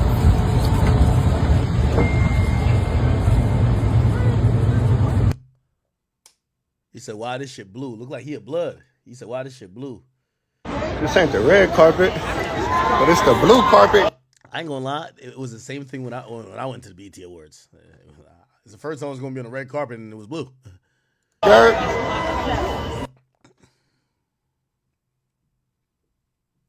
Who's this? So y'all know what I told him? Oh shit. Oh shit. I need 100 comments. I'm dropping. You said Sarah? Yeah. I fuck with Sarah though. I had a good time. Tyron, my god brother, made me go. Yeah. Coach Hay was there when you was there?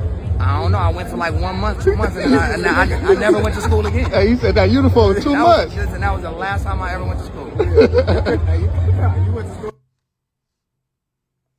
So I'm not dropping until I see it. All right, come on. Well, we already seen the video now. Here we go.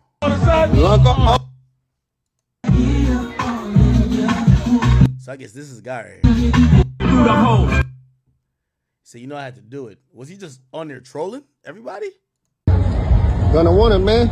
You can't be in the city doing all that ratting and shit. Rat ass nigga. What? Gunna want it, man. Gunna want it, man. You can't be in the city doing all that ratting and shit. Is he a comedian or something? Okay, he's just reposting everybody. He Say if you my comments taking up for a rat, you a rat too. He said I got some words for you too, Adam. Do your homework on Ruthless Rich. Oh shit. All right.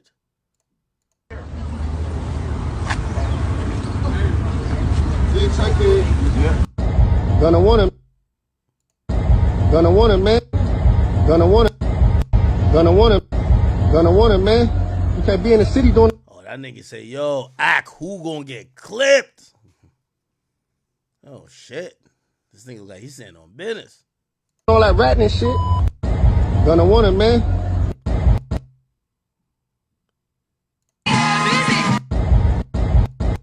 Alright, so we're not watching the same video too much. Let me see. I like to laugh too. Please don't bring out the old me. Let's all live and laugh and love. This is all entertainment. Gonna want him. Yeah, everybody posted. He said, please don't test my gangster. This the internet, bro.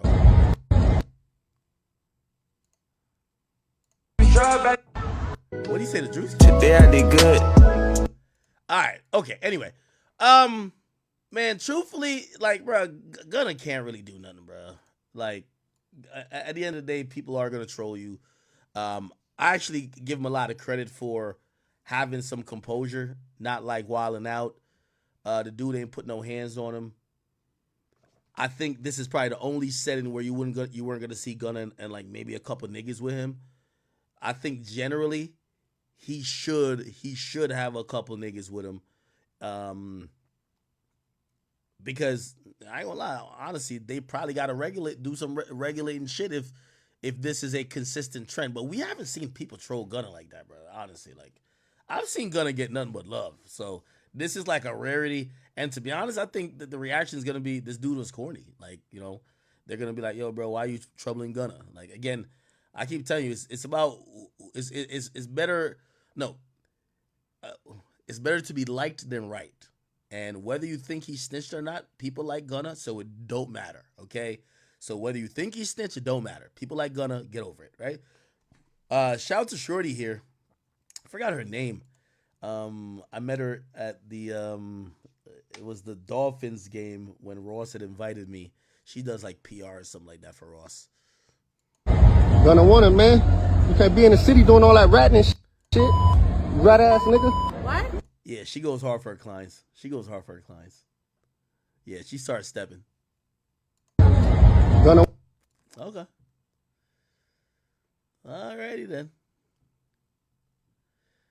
Yeah, my opinion, it comes with the game. Like, I'm glad Gunna. If Gunna did some shit, he would look crazy. The dude knew also don't put hands on him, but Gunna reacted in a word. I'm actually surprised Gunna actually turned back around. Did Gunna turn back around? Man, you can't be in the city doing all that ratting and shit. Rat. Oh yeah, no, he kept his eyes on him. In case the homie was trying to do some weird shit. Look at this guy right here. He's shocked as fuck. Ass nigga. Look at her. Oh shit. She's like, what the fuck did you just say? What? And then these little staff people in the back, they're clueless. All right. Keep your head up, Gunna. Yo, Gunna, don't let these niggas make you feel bad for being free as a bird, okay? By the way, we did have some interesting developments in court. So apparently the YSL trial, this is actually good for Thug. The YSL trial has been officially paused, okay? It's been officially paused. And I'll tell you why. So finally, one of the motion has been granted that they're going to look towards another judge. So it's going to be another judge that is going to have to rule on if this judge is going to be recused. Let me play it. Oh, where's Mr. Weinstein? Okay, all right, okay.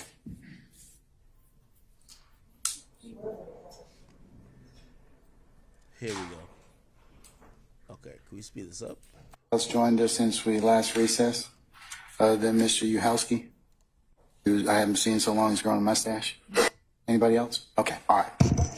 Here we go. All right, folks. As you all are made aware of, last week the court was going to do an in-camera review of the ex parte proceedings on June the 10th of 2024. In considering whether or not to have an in-camera discussion or review of the records, this court has decided to release the entirety of the transcript of those proceedings as courts want. And I'm going to take judicial notice of the following timeline. On Friday, June the 7th, 2024, Mr. Kenneth Copeland was granted immunity from prosecution pursuant to 24-5-507A, and that'll be marked as Courts 2. So the transcript will be Court 1. His immunity agreement, Mr. Copeland's, will be Court 2. Mr. Copeland, who was represented by Mr. Jonathan Melnick and advised of his rights and obligations, during the proceedings on Friday, June the 7th, which will be marked as Courts 3, the transcript of those proceedings, Mr. Copeland invoked his Fifth Amendment privilege and was held in contempt, and that will be Courts 4, Mr. Copeland's order of contempt. Mr. Melnick informed the court that he was not going to be in attendance of any further proceedings as he would be on leave effective 10 June of 2024. The court informed Mr. Melnick that his leave, or had discussions with him that his leave was not proper and that he needed to be in attendance on Monday, June the 10th of 2024 with Mr. Copeland. Mr. Melnick relayed that attorney Caleb Bumpus would be representing Mr. Copeland. On Monday, June the 10th, before court, Mr. Edward Chamberlain, the court's litigation manager, informed the court that the state wished to have an ex parte meeting with the court. No subject matter of the ex parte meeting was told. The entirety of the ex parte hearing held on the 10th of June of 2024 was taken down by Ms. Christina Weaver, the court's official court reporter. This ex parte hearing was held in chambers starting at 9:10 a.m. Present along with the court were Ms. Caleb Bumpus, attorney or ADA Ms. Adrian Love. Also present were the DA's investigators, Mr. Long and Mr. Hamilton. The ex parte hearing stood in recess from 9:34 to 10:03 a.m. to await Mr. Copeland's arrival. The ex parte hearing resumed with Mr. Copeland present at 10:03 a.m. Also present were attorney Bumpus, Ms. Hilton, the DA's investigators Long and Hamilton, the court and security personnel, deputies Houston, McPherson, Brown, Sergeant Brown, and Sergeant Hall. The ex parte hearing stood in recess to allow Mr. Copeland to have a private conversation with attorney Bumpus from 10:17 a.m. to 11:28 a.m. The ex parte hearing resumed at 11:28 a.m. The ex parte hearing concluded at 11:31 a.m. The court arrived in courtroom 1C at 11:49. The transcript of those proceedings, starting as of 11:49, or when the court presumed that held the proceedings on 10 June in courtroom 1C 2024, that will be marked as Courts 5. The proceeding in 1C commenced on the record at 11:52 a.m. A lunch recess was had at 12:51 p.m. The parties returned from lunch, and Mr. Steele informed the court that he had a motion, and that was at 1:46 p.m. In asking then Mr. Steele later that afternoon was held in contempt. However, he was allowed to continue representation of Mr. Williams. And then then transitioning to the last matter the court wanted to put on record. Upon further review, this court will in fact enter an order sending Mr. Adams and Steele's, Mr. Weinstein, and Mr. Banks' motion to recuse to another judge pursuant to Uniform Superior Court Rules 25.1 through 25.7 in the method and manner prescribed by our local rules. So this written order is entered. I will enter the order transferring it, and until such time as those two things are decided, then we'll be in recess until that time. And we will just inform our jurors that they're not supposed to come back on Monday until Monday anyway. So I will have Deputy Ingram and Mr. Mana indicate to them that they are still on recess and we're continuing to work. So that's all I have for you at this point in time. Okay? Okay. All right. Yeah. So essentially, the case is now, or the trial is on recess until another judge decides if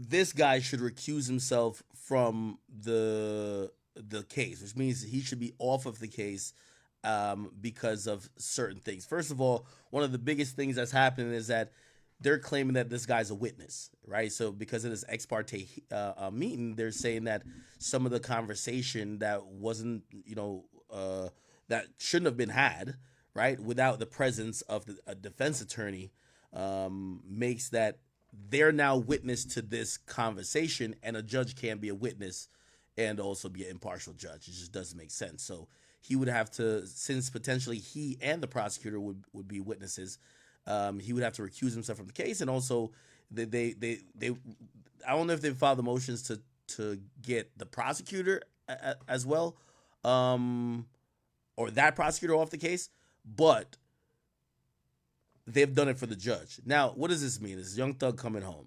I think this is a good step towards Young Thug getting a mistrial. Now, I keep telling y'all, and people keep saying, yo, you want Thug in jail. I don't want Thug in jail, but I'm sitting here trying to tell y'all I will not in any way, shape, or form be the person that's going to give y'all false hope. That's what I did with the Tory Lanez trial, because we were believing that rappers just beat cases. That's just not the reality of it. This is a really tough case to beat. I'm giving you the harsh reality. Again, I'm hoping I'm wrong.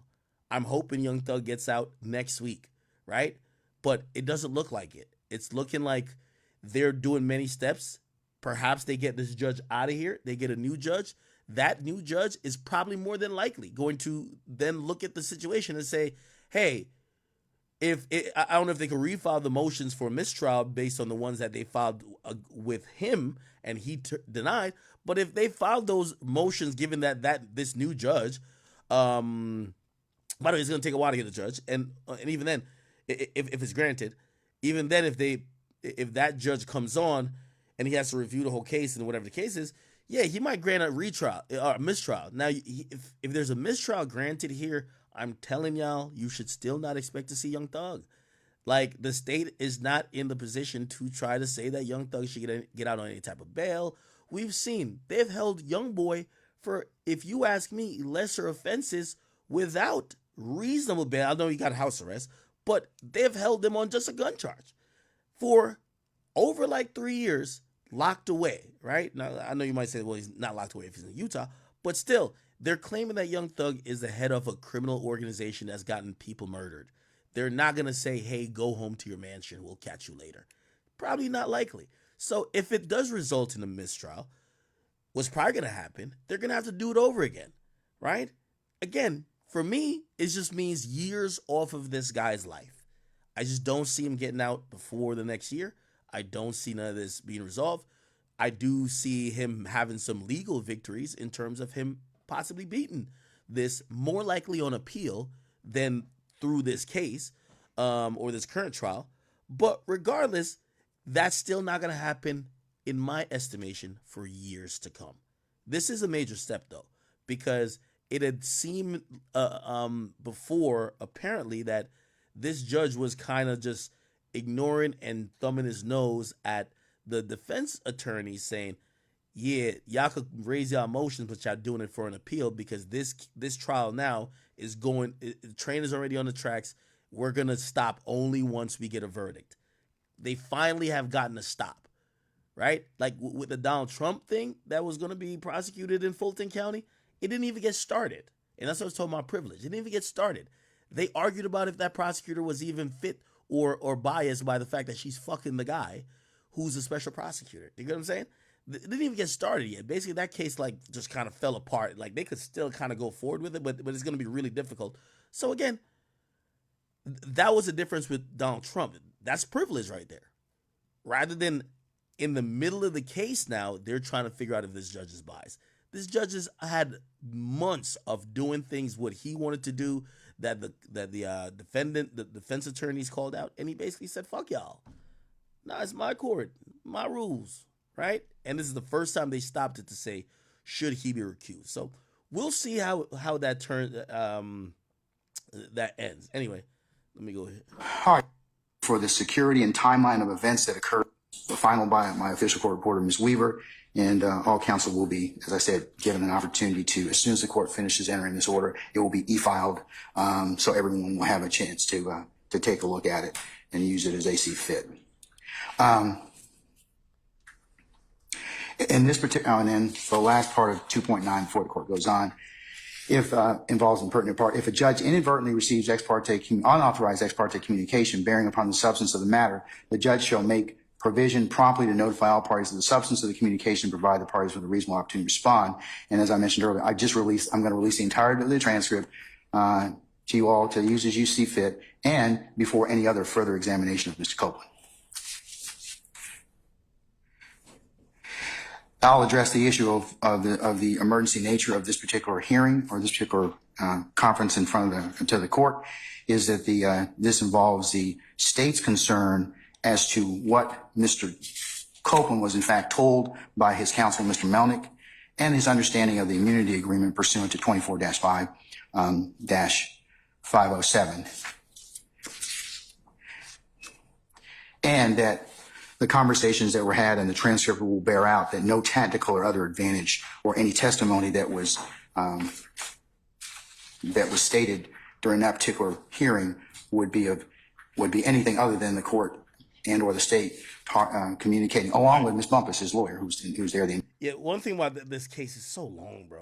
It's a First Circuit case, Second Circuit case, to coach the witness on how to answer questions about inducements from his testimony. The court had already. So again, to simplify it, like the whole thing in question is that they feel like YSL Woody, and by the way, there was a false report going around that says YSL Woody died. YSL Woody is very alive and well and is very much cooperative. Trust me, he's chilling with a whole bunch of cheese. He's gonna be doing his thing, okay? What actually did happen though is that, which I don't know why people reported, but they reported that his affiliate, which like we barely know him, like why we give a fuck about his affiliate? No disrespect, because somebody was killed.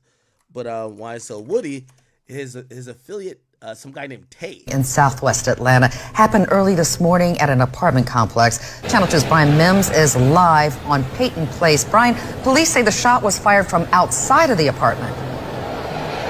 Exactly, and police say they don't have many details about what led up to the shooting, but there is a big police presence here at Peyton Place, just off Martin Luther King Jr. Drive. You can see the officers still on the scene after more than 3 hours. The call came around 3 this morning, and when officers showed up at an apartment at 9 Peyton Place, they found a man in his early 20s who had been shot to death.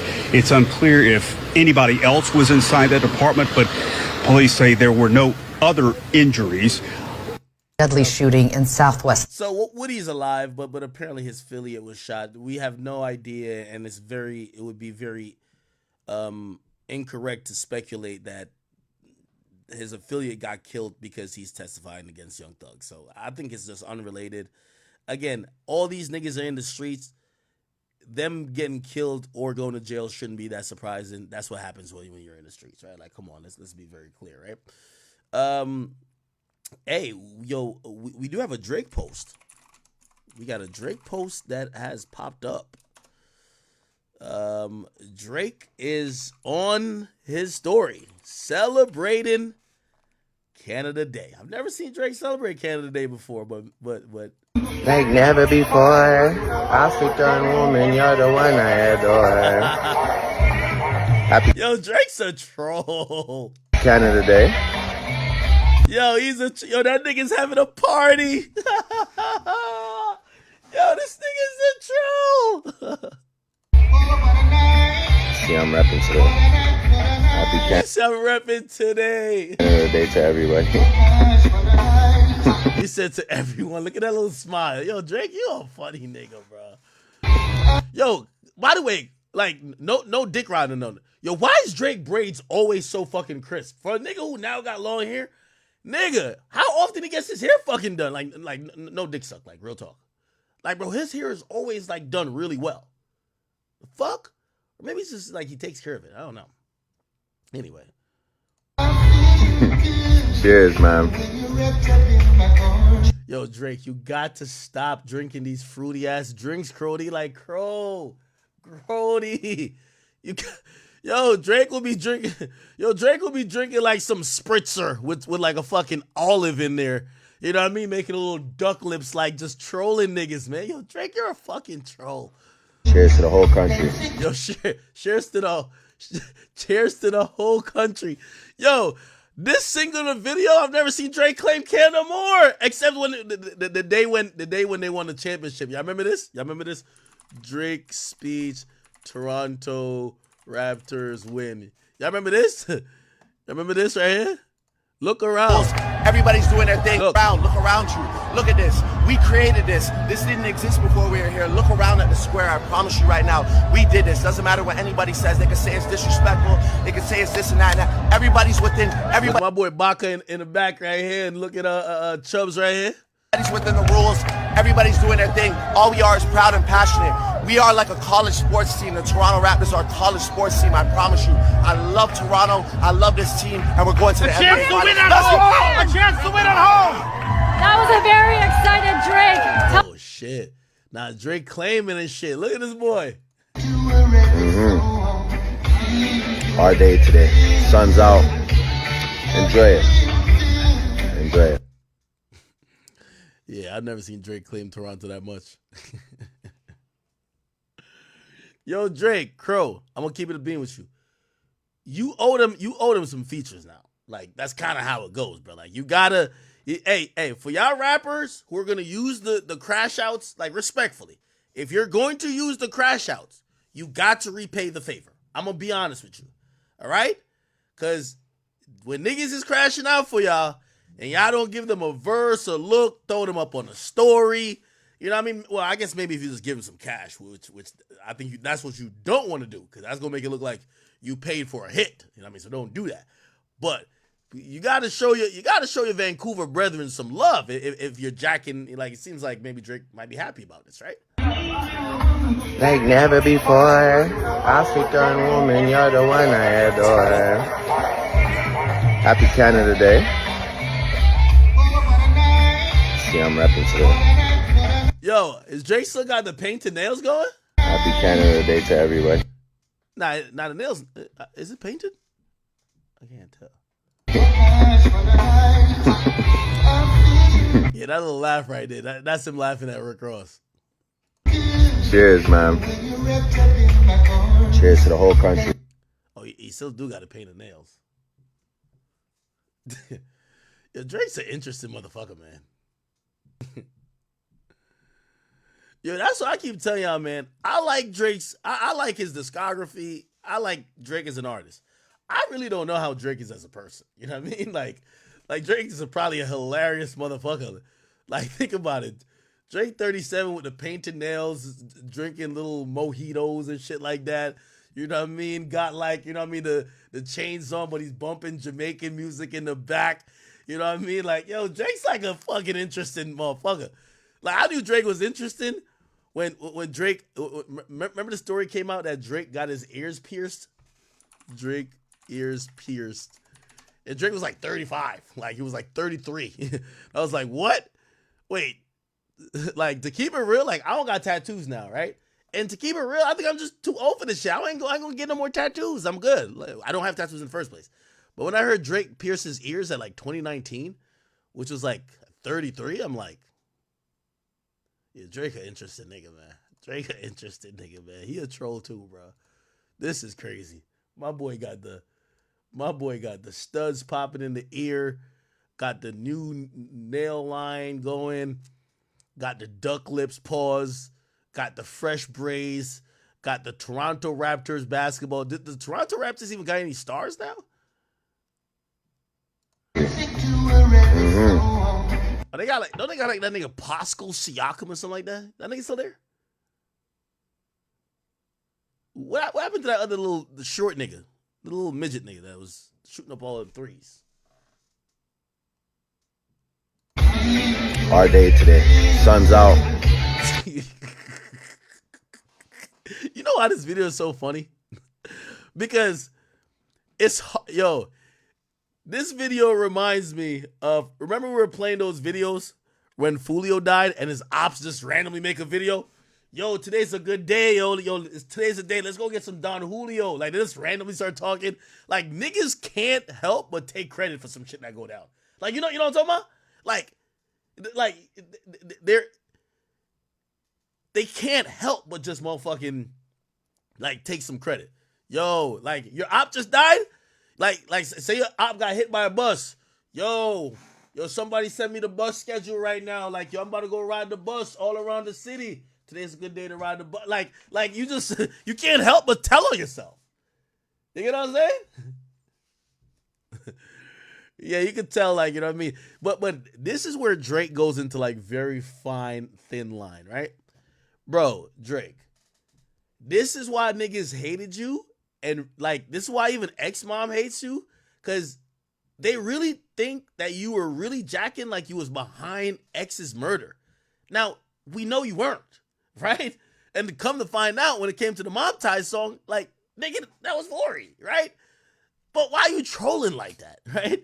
So now, niggas is like, the way he makes his video is kind of almost like, yeah, we did that type shit, you know what I mean? Yo, good day. Yo, like, I'm surprised he ain't even say something like, yo, I might even pop some Bel Air today. It's a good day today, you know what I mean? Happy Canada Day or some shit, right? Because this video kind of feel like he's saying, yo, come on. Yo, we did that.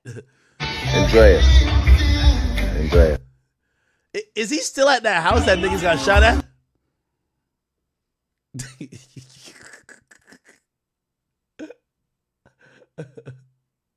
Like never before, African woman. Yo, does Drake use auto-tune? Because, yo, Drake, you sound horrible right here. Never before. All right, anyway. Okay, all right, he's trolling. But he's clearly trying to send the message like, yo, my G, like, yeah, that's what happened when you fuck with me. Say Ovi Ho one more time and fuck you up. Like, that's kind of what he's trying to send out, right? Like, yo, you know what I mean? Yo, I got you clipped. All right. Damn, Ross. Now, today's the day you got to get on your BBL Drizzy shit. You got to clown Drake now. Let me see. Is he? He said we built different. Let's see what he said. Get some Wingstop. Sneak, what you want? Shit, I want to get me some lemon pepper. I want drums only. I know you with that wing shit. I want drums only. Kesey, what you want? He woke up. My boy's back. Like, seriously, no funny shit. I'm glad that he's awake and shit like that. Yo, sometimes people don't realize a fight could get you really fucked up. Is this Hermes? Oh, I see it. Yeah, this plane do look luxurious, man. I'm glad to see my boy Sam Sneak doing his thing. Keith look like he good. Yo, Keith, I ain't gonna lie. You got a heart of a lion, bruh. Got a heart of a lion, you know what I mean? But I think, when he went like this, I thought he was gonna come with a roundhouse kick, like, yeah, yeah. Like, I thought it was gonna be some shit like that. You know what I'm saying? All right, niggas getting, yo, life gotta be good when you're putting in your Wingstop order while you're in the air. I be thinking I have it good, nigga. You ever order DoorDash? Like, I'm so lazy. I'll drive past the spot I want to go order from. I'll order DoorDash while I'm on the way to the house. Meet me at the house with the food, nigga. You know what I'm saying? Imagine when you're on the plane and you ordering DoorDash or whatever, like, like I want to land and have that fucking Wingstop there, man. Give me that Uber Eats. What's the problem? Holy. Let's go get some Wingstop. Sneak, what you want? Shit, I want to get me some lemon pepper. I want drums only. I know you with that wing shit. I want drums only. Kesey, what you want? Medium flats. Flats, Lex, what we eating? Wingstop.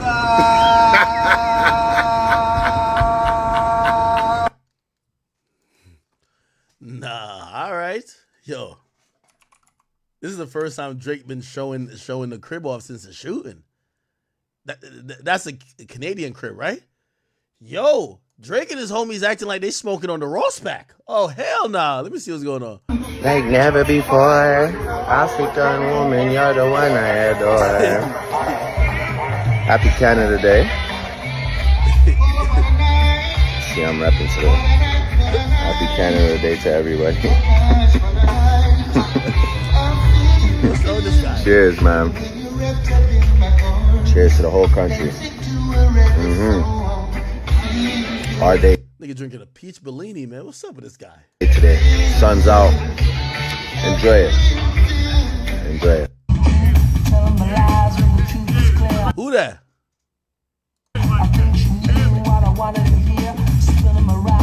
Who's that?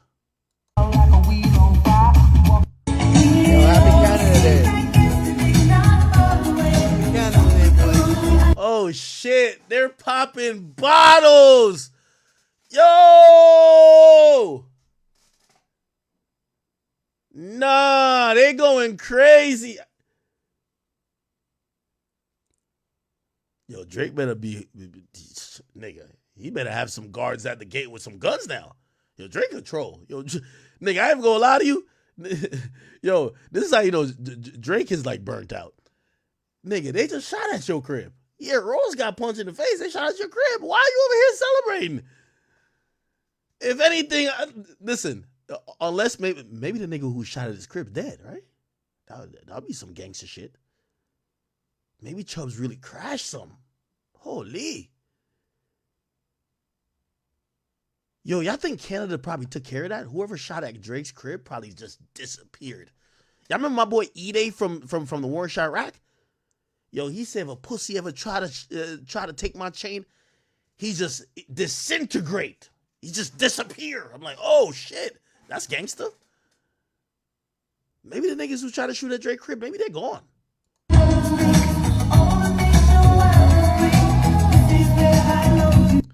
I met Chubbs. Chubbs is a mad cool guy, yo. Like he's like mad laid back, like super dope laid back guy. Like I don't know what happened when he on Demon Time, you know what I mean, or when he reaching the Chanel side bag, but like yo, he was a cool dude when I met him. Like yo, he actually had a couple artists. He was like, yo, Ak, what's up, man? It's like yo, whatever. And he was like, yo, yo, I got a couple artists. I'm gonna tap in with you. You know, I'm putting some people on too. And I'm like, oh, okay, cool. That's what's up. Like, mad cool dude. You feel what I'm saying?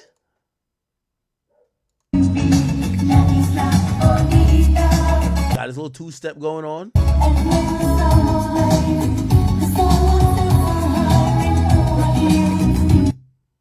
Is that the new crib? Is that the $100 million crib in Toronto, or is that this crib right here? Because this crib looks like it's a farm.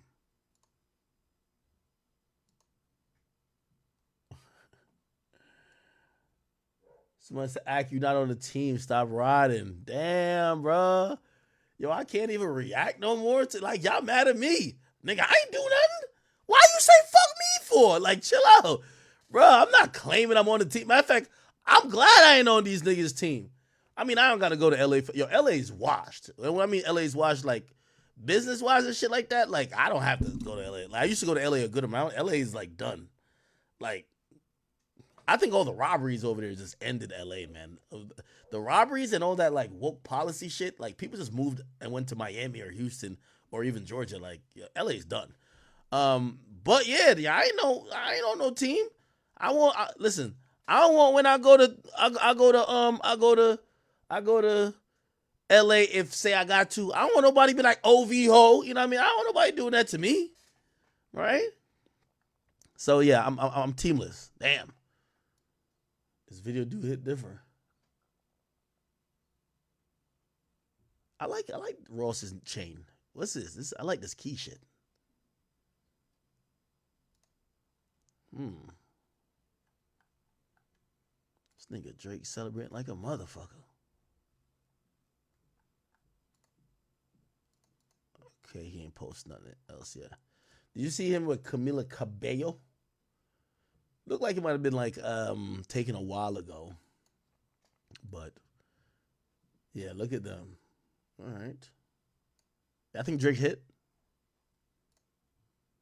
Yo, anytime I see these pop stars, I'm like, yo, how the fuck did they get this popular? I've never heard of this chick like for nothing. Was she a TikToker? Maybe she was a TikToker. Never heard of her.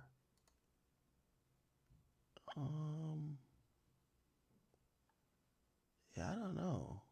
Maybe she's big on TikTok. She has 17 million on TikTok too. I don't know. All right. Everybody keeps telling me that this girl is like racist.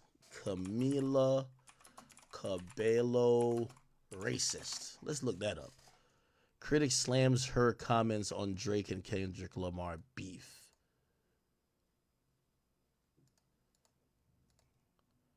Okay, let's disable this for a second. What'd she say about the beef? Okay. All right, the hitmaker told Sunday Times she wants the pair who are embroiled in a public beef to fix their issues over dinner after Drake was heavily criticized for his role in the feud. It's so frustrating to see people talk about someone you know in a way that is negative. You're like, dang, if you guys only could have dinner or something, she's told the Times, who called Cabello's remarks sweet if unlikely. Then apparently she had a racist. Well, she had a racist past. Where's the racist past? Oh, her old Tumblr pages. What was she posting? Oh shit! This was she was putting on her page. Not the bucket of Kentucky Fried Chicken. Not Uncle Colonel Sanders. Nah, this is crazy. This is funny though, but that's racist. That's racist. That's racist. That's fucking racist. Let me see this one. It's a good thing nigga rhymes with nigga, or this rap shit would be hard. That is funny too, but still racist because you're white.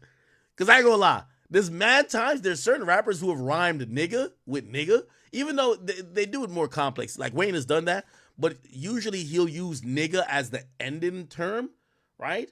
But it's the word before nigga that rhymes with the other ones, right?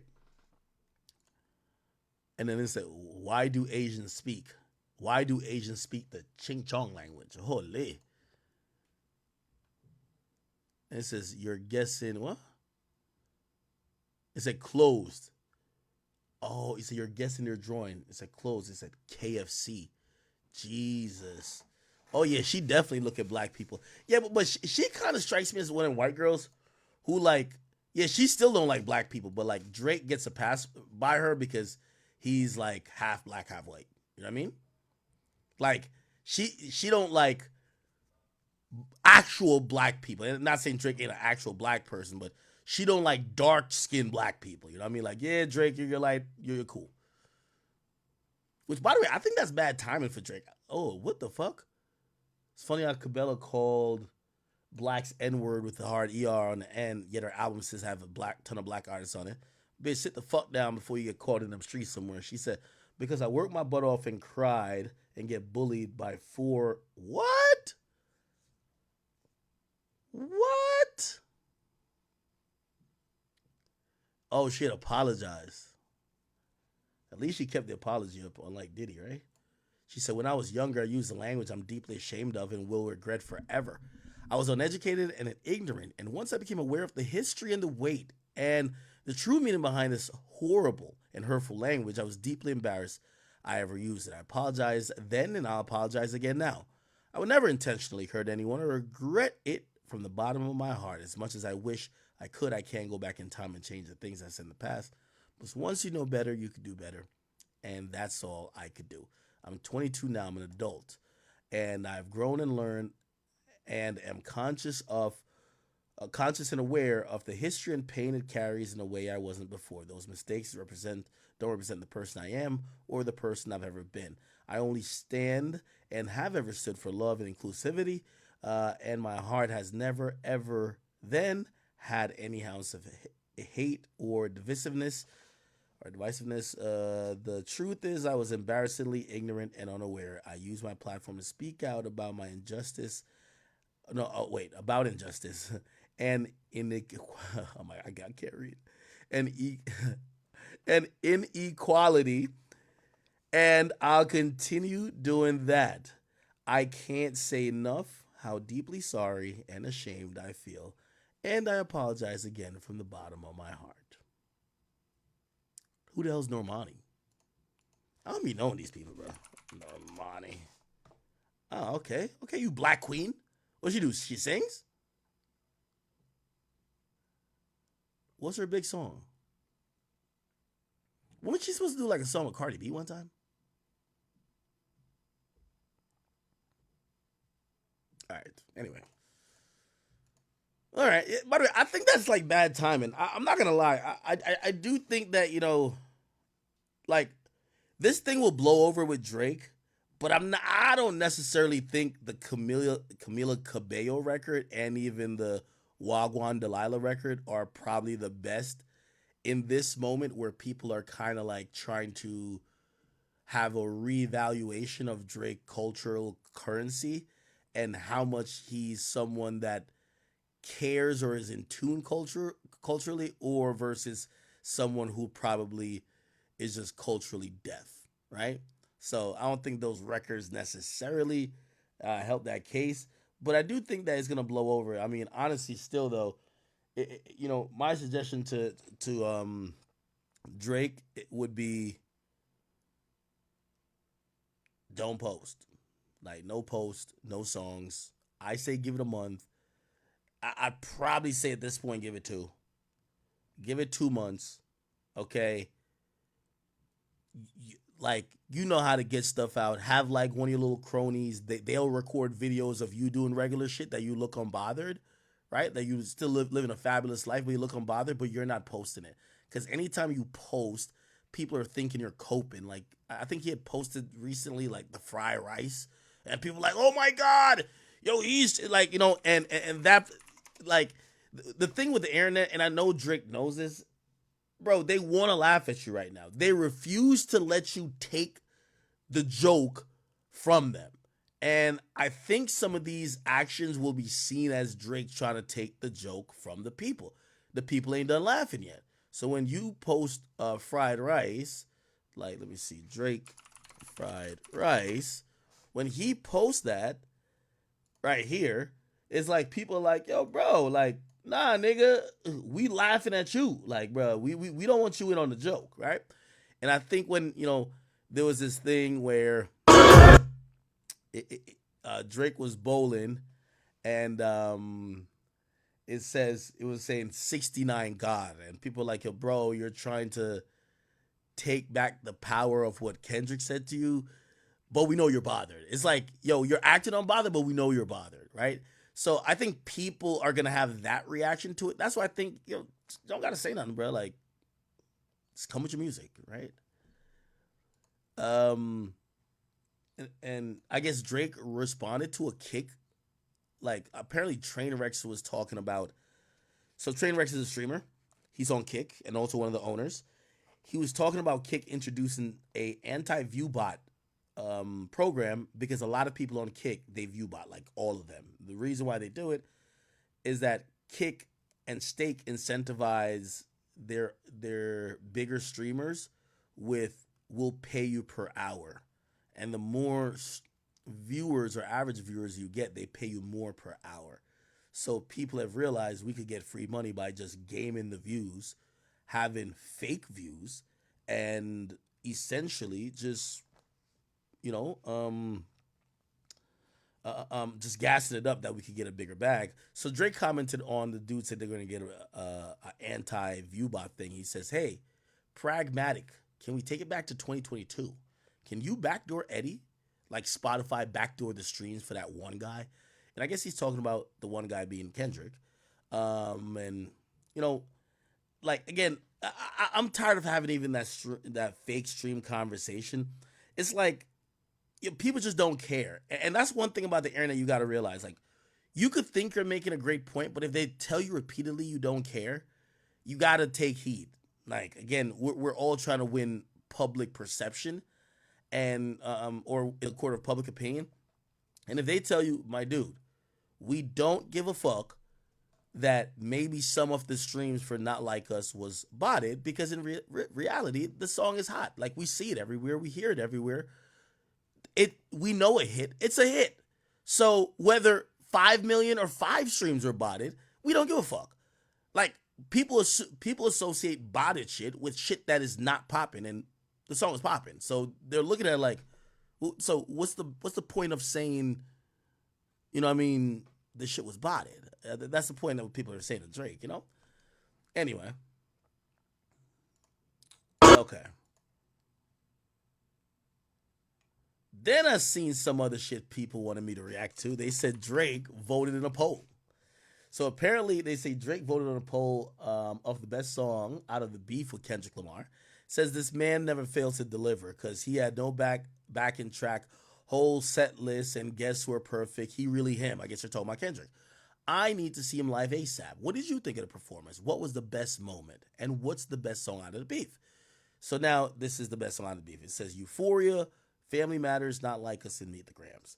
And Drake voted. We don't know what he voted for, but we could probably mostly assume that he voted for maybe Family Matters, right? Now, here's the reality of it.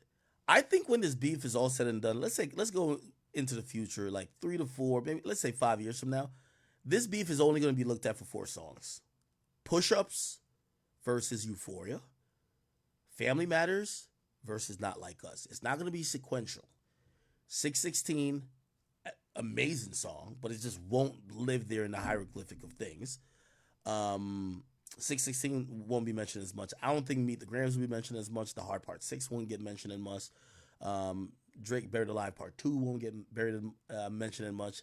And also Taylor Made Freestyle won't get mentioned as much. It's only going to be those 4 songs, right? People like they're going to be like, yo, well Kendrick hit him over the head with a hit song with Not Like Us.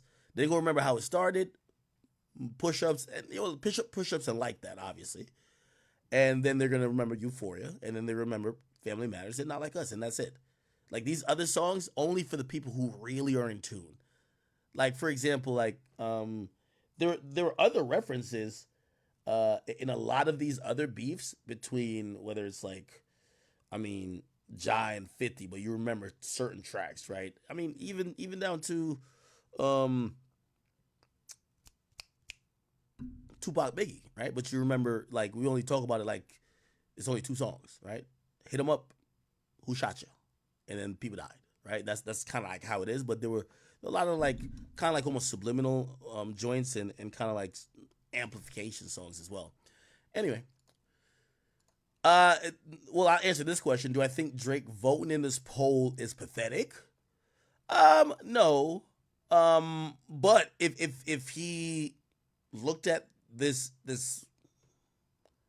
poll or the poll result, maybe you have to vote in a poll result. You know, one of those, you got to vote in the poll to see the results. Now, if he's saying that this is botted, and I don't think Drake is delusional, where he like Meek was fucking delusional. I've seen people ask me that. Yo, Ak, when Meek said about the bots, you said he was lying. Like nobody, even me, I'm not sitting here saying Drake quote unquote lost the battle because of bots. That's not what I'm saying, right? I'm telling you some actual facts that supposedly supported the methods of how these guys are going, right? But no, and I don't think Drake is also delusional to think, nah, if that boy ain't had them bots, yeah, everybody would been fucking with me. No, Not Like Us is a great record. Like, despite what it's talking about, like he probably doesn't like the subject matter of it, but it's a hit. He could hear a hit. I could hear a hit. It is what it is. So again, if the only way I would say Drake delusional to like Meek's level is if he's saying, nah, the streets should be feeling this. Like, no, brother. You know what I mean?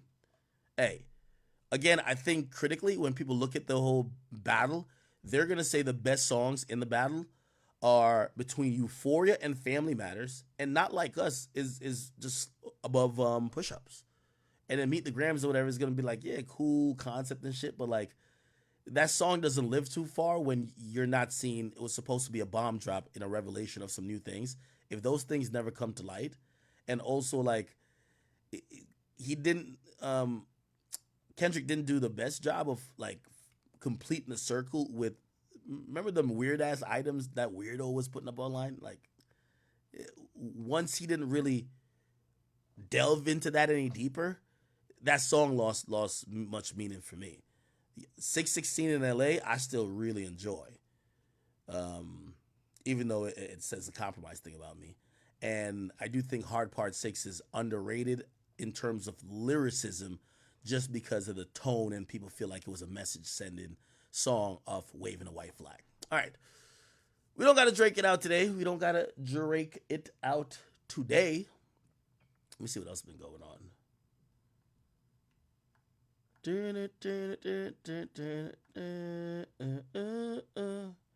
Hey, speaking of which, man, yo, I'm like torn on this. So Julio Fulio's account is still posting. They're still posting promos, right? They posted this promo after he died from his page. Hey, this Fulio, man. Go follow my people Fuel Packs, man. I'm gonna put their app below and I'm gonna put their tele link right there. Go subscribe to the tele too for all the highs and the lows. It's coming wherever you at, man. Whatever state you in, man. Fuel Pack. Go follow my people right now, man. Let's get it. Okay. They posted a couple other promos as well. If you go to his page, they're actually pretty active. And by the way, it made me think of something. Now, I think with most people, this would be kind of seen as, yo, bro, this is kind of like tasteless, right? Like the guy died, but it's one of those situations where it's like, yo, it's get it how you live it. Like these guys were living, they've always lived with the idea that life and death was like this almost like cyclical thing. So could I be mad at his homies or maybe his family for using his page like this? Like say when X died, if Cleo did this with X's page, I'd be furious. I would be like, what the fuck? But this is like Fulio, who was clowning other people about dying, and you know what I mean, almost, you know, constantly had to talk about, you know, possibly him dying. So watching this, now they got to bury this guy. He was the money provider for them, and they probably feel they could squeeze out some couple extra bucks by using his profile rather than preserving the sanctity of the account. They said, "Fuck it, let's do these promos, right?" And let me see if I can find the promo. Yeah, he said, "Why would y'all remember? Comment below." Let's see this. You do pass away. What do you want to be remembered for? As a funny, good-hearted young man who loved his people, loyal to his people. Now, I know this is a morbid event. You do pass away. What do you want to be remembered for? As a funny, good-hearted young man. Now, this page don't even seem to be posting as if they're like mourning. They seem to be like, they actually were celebrating how much money they made. Also, they went on No Jumper, and you know, I guess they're trying to confuse the fans because they're planning to use this page. Clearly, they plan to use this page to post more promos and keep getting a lot of, you know, whatever amount of money they could get from the attention, because everybody went, like, Fulio, from what I believe, I think he didn't have 1 million followers. So he's gained like over 30%. You know, like over 30% of his followers came after he died. So he gained damn near 500,000 followers. So he has 1.4 now. And the engagement is crazy high. So I think they're probably hitting up the people that he's done promos for and say, we'll run the promo again back on the page if you pay some higher amount. And they're kind of cashing out. But it led me to think about something. I'm like, it was clearly because of the type of content that Fulio was doing. He was clowning other people about their death. He's almost like this drill rapper. People don't care that his account is being used like that. Actually, people just comment, and they're not like, oh, Julio Fulio is like probably one of the first people that I've seen die that there's not like mass people crying. Like people are like, oh, all right, he dead. But is he dead? Like, all right, whatever. They kind of look at him like how people used to look at the people in Chicago like damn near a character. So his page is being used and nobody's like, yo, get off his page. They're like, whatever, man. You get what I'm saying? And somebody said they got to wait a few months. Well, they're trying to win with the engagement, right? Also, they threw this into the air to confuse people. And this proves to me they're trying to use this page for longer. As a nigga, I'll fuck with you, so I just want to, you know what I'm saying? We need to do this again next year. Yeah, that's love, bro. I'm gonna be here for sure. I ain't gonna know it. I'm a demigod, man. You can't get me. Where'd you get the demigod thing from? Kratos. Bro, I play a lot of games and watch a lot of movies. Stranger Things, they be saying that shit too. Kratos, man. I'm a demigod. It can't get me. As a nigga, I'll fuck with you, so I just... Okay, so basically, you know, he threw it into the air that he's a demigod and, you know, basically a demigod doesn't die. Now, make no mistake about it, Fulio is 100% deceased, right? But of course, whoever's controlling his page, they're going to be playing with this cryptic, like, oh no, maybe he's not dead. Why?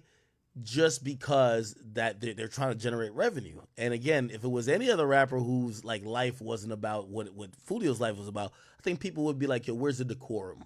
Where's the, you know, the sanctity? But I think it's Fulio. By the way, he's been whoever's running the account been still dissing Young and Ace. Anyway, look at the stories they're posting. Look, demigod. So now they're trying to claim he's a demigod. By the way, we've heard nothing about an autopsy. We've heard nothing about a funeral. They're not talking about commemorating his life. Like, hey, yo, let's have these moments that we saw. No, they're just talking about money shit. Look, they have a story highlight where they're saying, look, the first rapper to make $250,000 off a promo ad. All distros, Telegram, tapping now in the DMs, right? They're showing that 1.6 million people viewed that story. You get what I'm saying? Which again, crazy engagement. You know who used to get that? Well, like 6ix9ine used to get that. X used to get like wild, like engagement on a story post. Because remember, X wouldn't post on his like main page; he would just only do story. Yeah, he would get crazy engagement. And they post a picture of him. And they're playing Jesus Walks. Like, Jesus, man. We haven't heard anything about a funeral at all, right? Remember what the mom said? Anyway, it was kind of wild when we seen that account posted under Young and Ace's post. By the way, Young and Ace dropped the second song. We're gonna get into that, but they posted garbage under his new song called Game Over. And Young and Ace says, Fulio, you still fucking with me, dude? I love you forever. That's crazy. Like, it's so cryptic when they have like this type of like conversation. And you know whoever runs the page wants to kill Fulio, right? Fulio also put garbage. Oh, that was the other one. And he puts under this other one, he says cap and he puts popcorn. Like, I don't know what that means, right? I think that was the Do It song or whatever.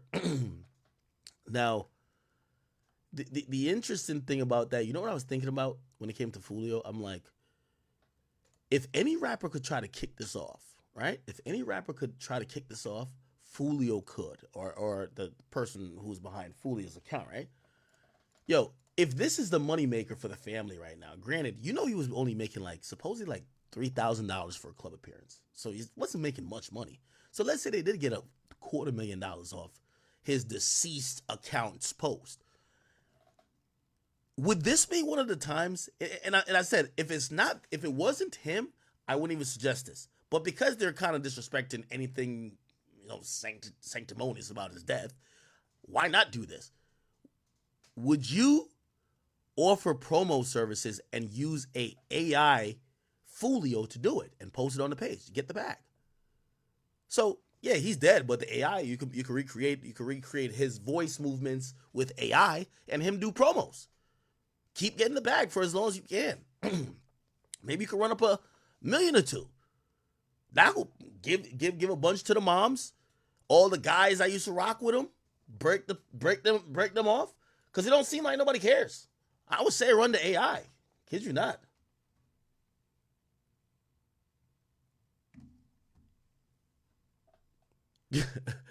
Yo, Charleston White's so funny. He says the police is running this page with family consent. Hilarious. You get what I'm saying? Hey, if y'all have already done those, because you got to realize there's a shelf life on the actual promos. Like, these are maybe promos he cut before but didn't put up yet, or ones he did before that they went back to those same people and said, we could put it up again. Just give us the bag. But you could do promos for anybody if you're doing promos. Just make an AI version of him. You get what I mean? Just make an AI version of him. You have so many things of his voice, and you could just kind of have his body movements look almost like realistic through AI. Yeah, fuck it. I think that would work. I definitely think that would work. Now, Young and Ace, which, I heard a very important point, and I'm wondering if Young and Ace is thinking about this. I want to give credit to the person who I heard it from. Let me see. Young and Ace. I heard it from, it's actually Rainwater. I was watching him on Adam and Wack show, and he made such a great point. And I'm going to repeat his point, but I have to give him his credit. For a lot of these drill rappers, whether they want to admit it or not, they need their op. They need their op. Like, put it like this now. Young and Ace, you don't get like you need someone to diss. It you know it hits different when we know you're dissing someone that we know. When you're dissing a block that we don't even know Jacksonville like that to know the blocks or the hoods. We know like KTA, ATK, and all that shit, but like we don't necessarily know really like it's not like entrenched like when it comes to Chicago. Like in Chicago, if somebody say fuck O Block, like shit, like people know O Block, like and that's just place. Young and Ace might kind of need Fulio, right? Might kind of need Fulio to direct his disses at for them to have relevance. Now, here's the thing. He dropped the 2 songs. They were number 1 and number 2 trending, right? So, of course, right now, these songs are relevant. But think about it like 2 years from now. It's going to seem weird and corny if you're dissing a dead person. So, the Do It song is now number 2 trended. And the Game Over song he just dropped is number 1 trending. By the way, listen to the intro of the song.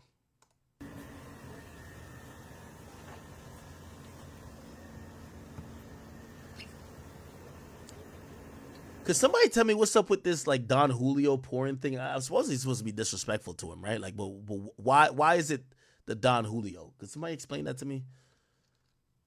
Please explain that to me.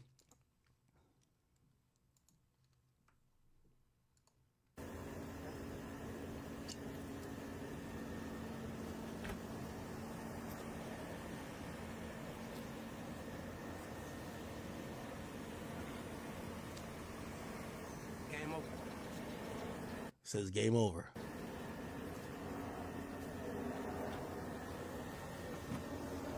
Somebody says his last drink. Okay, I can't play the whole song, but I told them niggas they don't want a war with this shit. You want a war? You want a war?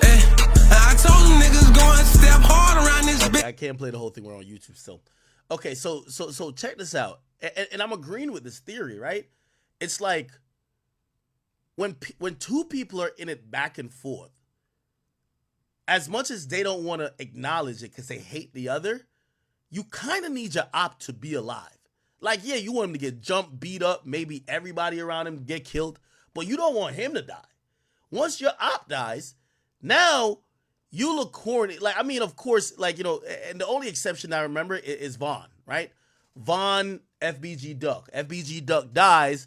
He's still dissing Duck, by the way, but he's making these songs that are kind of like ambiguous, and his music kind of got out the realm of just only dissing Duck, even though he's dissing Duck a lot, right? Most of these other guys, like, for example, if you think about, like, Young and Ace's career is kind of tied to Fulio. Like, the biggest song, and I could be wrong, isn't his biggest song, like, Who I Smoke? You get what I'm saying? So if that's your biggest song, whose page was Who I Smoke on? Let's see. Who I Smoke. Oh, yeah, it wasn't on his page. Yeah, it was on Spinner Ben's page, and it has 50 million views, right? And then Julio Fulio's biggest song was like When I See You. So it kind of was like, you know, people like seeing a back and forth, but when one dies, it's like, all right, you're done with the back and forth.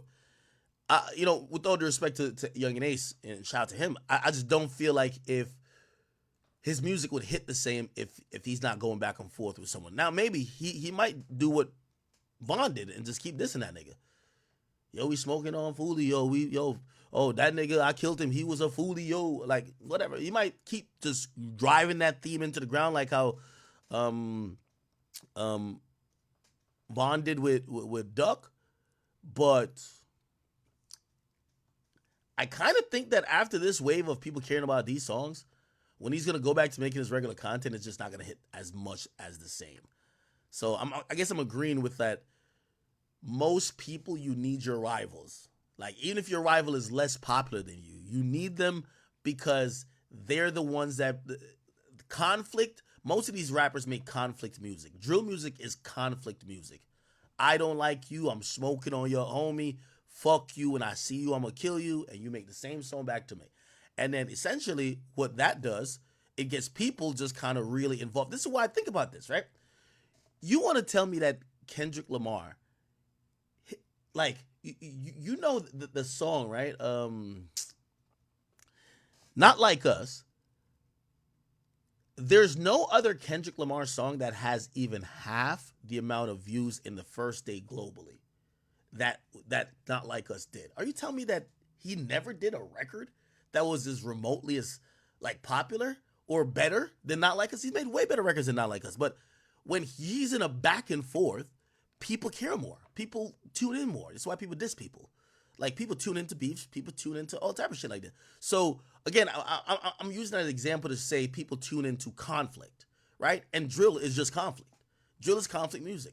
So when your other op is someone that's also famous, and now by the way we have a long storied history with them. I think it kind of helps. Anyway, by the way, let me see if I can play that part. No jumper, rainwater. I want to use his point. I want to play his point from his mouth too. Is he? But let one of them people close. Oh yeah, it makes all over the world. So, Yeah. you know, at the end of the day, when people got to travel, get back, and you ain't gonna get no good back. Here we go. You didn't see Chicago go down and join. But it's one thing to make it happen when some motherfuckers back there. This dude that was with why situation started rapping yet. He might have. They told me he's a rapper. He's probably. I believe he should go on it. You're one of the worst people to interview someone with. Is there? What's You're talking about King Von now? Yeah, which Rondo's artist? Lil Tim. Episodes that they did that we gonna put where we tipped it fighting for it. Now, whether it was them that really came down Across the country, right? What? Interview with me and No, he wanted the other some random gang in New York. Kidnap. So I believe he should really go in. They're gonna do it on that Clubhouse. Clubhouse, like an actual. Vaughn 1700. Do you like that? And I'm just going. I can't find it. Any other crimes that he's committed? Albert gonna make him tell the whole story. Right, yo, get him a little EP to as an adult. You say this. Said they came down. You know, when people get to talking in Texas, and I sit there and say, if he go to Texas, we gonna have people trying to sign. You know that man Sauce Walker? Yeah. He All right, I can't find it. Anyway, yeah. So I just want to give that guy a credit for that point. I thought it was an amazing point because I agree. I think actively in beefs you need until you get to a certain point. Like, for example, where Dirk is at now Dirk is like really trying to pivot away. He's like, yo, I'm done doing the beef music. But the beef music helped him get to where he's at. And then he got some bigger collabs that whatever. And the rest of his music got more limelight. And now that he's got to a real comfortable place where he's like, you know what, even my music dips a little bit, I have another plan to get, hopefully get bigger records that are just not beef oriented. Now he's done rapping about beef. But before, that was kind of like the apex of Dirk's music, like him rapping about killing niggas. Like, yo, shoulda ducked. Like, those songs used to go the hardest. I don't know if they did the most streams, but well, obviously that's a Vaughn song. But yeah. Anyway, yo, did y'all ever hear Foolio, Young and Ace, Clubhouse? So before he died, him and Foolio and Young and Ace were on Clubhouse. Listen to this conversation. That is. You talking about this rock bottle? Just find us a rock bottle shot. I'm saying, bro, I don't know who that is, man. Don't do that. Don't just claim that girl now. He don't know me. Why you even brought me up? Why am I the topic? So you the topic. Don't put me as no topic. You shooting that big ass bird? Who you? So what? Bitch, you got them big ass teeth in your mouth. I advise you to leave me alone. Don't even ask me about that nigga, bro. Fuck that nigga. Oh, here we go. I'm different than y'all on Kendrick. I swear to God, on my dog, nigga, on my daddy headstone, nigga. I'm way different from y'all. When the labels ask me about shit, nigga, I speak highly of that bitch ass nigga. Nigga was trying to blackball me, and I saw past all that shit. I blew past that shit, bitch ass nigga. Man, to tell you how to go on mouth. Him and that bitch ass nigga, Johnny Shites, fuck nigga. Shut your bitch ass up. Oh shit. You don't even know what you talking about, bro. Man, on 8 I know what I'm talking about. Nigga told a record label told me this personally on Trade. Bro, don't even ask me about that nigga, bro. Fuck that nigga talking about, nigga. Your homeboy was speaking on me, nigga. Shut your bitch ass up. Ain't no label ever asked me about that nigga, man. Nigga know what the fuck going on, man. The fuck. Hey, listen, cuz you can't blackball me, cuz it's over with. That nigga can't fuck with me. That nigga can't fuck with me. That nigga ain't got no money, bro. That nigga can't fuck with me, bro.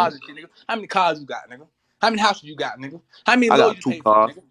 Nigga tripping, I got man. 2 Nigga, cars. I man, got man. 1 house. I I got got 8 2 brothers. cars. I got Every 1 last one house. of my brother. And I bought my mama a house. Fuck, nigga.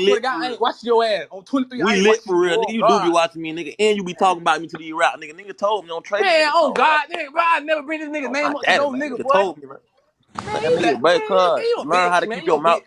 Learn how to keep your mouth closed around you rapper, cuz. That's This what you nigga, do. man. Learn how to Hey, keep bro, your mouth closed, little bro. bro, this nigga, I'm not. Look at this nigga, Learn bro. how to keep your mouth closed, cuz. Bro, You this talk nigga like a can't. hoe. This nigga's a hoe, bro. This nigga be wanting to beat me, bro. Swear to God, bro. Nigga be wanting to beat me, nigga. Learn how to keep your Nigga mouth can't even closed, fuck with cuz. me. Can't fuck you. You can't beat me Learn at how to keep shit, your nigga. mouth I'm telling closed, you. cuz. I'm having this shit for real, nigga. Either way, in the streets, out the streets, You I'm the having only this one? shit. You the only one? I'm Just having this you? shit, bro. I'm Just having you this shit. too? You too? I'm having this shit, nigga. I'm up with this shit for real. Heard it all before. These niggas ain't even, nigga, homeboys ain't I even got heard no it all lawyers. This nigga before. tripping me, nigga. Every last one of my niggas I got a heard it lawyer, all nigga. Stop before, playing bro. on me, boy. I These heard it niggas all tripping. before. Nigga got public defenders. These niggas tripping, man. I These heard it niggas all be, before, bro. niggas just be talking, nigga. Fuck you talking about, nigga. Just drop some more money on another lawyer before I bought 2 APs, nigga. Stop playing, nigga. Nigga be tripping. I Nigga heard ain't it all even living before, like. bro. Come on, man. These I niggas just be. bro. Nigga broke it for nigga ain't got shit going on. Nigga, you not buy your mama no house. Fuck, nigga, stop Broke, playing on me, nigga. I'm broke, cuz. I'm broke as fuck, cuz. I don't got I shit, show your ass cuz. you ain't buy. I show your ass you ain't buy your I'm, mama no house, nigga. I'm Fuck you talking broke, about, nigga. cuz. Y'all renting that I'm shit, nigga. My broke. mama own her shit, nigga. Fuck you talking about, nigga. Broke, cuz. Mama broke. My mama ain't broke, nigga, cause I'm on God. I'm broke. Nigga. on I'm God, nigga. broke, cuz. I know. The fuck wrong? This nigga be You talking can't and shit. merge Oh, me on broke. nigga on 23, you broke, nigga. Fuck you talking about. Nigga, act like Hey, he. you funny as fuck. Yeah. Nigga talking about he got a quarter. The fuck, nigga, I just spent that shit. You tripping. Cuz that man asked me what I can show right now at my house, nigga. I said I got a quarter at my shit. Fuck, nigga. This Pussy ass nigga, nigga. Since you you were listening lying. so hard. Fuck, nigga. You heard You me, nigga. lying, bro. You ain't having Cuz, shit, bro. that ain't shit to lie about, cuz. Fuck you That ain't talking shit about, to lie nigga. about. You having that shit. Nigga ain't having shit. Nigga, Man, you I don't broke as have fuck, it, nigga. I pussy. know how this shit go, nigga. Keep I'm watching it. having this shit. Fuck Keep you talking watching about? it, bro. I'm having Hey, this keep shit watching on it, God. bro. Hey, Nigga, don't ain't lie on watch you. I God like don't that, watch you, bro. bro. On God, I don't watch you, bro. You ain't, Don't you lie, ain't, little you bro. ain't, you don't do shit but talk about me, nigga. I don't watch you, boy. Hey, You tripping. don't lie, little bro. Don't lie like that, little Nigga bro. be tripping, bro. I ain't even do it talk about me. This nigga be tripping. Yeah, nigga be on my trail so bad. This nigga be so, man, this nigga be. You be on my trail. You can't be merch. You don't be on my trail, cuz. You know how this shit go, cuz. Don't do that, little This nigga here. Nigga be bro. police as Out here. fuck, man. Nigga ain't on that shit, nigga. I don't even take a nigga serious. It's too gangster. This nigga here. Yeah, right.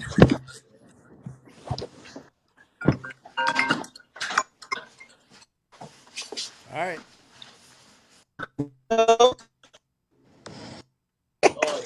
Kind of a sad conversation, and I'm not even gonna lie to you. Anyway, man, rest in peace to Fulio, and you know, just pray for some peace. Yo, did y'all see Party Next Door go crazy? So, Jeremiah, Chris Brown, and who else? Bryson Tiller, they have a song, okay?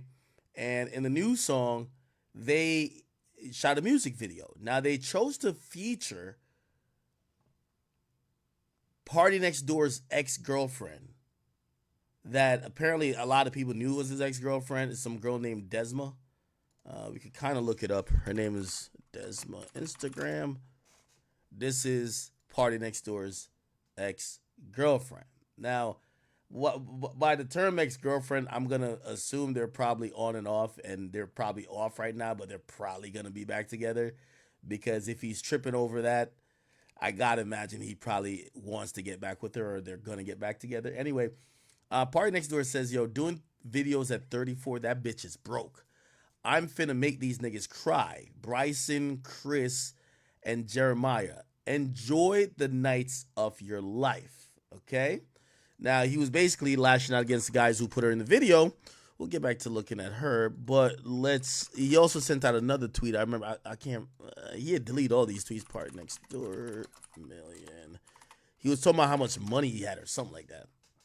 Let me see if it's up here. I think it was like 100 million or I can't remember what he said. Oh, and he says I could look right here. He says I could name 5 R&B singers who broke, right? And yeah, his tweet is that he had $40 million in the bank, right? He said he had $40 million in the bank and he could pull it out and do whatever with it. I thought it was 400 or something like that. He said 40, I guess. Which, by the way, you know what I mean? This nigga's written all the hit songs. I wouldn't be surprised if he got 100 million. Like, this nigga's written so many fucking hit songs. It's not necessarily about his music, productions, about what he's done for other people. Anyway, after saying all that, he kind of also went in on, there's some more deleted tweets, which we can't find right now, but he basically was going in on his ex, saying that she was a bum chick trying to, getting music videos and that she was broke, she couldn't afford nothing. But the tweet that made people alarmed was him saying, I'm about to make these niggas cry, Bryson, Chris, and Jeremiah. Now, people were thinking, what does that mean? What you mean, we gonna put hands on them? Oh, you about to like start applying pressure to them?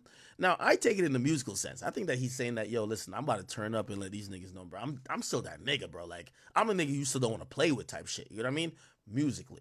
Obviously, this was taken probably, like, wait, what this nigga on type shit. Chris Brown, he then responded by saying, niggas speak without thinking sometimes, then call around to my people trying to retract shit. Nah, nigga. Go on your socials and apologize or keep that same energy when you see me. Chris Brown is dying to slap somebody. I don't know what's going on with C Breezy. Anyway, Chris Brown basically saying he's not down to accept an apology privately when he got disrespected publicly. And Party Next Door did come out and he said, to be clear, I got nothing but love and respect for those guys. Shit happens. Okay? Now, don't think we see another tweet. And I'm going to be honest with you, man. I think Party be high, bro. I think he be high or drunk. And, he always, the Party I know, he always tweets out something or says something that he deletes. And it's probably his real feelings. Remember the time, I don't know what was going on with him and OVO, like he used to say certain shit. Or I don't know, maybe it was about certain songs he would give away. Maybe not only to Drake, but just like to other singers like Beyonce or Rihanna. I think there was a time he was just like, man, I wanted that song to have that impact for me. I don't know what he was going through. But anyway, if you know Party Next Door, he tweets and delete a lot. Now, I do think it's his real feelings. I just believe that he, a nigga be drunk or high, right? So let's evaluate this on face value. Now, I'm gonna be honest with you. The industry kind of has this like respect level where people know, yo, I know this could be disrespectful. This is why most of these guys hate Drake, right? Like, they hate Drake because Drake doesn't have a bro code. Like, yo, bro, like, you're supposed to have a bro code with people in the industry like you, because a lot of times those guys could do the same to your girl, right? Or your girl when you're going through it, or y'all in that off period and your girl mad at you and she want to go get back. They could go put her in their music video, or they could go put her on a yacht or something like that. That's going to make you look crazy. So it's like, I think that's what Party Next Door is like, yo, y'all must be trying to fuck with me if you fucking with my ex like that. Now, clearly, I could tell that's like, he's going to get back with this girl. Clearly, he's going to get back with her, right? I'm pretty sure, they're beefing this week. They'll probably be back next week, right? Okay. What are these girls known for? All right. Okay. Yeah. So I'm pretty sure they're gonna get back together. But of course, while they're not cool and they're like on the outs, he don't want to see no goddamn other rapper giving her a platform. And I kind of agree with him. My whole thing is that I just wouldn't call him out publicly like that, right? Like I would probably, or if let me not. Well, if I call him out, I ain't backtracking on it. Fuck that. Like shit. I don't know. Tell me if I'm being tender dick about this, because I know y'all be accusing me of that a lot. It's his girl. I think he thinks these guys respect him a bit. Like, these are his peers. Like, Bryson Tiller, Jeremiah. These are his... Well, him and Jeremiah had a thing, though. Remember when they went on tour and then Jeremiah started beefing with him? Or he started beefing with Jeremiah, right? But yeah, I think he expects some respect. Like, yo, bro, like, why y'all got my girl? Why y'all got, like, my ex in there, bro? And maybe it's one of those things, like, you know what I mean? Like for example, again, I'm going to keep saying, which nobody ever listens to me, is like, how y'all put me in relationships that I've never been in. Like, I've never dated Selena Powell, ever, right? But, people say I did, right? Okay, cool. So people say I did, I didn't. When I'm not fucking with this chick, I'm not talking to her, or I hate this chick now, why is she on your platform, Adam? Like, why all y'all niggas, like, you know what I mean? That is kind of like a little respect thing. Like for example, if Adam broke up, I should probably use him. If Adam broke up with Len, I'm not gonna like come over here and do an interview. Now I do it with Freddie Gibbs, 100%, and I did, because I don't like that nigga. Like, it's an intended thing. I don't like you, nigga. But I wouldn't like bring Lena on the platform and be like, oh, Adam, I don't got a problem with you. Like, it's kind of like perceived like, yo, you got a problem with somebody. So maybe he feels there's a deeper understanding that those guys should have had, and they knew that this was his shorty for a period of time, and they should be like, yo, my nigga, like, why the fuck are you platforming her?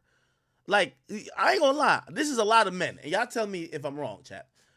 A lot of us guys, bro, like when we're not with the girl, even if we're gonna get back with her later, like we want that bitch to fail. Like we don't want her to win. We don't want to get nothing good in life, bro. We don't want her to have no opportunities, no nothing. Like we might tell her that, yeah, I wish you the best. Yeah, I wish you the best of the worst, nigga. The fuck, like it's kind of what it is.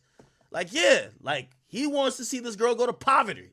I mean, he don't want to see her front line on a music video. That's kind of what it is. So it's like he probably sitting there like, yo, bro, Chris Brown, yo, what's up with you, nigga? Like, bro, I'm trying to see this bitch go broke. Like you over here, like giving her opportunities and shit. And that I could kind of understand. Now I'm gonna be honest with you. Unless this was, I never heard of her before. Now, but everybody apparently knew that was, oh, Desmond, that's Party's girl. And apparently there were comments before, even when the videos just dropped. Oh shit, what's Party's girl doing up in this video? If Chris Brown and them knew, they were being funny. They're being funny, they're being petty, they're being slick. And you gotta check slickness. If they're being slick, you gotta check slickness. Now, here's my thing. Chris Brown's a known squabbler.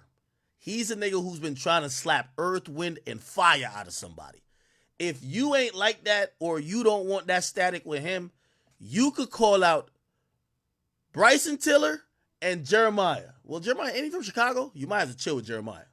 But still, call out the other two and leave Briss Brown's name out of it. Briss Breezy just not a nigga to play with. You get what I'm saying? Like, again, if I'm him, I don't delete shit. I tell them, fuck niggas. Bro, y'all know what y'all doing. Y'all being slick. I'm going to put y'all on notice. Not only am I coming up with some turned up music, I'm about to kill both y'all careers. He probably won't. But what I'm saying, like, he's not going to kill their careers. But, of course, Party's going to put out great music. But I'm about to fuck with y'all because that's what I'm saying. Like, it's about, like, a respect thing.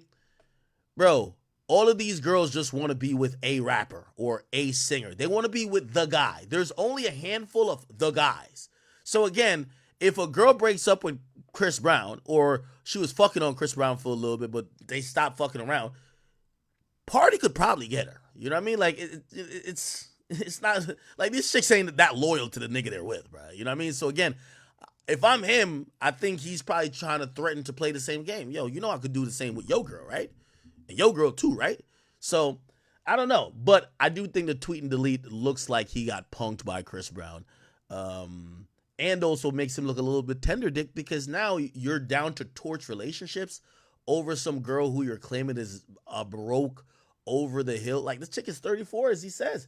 Bro, she's like, you know what I mean? She's at that age where, I don't know if she got kids and nothing like that. Like, bruh, give her 5 years, man. She gonna age like milk in the sun. Like, it's gonna be washed up. You know what I mean? So, bruh, why are you, like, cussing out some of these dudes that you might have to potentially work with, tour with, this and third, right? And if they did disrespect you, shit, I feel like there's just other ways you could handle it more than just calling them out. You know what I mean? Especially if you're going to delete it and be like, yo, I love these guys. So, Party, give us some more music, man. I liked your last project, but I want you to drop more frequently and keep writing great music, man. You know, when it comes to music, I think Party's just a fucking star, the guy, one of the best. But of course, I'm not gonna knock him for being human. And to be honest, it's probably part of the reason why we get some of the great music, because he probably is a little bit emotional, either when he gets drunk or whatever it is, or high. Who knows? All right. Yeah, nobody want no damn smoke with no goddamn Chris Brown. Chris Brown's like a fucking menace. Chris Brown's a fucking menace.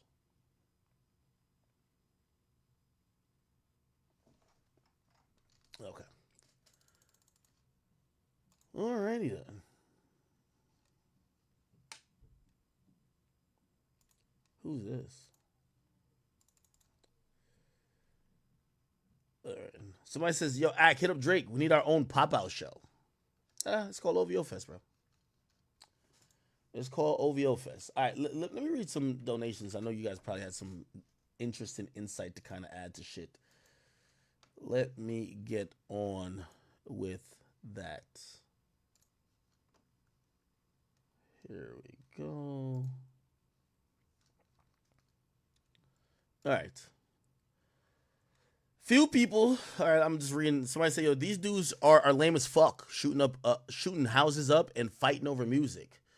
Unfortunately, man, this is hip hop. It's a contact sport. You know, the primitive brain of usually most of the people that surrounds the culture of hip hop, street dudes would always resort to violence in terms of settling disagreements or handling issues that they feel might be threatening their,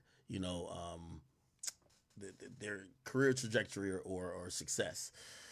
Caleb Brandt, he says, I'm from Vancouver. Trust me, these are hell angels. Yeah, I agree. So Vancouver is heavy bikers. I heard Vancouver was like the hell headquarters. Or not headquarters, but like they're very heavily concentrated there more than Toronto, right? Hell's Angels, Vancouver. I hear there's more Hell Angels in Vancouver than Toronto, right? Look at this. BC Hell Angels in disarray. Hold on, let me just turn this off real quick. Yeah, they're in disarray after key member and arrest and all that type of shit, right? Not only are there 3 former clubhouses about to be sold off by the government, there's been an exodus from that chapter, blah, blah. Yeah, it's a lot of hell. You'll see a lot of Hell Angels news that comes out of Vancouver. Yeah, 100%. Mm-hmm. Yeah, I agree with you. 9:15, it says, your Canadians acting tough will always be funny. I think you thinking that Canadians can't be tough, I think that's even more funny because that's how you get hurt. Like, you think because of an accent, guys are pussy, and there's street dudes and guys who are in desolate situations or people who got weapons or got guns or is down to crash out everywhere. And the moment you start thinking that because of somehow the accent someone talks, they're not like how you are, I think that's how you get hurt. Okay. Caleb Brandt, he says that the newer generation of Hell Angels aren't racist. They work with a lot of colored gangs in Canada, which get permission to operate in Canada. And he also continued by saying, for you Americans that don't know, Hell Angels are basically integrated into our politics. RCM, RCMP, police stations, and mafia connected to the streets, plus globally. The realest person also says, this right here shows you boys never really be your friends. They be using you to stay irrelevant. That's why I don't F with no one. Real is rare, fake is everywhere. What was that comment about the realest person? Joey Ibisua. He says, that was probably OVO Kimchi. Parker, thank you for the $5 Canadian. He says, laughing my ass off. Kendrick is welcome in Canada. These are just Drake dick riders, and I'm a Canadian. Okay. Fromoch, thank you for the 5. He says, Bobby Shmurda looks like a special needs Ninja Turtle. Damn, why I do my boy Bobby Shmurda like that? Did Bobby, I think, I feel bad for Bobby. Like, he got out and Bobby Shmurda Instagram. And I feel like his career just, he basically said he gave up on music because, like, the industry is against him. And I think he's actually a victim of the 2 labels or 2 companies fighting over him. One that paid for him already, which is Epic, and then Rock Nation wanted to manage him and take him away from them. And basically, I think Epic said, all right, cool. You know what? Since y'all basically fucking with our product, we're going to milk him, pause, and get what we invested, but we're going to also slow drain his career. And they got him to a point where I think, like, it doesn't look the same anymore. You know what I'm saying? All right. Castaway says, stream my music 9 out of 10s on all platforms. Okay. Parker says, Drake fans needed this breadcrumb so bad. Okay, Parker, thank you for that donation. But I hope Drake fans ain't celebrating this. These type of things go both ways. Like, honestly. So for any fan who's a Drake fan, if you're like very happy that this happened to Rick Ross, just remember this goes both ways. Like, remember this goes both ways. There's no man that's untouchable. There's no man that's unstoppable. We have to be very cognizant of this. And when you start thinking that, oh, okay, well, something happens to you, but nothing will happen to my artists. All right, cool. You're going to realize, bro, the world is the world. All right, they can't catch that nigga nor Chubbs. You see, they go catch an R&B person. They go try to go bait the moms, or even though Drake's baby mama look like she definitely not going, but still, like, yeah, it goes both ways. That's all I'm gonna say. So Me, I'm not in the business of being happy that, oh yeah, look what Drake did. I'm just saying I think it's gotten to a place of violence, and I think all parties involved should be watching themselves on, like, even like, truth be told, even Kendrick, right? It's one thing winning the beef, it's another thing dragging it, right? Like, nigga, you're like, he's dragged the idea of this whole pedophilia thing, right? Now, granted, you could probably make that argument and say, motherfucker, it's the number one song. I gotta drag it. Like, I gotta drag it. What the fuck? Like, what do you think I'm gonna just like leave that alone? No. That's a very fair point. And truth be told, like, who wouldn't drag it, right?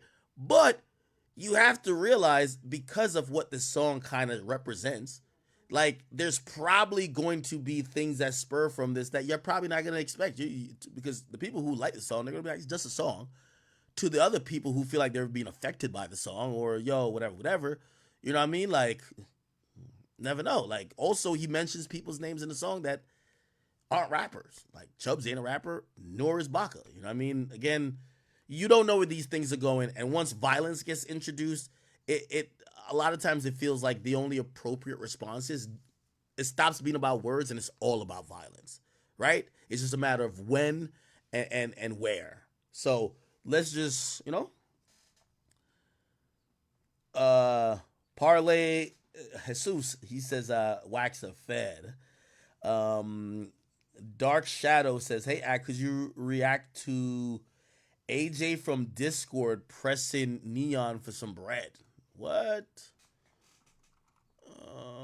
AJ Neon. Really? He was trying to tell me something like that last night. Neon.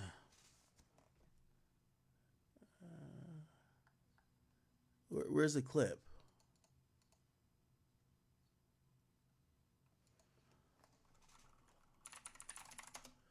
So apparently AJ from our stream pressed Neon. Neon AJ. Where is this?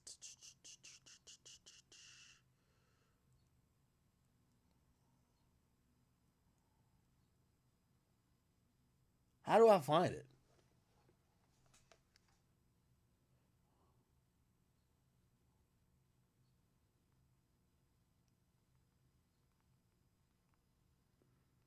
How do I find this, chat?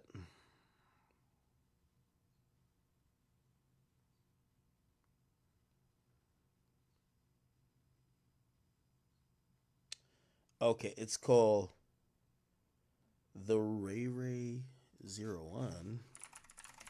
The Ray 01. Okay. What? Oh, the Ria. I spelled it wrong. Oh, still spelled it wrong. Here we go. This is it? I'm guessing. Wait. It's good, bro.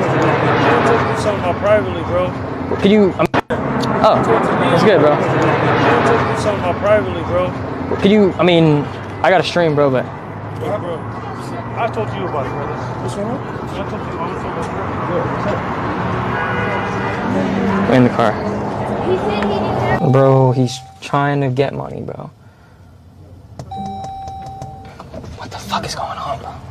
No, like, I guess he's Slo's nephew or something. No, I know, yeah. Yeah, so that's the situation between y'all. You got nothing to do with that. Can we leave? Yeah. Bro, he's calling people. I'll explain. Can we leave? Please.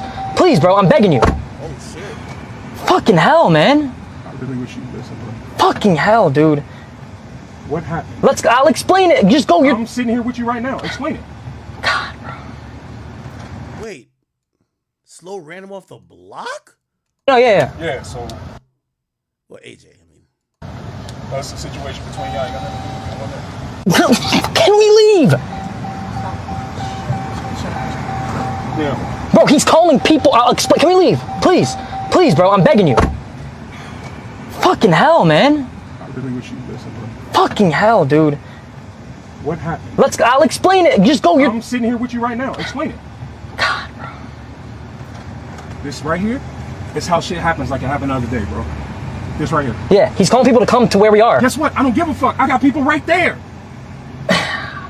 You're not understanding, man. You're not understanding, bro. That kid's trying to press me for some dumb shit, bro. He's been doing it. He's literally texting me he's gonna pull up on me, bro. So I don't think you understand. He's calling people. He's on the phone right now, so that's why we have to leave, bro.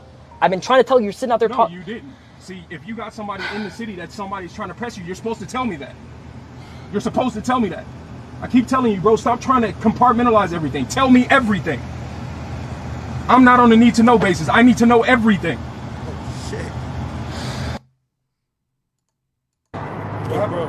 Funny, bro. What the fuck is going on, bro? No, like, I guess he's Slo's nephew or something. I told you about it. Alright. Trying to get money, bro. What the fuck is going on, bro? No, like, I guess he's Slo's nephew or something. No, I know, yeah. Yeah, so that's the situation between y'all. Got nothing to do with it. Can we leave? Oh shit. Hey, I don't know what this is about. I'm pretty sure it's probably some business shit. Probably that went wrong. I'm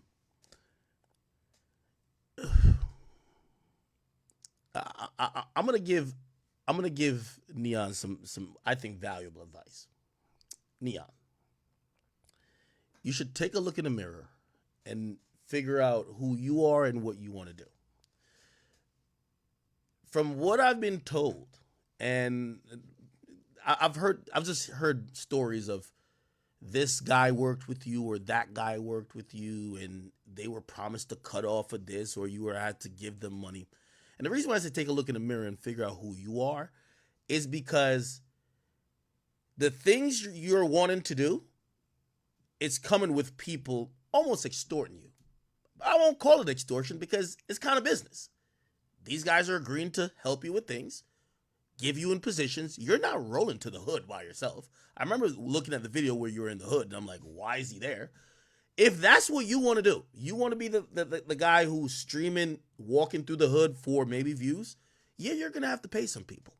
And you're going to have to also realize that if those people who probably help facilitate situations or help get you around other people that either makes you safe or makes your stream fun or makes the numbers go up, these people, they're probably want their fucking money. They're not going to wait on your timing.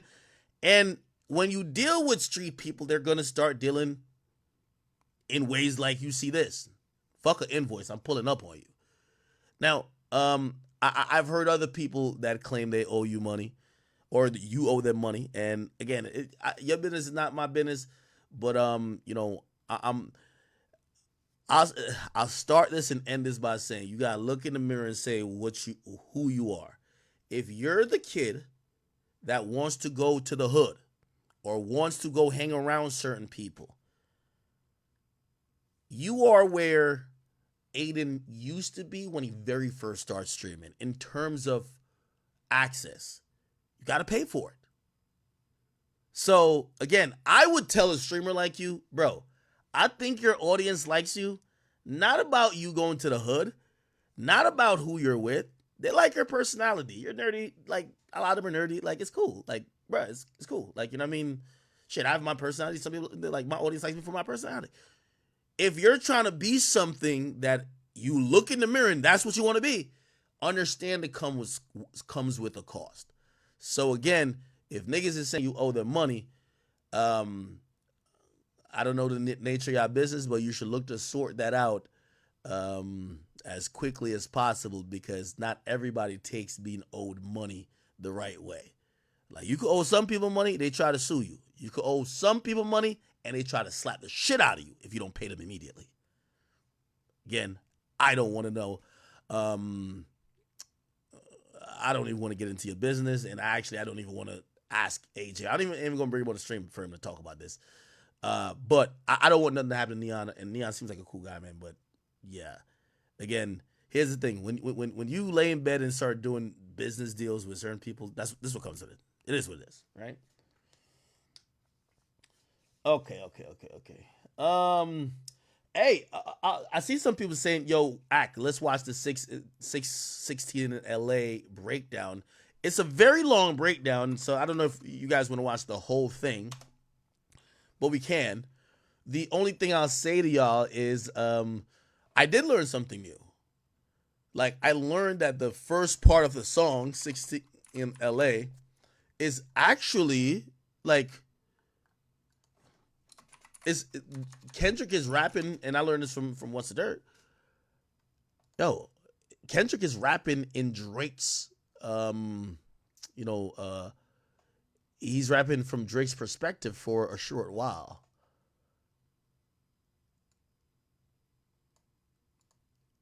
Like the first couple of bars, he's rapping from Drake's perspective, supposedly, right? Anyway, just listen to this breakdown right here. I think, you know. All right, guys, I've been eagerly chipping away at the breakdowns for all the recent these records. If he wants to do it, he can do it. Don't let anyone tell you that you can't do it. In LA, just 3 days later. Back to back, I like that record. I'm gonna get back to that for the record. And this was something that I predicted over a month ago before any of the disses dropped, when all we had was the Like That record. I think Kendrick's gonna use Drake's own angle against him, and he'll probably even reference back to back while he does it. So before we even begin, we have to take a close look at the title of the track, as there's several meanings. First and foremost, the one that will jump out to any Drake fan is Kendrick's usage of the timestamp format. Drake is synonymous with timestamp titles, and it's on these records where he gets super busy with the pen. Whenever someone tries to tell me that Drake can't rap, I'll always tell him check out one of those records, then tell me that he can't rap. So this was a very strategic and petty angle from Kendrick as he attempts to taint Drake's long-running series. Even since this track dropped, we've seen multiple people claim that Kendrick's version of the timestamp was way better than any of Drake's, and this very well could have been Kendrick's goal. And let's be realistic, Drake still has by far the best timestamp records. Like, he still lays claim to that. Now, as far as the other meanings behind this title, there are several theories bouncing around, but I'm going to give you guys the most significant meaning and truly break down why that is. It was on June 16th, 2011 that Kendrick met Drake for the very first time. In a XXL magazine, Kendrick described the meeting saying, "I did a show in Toronto on June 16th, my first show in Toronto. I think it was the same night we were going back to the hotel, and he hit my phone. I guess he got the word that I was in town, he was there for the night working on the album, and he said he wanted to meet up. We met up, chilled out, and got the vibe." Now remember, the Buried Alive track that Kendrick did for Drake was based on this moment when they first met. On Buried Alive, Kendrick reflects on this meeting with Drake, mentioning how Drake introduced him to the glitz and glamour of celebrity life. Kendrick described being picked up in a Maybach by Drake and states that Drake brought him to a fancy place to eat where he talked to Kendrick about women and the industry. However, on the track, Kendrick truly struggles with the idea of becoming famous as he's afraid it will change him for the worse, but he also realizes that this type of lifestyle comes with the territory. Now, what's extremely critical to point out is how Kendrick ends off the track. The reason why the highlight was when he said you belong to the people when you outside. So he clearly says that's what he said. Now, who is he? Who's he talking about? So make a shovel full of money, full of power, full of pussy, full of fame, and bury yourself alive. Then I died. What most people fail to realize is that these last few lines is not Kendrick speaking to himself, but Drake having a conversation with Kendrick. And this is the part that's really important. When asked by XXL to explain the meaning of why the track ended like this, Kendrick said the following. At the end of the verse, that's him in the conversation. Him telling me that you must accept this lifestyle, and it's up to you how far you're going to go with it or how much you're going to let in. I then acknowledge what he's saying when I say, then I died, which leaves it hanging on the audience trying to figure out where I would go with it. Will I let it taint me or destroy me? Or will I know how to deal with it? So I mean, it's on this night, June 16th, where Drake is giving Kendrick a pep talk about fame, the industry, how to deal with it. This Buried Alive interlude is important because Drake gives Kendrick a choice. He tells him that fame will come and that it's up to him on how he deals with it. But the thing is, Kendrick wasn't the only person who needed to make this choice. This whole thing rings true for Drake as well because Drake had the exact same choice to make, and after Take Care, his fame exploded and he was completely consumed by it. Drake's lifestyle in 2024 isn't that much different from the lifestyle that he showed Kendrick back in 2011. Drake is still living that same old rapper's life, it's just on a far bigger scale. Now, in the case of Kendrick, he ended off the record making us wonder which way he'd go with it, and today, we now know what choice he made. Unlike Drake, Kendrick did not get buried by the temptations of money, power, pussy, and fame. Both artists took an entirely different route, and the Buried Alive interlude is important because it acts as a full circle moment. By Kendrick using the date June 16th in the title, Drake knows exactly what he's referring to, and bringing this up 13 years later is extremely powerful. Kendrick proved to have the strength to resist the temptations that Drake warned him about, and Drake himself was weak and couldn't do the same. Now I gotta say, Drake flips this narrative really well on Family Matters, but that one's coming up next. So when we get a track like Euphoria, all these years later, the shit that he's saying to Drake is all the more impactful. I'm allergic to the lame shit, only you like being famous. Fans might take lines like this one lightly, But it holds a lot of depth because Kendrick knows that when he first met Drake, Drake had plans of keeping a level head, as that's what their conversation was about. This is only further confirmed in the Double XL interview when he talks about Drake and the concept of the Buried Alive track. I felt like he was in a space now where vanity's everywhere, and he had his hands on every bit of it, and he's trying to escape that. But what's clear today is Drake lost this fight. I mean, he didn't escape it at all. It's a 2004 Acura TSX. It's a nice first car for like a teenager, I guess, as opposed to a Mercedes or BMW. I think that's pretentious, personally. And this is exactly why Kendrick uses June 16th in the title and why it's so significant. It's by far the most significant use of the title. 616, the day that they first met, the first collaboration they did, Drake's sophomore album, an entire record was made about that moment. Now we're 13 years later, and it's coming up again. And like I said, Drake knew exactly what he was doing with this title, because just days after 616 in LA dropped, Drake posted a Buried Alive Part 2 parody song where he mocks Kendrick and flips the narrative again. If you in a pine box, that's how you felt in 2011 while we wasting time. Dreams come true, Crody, this is where you die. Let's fucking go. Come on, hit the like button. However, 616 in LA could possibly be in reference to allegations of Drake being involved with younger women. As you guys know, Drake goes by the Six God, and 16-year-old girls for him might just be prime real estate. That is the allegations. Allegations. Now, this is only further supported when we look at a young woman by the name of Bella Harris. Bella is an LA-based model who even at the age of 13 stood at a height of 5'10", and she skipped the teen division of modeling and moved directly up to the women's division. So get this, at the age of 13, this child is being like categorized and showcased as a full-grown woman. When I was about 13, I was really tall. I was like 5'9", and everyone's like, oh my god, how old are you? I'm 12 and 13. And back in 2018, the internet went crazy as Drake was spotted with a then 18-year-old Bella taking pictures that resembled that of a happy couple. This shit feels like teenage fever. However, Drake has ties with Bella that dates back to 2016, and given Kendrick's angle throughout this beef, I think this is what he's talking about. This is a picture of Drake and Bella at Rihanna's Anti-World Tour. As you can see, the date of this photo is May 5th, 2016, and when we look at Rihanna's tour history, she was indeed in LA for that date. Then when we look at the fact that Bella had literally just turned 16, just 1 month before this photo was taken, it's all the more compelling.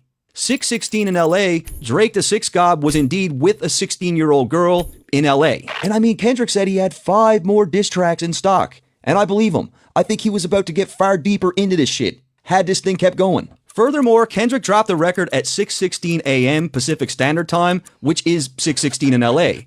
Then we got the fact that June 16th is Tupac's birthday, and considering that we've seen a few references to Pac in this beef already, this one seems to make sense. Kendrick, we need ya. Next, June 16th is Father's Day, and we have seen a slew of references with respect to Drake and being a shitty dad, and also jabs towards the fact that Drake's own father was absent. You don't know nothing about that. And of course, Drake also executive produced the hit show Euphoria, and the first episode of that show aired on June 16th. And that's as far as I'm going to go with the title. There's a lot of theories out there, but these are the ones that make sense to me. With all that said, let's move on to the artwork, which is simply a cropped out version of the artwork that we would see on Meet the Grams, where Kendrick allegedly had an inside mole collecting Drake's personal items and feeding him information. And this whole thing with the artwork and these items, like this turned into this really grew legs after. It turned into this whole other conversation. So we've got the title, we've got the artwork, now let's move to the beat selection. First and foremost, the track is co-produced by Jack Antonoff, who is a pop producer most known for his work with Taylor Swift.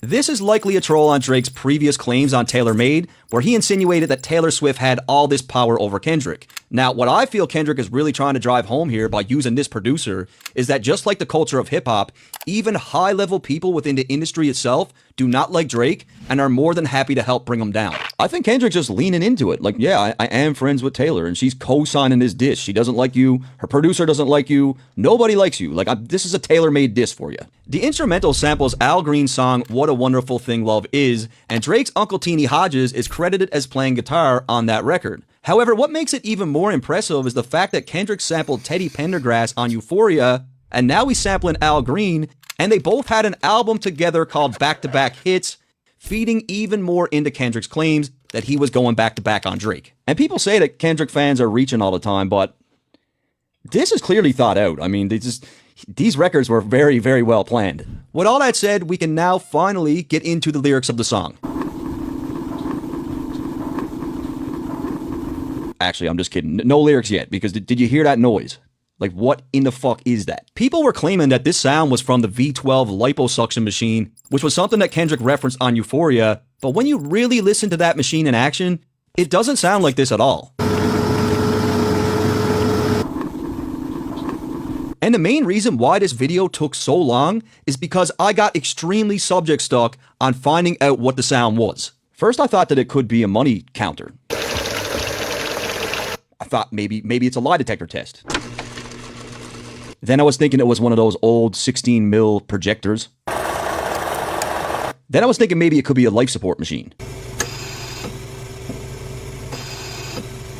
I was manipulating an equalizer, changing the pitch, adding plugins, still couldn't narrow it down. And if it wasn't for my girlfriend, I would probably still be doing it right now because she had to tell me, look, Matt, it's time to move on. It drove me crazy because there's no way that Kendrick's looping that sound for as long as he did. And it means nothing. Like, it means something. And Drake's probably the only one who's going to pick up on it. However, something I do feel fairly confident about is that if you really listen to the beat closely, Kendrick chooses to chop up the Al Green sample and loops it so that it sounds like he's saying, boy wonder. Now, you gotta remember, this track is in response to the Push-Ups record, where Drake sampled the drop from Who Kid. And as we know now, this drop turned out to have a hidden message that flew over all of our heads, as Drake will later announce that Kendrick's child might not be his.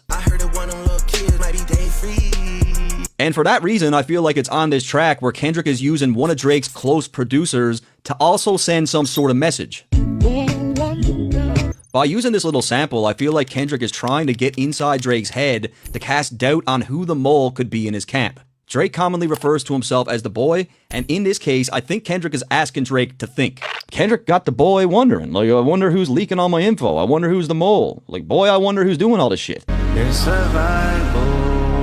So right off rip, Kendrick references Drake's track Survival. Now, Survival came at a time when Drake was fresh off his loss from Pusha T, and he was still heavily beefing with Pusha and Kanye at this time. As you guys remember, Drake allegedly had a career-ending red button diss for Pusha and Kanye, but he held it back, and it's on the Survival track where he appears to make mention to wanting to drop it. I was about to, man, I thought about it. It's unsettling to talk about it. So Drake leaves a blank in this record, and it's up to the listener to interpret what this could mean. But the way that I see it, he was either talking about putting a hit on Pusha and Kanye, or he just really wanted to drop that track, but it was so scathing that it was unsettling for him to even think about where he was about to go with it. Simply because it crossed the line of music. Either way, the common denominator in this case with respect to Kendrick is the fact that Drake is now saying the exact same thing to him.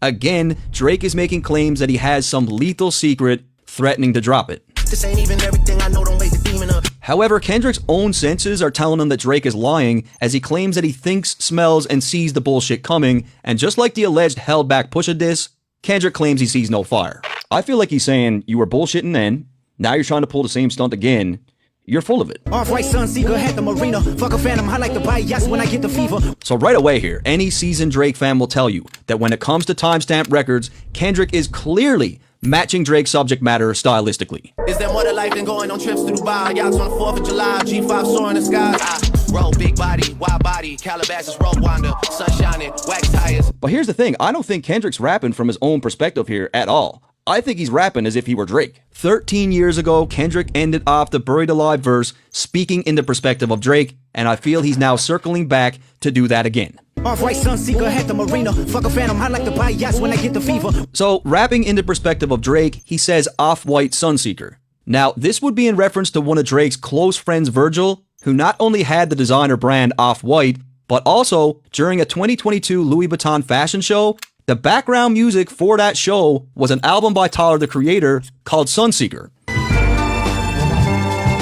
And this was Virgil's baby. This was his show. He directed it, and rest in peace to Virgil. Secondly, a Sunseeker at the marina is in reference to a company called Sunseeker, which is a builder of luxury yachts. But in the next line, things only get deeper. In the second line, Kendrick, from the perspective of Drake, claims that he's tired of buying Phantoms and now likes to buy yachts when he gets the fever.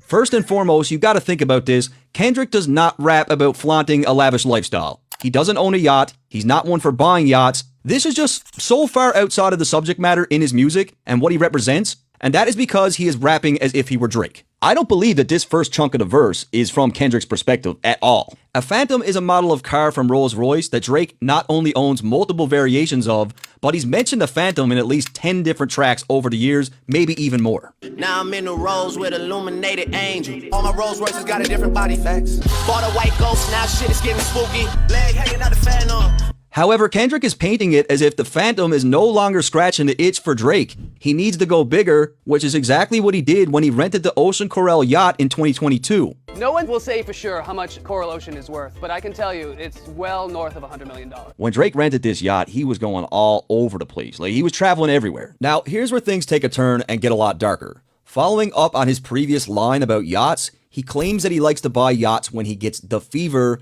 and the Fever is another builder of luxury yachts. Now, this is where it goes left. The Sunseeker has another line of yachts called the Predator, and as we know, Drake has a song called Teenage Fever. Now, where it gets crazy is when we look at Drake's relationship with Millie Bobby Brown. Here she is with Drake on a yacht at the young age of 13. This photo was taken in 2017, shortly after his More Life album dropped, which had the track Teenage Fever, and coincidentally enough, the media was categorizing the More Life album as yacht rap. Now, to put the cherry on top, where was this picture taken? At a marina. Think about it. Sunseeker has a yacht called the Predator. Drake's More Life album was being called yacht rap. It had a track called Teenage Fever. He's with a 13-year-old girl on a yacht, and in this picture, they're at a marina. This is not a coincidence at all. It's not. And Kendrick drops plenty of little clues here just in how he pronounces certain words. And if you pay attention to how he says, I like to buy yachts, he's actually making a reference to Dubai yachts. Fuck a Phantom, I like to buy yachts when I get the fever. Is there more to life than going on trips to Dubai? Yachts on the 4th of July. And back in 2015, Drake was very happy to announce that he was on a yacht in Dubai. And if you're familiar with Kendrick's catalog, you'll know that he does shit like this a lot in his writing. Wine cooler spill on my white t-shirt, a sightseer. So again, Kendrick is rapping as if he were Drake. Not only does Kendrick hardly ever drink, but when he does drink, it's exclusively wine. Yeah, I drink a little bit. What's your preferred beverage? Just wine. Like what about, have you? Now, there is a huge difference in wine and wine coolers. Most men do not drink wine coolers. I'm talking about fruity drinks with soda and tons of sugar. Kendrick uses little keywords like this to let the listener know that this is not his life we're talking about. Kendrick's not drinking wine coolers, guys. Drake is the guy that loves wine coolers. That's pretty much all he drinks. And what's even more interesting is how wine coolers became his beverage of choice in the first place. Were you drinking white wine spritzer? I was. That's my drink of choice. It's basically my mother had a friend who I was always sort of like infatuated with. We used to go to her house and be poolside, and she used to like fill up a white wine spritzer, and she would like casually slide it and leave it there, and then she'd just show up with another one, and I always felt like she was trying to send me a message. So I've kept that a consistent theme. How we get Of course she was trying to send. That's completely inappropriate. How old were you? I don't know, like 15. But So I've kept that a consistent theme. And take a good guess at who else loves wine coolers.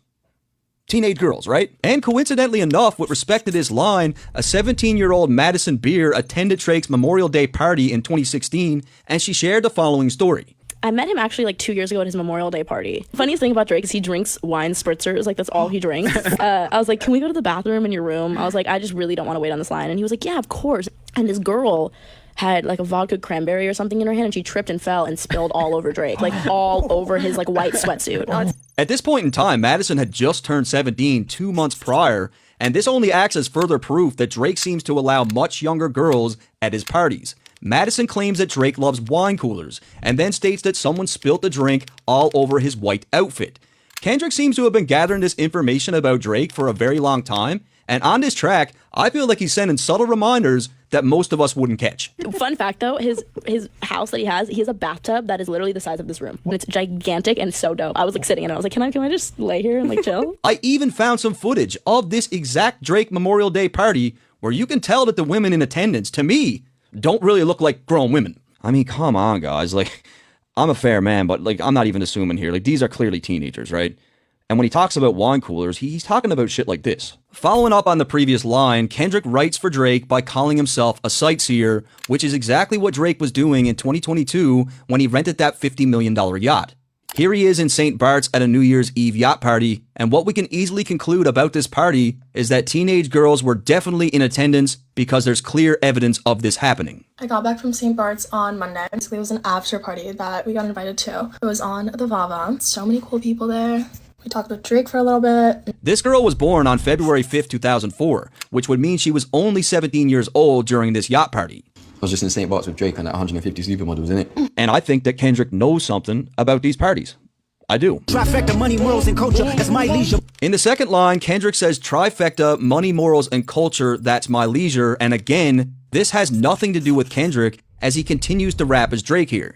First off, the definition of a trifecta pertains to gambling on horses, where to win, you need to guess the 3 winning horses in order.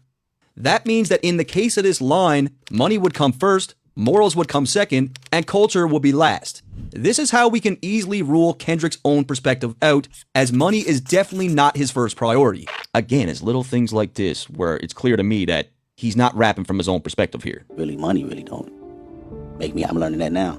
You know, that's not really my peace of mind, having money. In the case of the line as it pertains to Drake, money is seemingly at the forefront of everything that he does. He's willing to put aside morals and culture to get it. This explains why morals and culture come in second and third place within the trifecta. At the end of the day, those two things will never really matter for Drake, as money will always dictate his every move regardless. So I mean, when we look at a trifecta by definition, like what it means, the line makes literally no sense pertaining to Kendrick. My visa, passport tatted, that's your hub in Ibiza. Once again, I'm not sure how this would ever pertain to Kendrick, as he never raps about shit like this, and there's no documented proof that he has ever been to Ibiza. Not only that, Ibiza is known as the party capital of Europe, which doesn't really seem to be a place that fits into his lifestyle. When we look at how Kendrick structured and set up this first verse, it only makes sense from Drake's perspective, as he was in Ibiza on that exact same yacht. And Drake has referenced Ibiza in his music many, many times. Grab by Lisa, bring her to Ibiza. Appealing Ibiza, so what? She took dick in Ibiza. We went to Ibiza. And this whole infatuation with Ibiza, for Drake, this is new. He never talked about it before in his music. It's only these recent years where he's been bringing it up a lot. It's almost like Ibiza has become Drake's new favorite hub. And if you listen to how Kendrick enunciates this line, that's exactly what he says. That's your hub in Ibiza, your hub in Ibiza. And I don't know why Drake loves Ibiza so much, but maybe Kendrick does. And again, in very recent times, Drake referenced a tatted passport in his music. My visa, passport tatted. I tatted your passport up. So this all ties and flows perfectly together in reference to Drake and how he lives his life. And given the fact that Kendrick rapped from Drake's perspective on Buried Alive, and this track is called 616 in LA, which was a date that they first met, and the concept of that record, Kendrick is doing the same here. And the concept of the Buried Alive track is just as important for Family Matters, which we are doing next. Luke Cali, dwellings in Brooklyn, just to book me some pizza. Kendrick continues to replicate the subject matter that Drake showcases on these timestamp records. If you heard Drake say a line like this straight from his mouth, you wouldn't second guess it, as it fits perfectly into the style of his pen. Eating like I'm seated at Swiss Soto and Yoso's. Catering is from Giorgio Bardi, Robin's favorite. He nailed it. It is bang on how Drake raps on these tracks. Bang on. Luke Cali, dwellings in Brooklyn, just to book me some pizza. It's just the way he enunciates shit is very cryptic. Like, he doesn't even say pizza. He says pizza. Just to book me some pizza. And book me some pizza is weird too. Like, there's shit in here that Drake is only gonna get. And on Euphoria, remember, Kendrick said that he hates the way that Drake sneak disses people. I hate the way that you sneak this. If I catch flight, it's gonna be direct. And what Kendrick means by that is Drake will diss someone and only his intended target will pick up on it. And due to the fact that Kendrick is mirroring his style and writing from Drake's perspective on a timestamp titled record, this first verse is riddled with shots at Drake that only he understands. And that's why the beginning of this record doesn't even sound like a diss, because he's writing in the style of Drake. There's no clear shots to us, but he's dissing Drake the way that Drake disses. And because Drake has been at this pizzeria in Brooklyn before, it's pretty good. This is just another clue that Kendrick has given us that he's writing this verse from Drake's perspective. God, my confession is yours. And now we get to the point where I feel Kendrick does indeed switch perspectives back to himself, as it's at this moment where he starts to sing, and when you think about Drake's timestamp records, he doesn't really sing on those tracks at all. God, my confession is yours. Now, I saw that people tried to paint this line as if Kendrick was conflicted on whether or not he should go to war with Drake, but honestly, Kendrick has wanted this battle with Drake for a very long time. But who am I if I don't go to war? I don't think he's conflicted about the war itself, but he knows where he's about to go with this thing, and he's more or less confessing to God before he even puts his plan into action. Kendrick knows he's about to go on attack, likely committing multiple sins, which will need forgiveness from God. If you pay attention to the way he delivers these lyrics, he's deliberately singing in a very ugly, offbeat, non-sonically pleasing way. God, my confession. This singing style reflects Kendrick's internal chaos. He's holding some guilt as a dark side of him is about to emerge. It's like he's saying, like, I'm sorry, God, like ahead of time. I'm sorry, but I gotta do this. There's opportunity when living with loss. I discover myself with not far short. Some people thought that this meant Kendrick was worried about losing to Drake, and if he did, he learned something from it. But I don't think Kendrick even considered the possibility of losing this battle. I mean, let's be real here. He had this whole thing mapped out. I believe even at this point, he knew he had a winning strategy. Like, he knew he was going to win this thing. I feel that Kendrick knows that he's about to unleash a beast that we haven't seen before, and he's hinting at an internal struggle. When you think about it, Kendrick doesn't have any music in his catalog that resembles the subject matter on these diss tracks. I think the loss that he's talking about is he's about to lose control of himself, right? He's about to go against everything he stands for, like his faith. However, being a man of God, he knows that the Lord will forgive him, and he knows that going through with this thing will offer an opportunity for even more growth. Raise my hands to a fallen sky. I fantasize me jumping planets immortalized. I correspond. So a fallen 616 is like a really good song. It's just, I think it was dropped almost to be diametrically opposed to like Taylor Made Freestyle, which I think we're all gonna just forget. Even though I don't think neither are bad tracks, it's just in the history and the impact of things. Yeah, we focus on the other records, but 616 is really good. Sky is basically an aftermath of a disaster, and it's here where Kendrick is daydreaming about the results of the war. He dreams of jumping planets and becoming immortalized as he's fantasizing about how a victory over Drake would cement his name in the hip-hop history books. And Kendrick's a rapper's rapper. Like, he's a hip-hop guy. And a lot of our legends had beefs, right? So I'm sure he's thought about adding the beef to his resume. He had to. These thoughts are so strong for Kendrick that they overpower his own faith, and it's here where he really decides that he needs to go through with it. He truly confirms this when he says, I correspond, meaning he needs to fulfill this fantasy. So I feel like he's daydreaming about like destroying Drake and getting him out of here and how that'll feel, and then he snaps out of it and he says to himself, I gotta do this. I gotta go through with it. I correspond. 3 angels watching me all the time. Kendrick claims that he has 3 angels watching him, and for anyone who's familiar with Christianity, you will be well aware of Michael, Gabriel, and Raphael. These are the 3 main angels chosen by God, and each angel represents something different.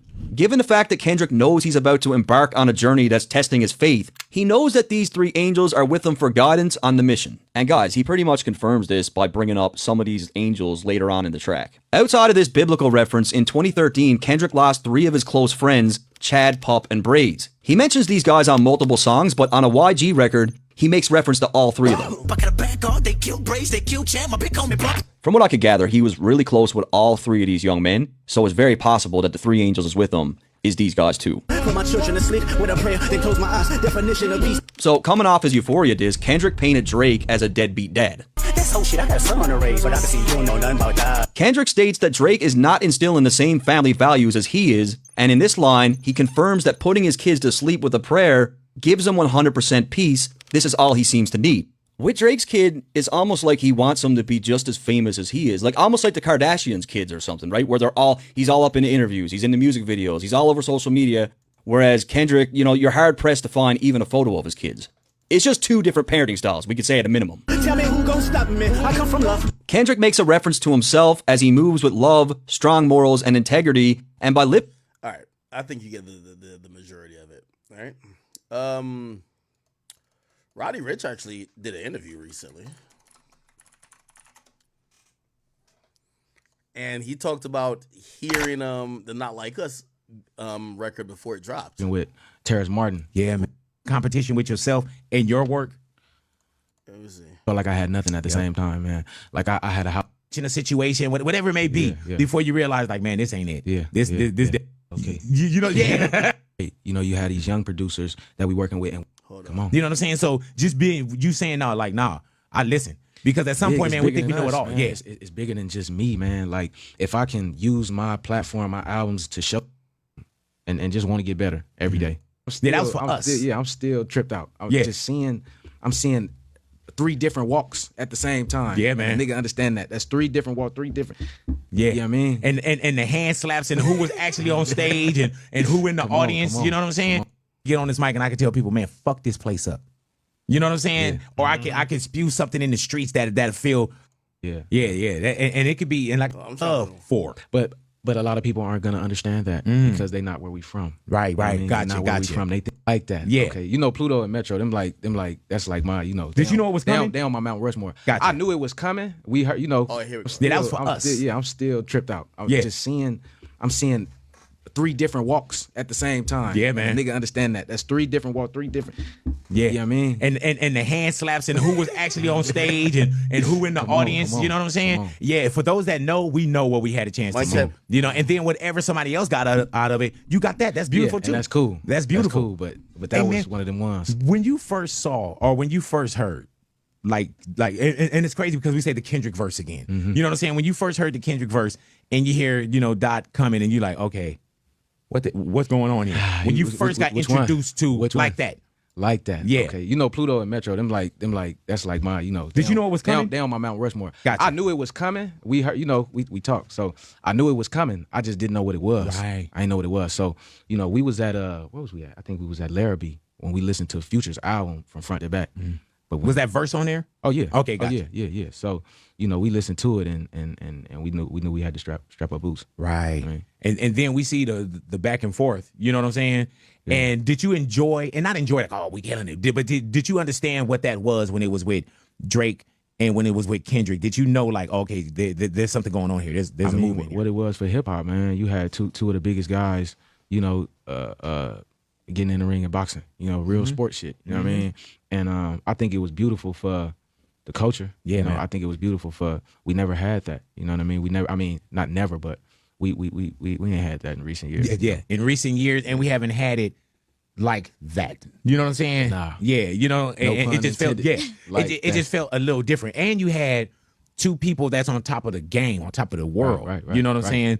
saying? And whatever you call it, the sport, hip hop being competitive.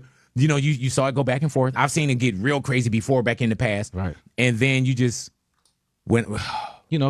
It's beautiful. Yeah. It's beautiful. Yeah, You know what I hello, mean? yeah. Navy, it's beautiful. Yeah, hey man. and then when you saw what we had a chance to witness at the forum, Yeah. you couldn't pen that. You couldn't write that. You couldn't that was like that wasn't a movie. That was a documentary. You couldn't write that. Right. That was just life, bro. Come on. And just to be there, it felt amazing. Yeah. And now you about to do. Are you ready for this whole run again? I feel Because like you're expecting. We had a chance to talk off air. You're expecting, Right. and not only expecting, the coming of Navy, the album, Yeah. but your child. Yeah, my daughter. So you got a lot of work, personally. Yeah, so it looked like they were playing that the Future Metro album for a lot of people. Yeah, I mean, like honestly, none of this changes the outcome of the shit. You know what I mean? I guess you just give you more context. I mean, I heard that what do you call it again? The record. So I don't even know if like Drake and what's the name have the best relationship. I know they're not beefing like say like Roddy Ricch. I always heard that. You see that record that got leaked?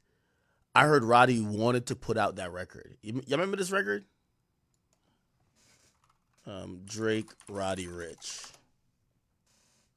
Remember this record? What's that record called? Yeah, this. Hey, This. yeah, I'm under pressure. Is it this? When the feeling go up, we up. Nah, it ain't. That's something else. It's another record. There's another record they had. What is it called? I forgot what it was called.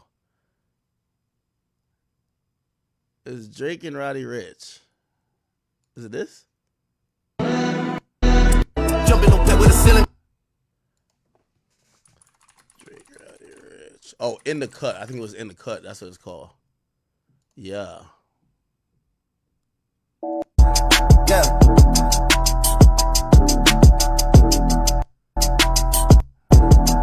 In Miami, she gave me time with Yeah. This is it. Wait, Trans. why does that have like a different beat?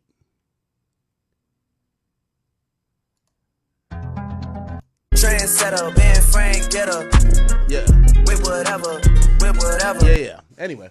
Yeah, no. So I had heard, which, like, this is artist shit. I heard that Roddy wanted this track out. Drake's demeanor was like, yo, bro, the song leaked. Like, yo, let's cook up another. And I don't know if they never locked back in or whatever, but, that was a little discrepancy right there, right? It's like, yo, Bro probably needed a track. That could have been like his next hit. If Drake is not trying to approve the track, go out. You know what I mean? Because I don't know. Maybe that's just Drake's thing. It's like, yo, the track leaked. Like, yo, let's not do it. Like, fuck that track. Let's do another track. You get what I mean? Shit, who knows? I don't think Roddy cared that much. I think Roddy was mostly on stage for some West Coast shit. But if it was anything that would ever, I don't think they got no issues like that. Honestly. But things like that happen all the time where like a record gets leaked. I mean, like shit. Think about the Smiley record, right? The Prada and Gucci, they don't go together, right? Like there was that organization song that kind of got leaked, and Drake never had them put it out. What Drake did was just cook up another record and give it to Smiley. So I don't know. I don't think it's that big of a deal. And actually, you know what I mean? Like again, what listening to that from Roddy told me was that pretty much I think a lot of people in the industry knew this was coming. I think his choice of words was probably wrong though. It was probably bad because he says, yo, when we heard Pluto's album, which is pretty much, yo, you hear Kendrick dissing Drake, yo, we knew it was time to strap up. Like, no. You're making it seem like now you're picking a side, which I don't think Roddy, or maybe I could be wrong. I don't think Roddy cares that much to be picking a side. I think Roddy would want to generally just go with whatever helps his career. He's not going to go against the West Coast for show, but, it is what it is, right? It is what it is. All right. What else is going on? Let me talk about some stuff. Did y'all see? I mean, I'm not even thinking that most of these people, when y'all see people turning up to these songs or like on stage with Drake or whatever, or on stage with Kendrick or, turn up to not like, because you think that they're sending a message that they don't like Drake or maybe they just like the song, right? Like, for example, Kodak Black, Not Like Us. Like, he was dancing to the record recently, right?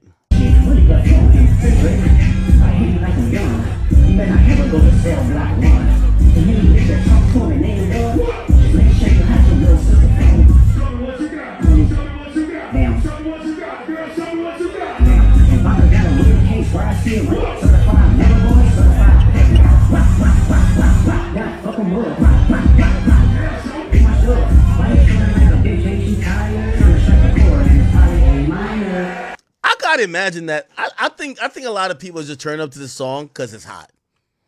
You know what I mean? Like, I don't think. Do you think this song is lasting because it's catchy, or do you think because it's a Drake diss, or you think it's the message in it? Because you know what I mean, like, even if you look at the show, right? Actually, nobody gives a fuck, bro. Like, it's a hot song. Yeah, nobody cares. Nobody cares. No, I was just saying, like, I think there's an angle where if people, like, if the message is to be evaluated, you start looking at artists and you start realizing, I don't know if they're the right people to be, like, sitting there, co-signing these type of things, right? Like, for example, like, Dr. Dre comes out and then you have this song that's seemingly on some moral high ground, but Dr. Dre has a whole past which nobody needs to bring up, but I think people just like the catchy song, man. This shit make you dance. That's what it is. I think maybe that's what it is. Kodak loves to dance. Yeah, it ain't that serious, right?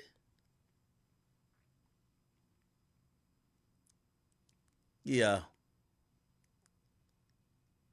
I'm the one that up to score with him. Walking down whole time, I know he got. Yeah, I think this song is just a good song to dance to. On him, pull on him, extort shit, put it death on him. Say Drake, I hear you like I'm young.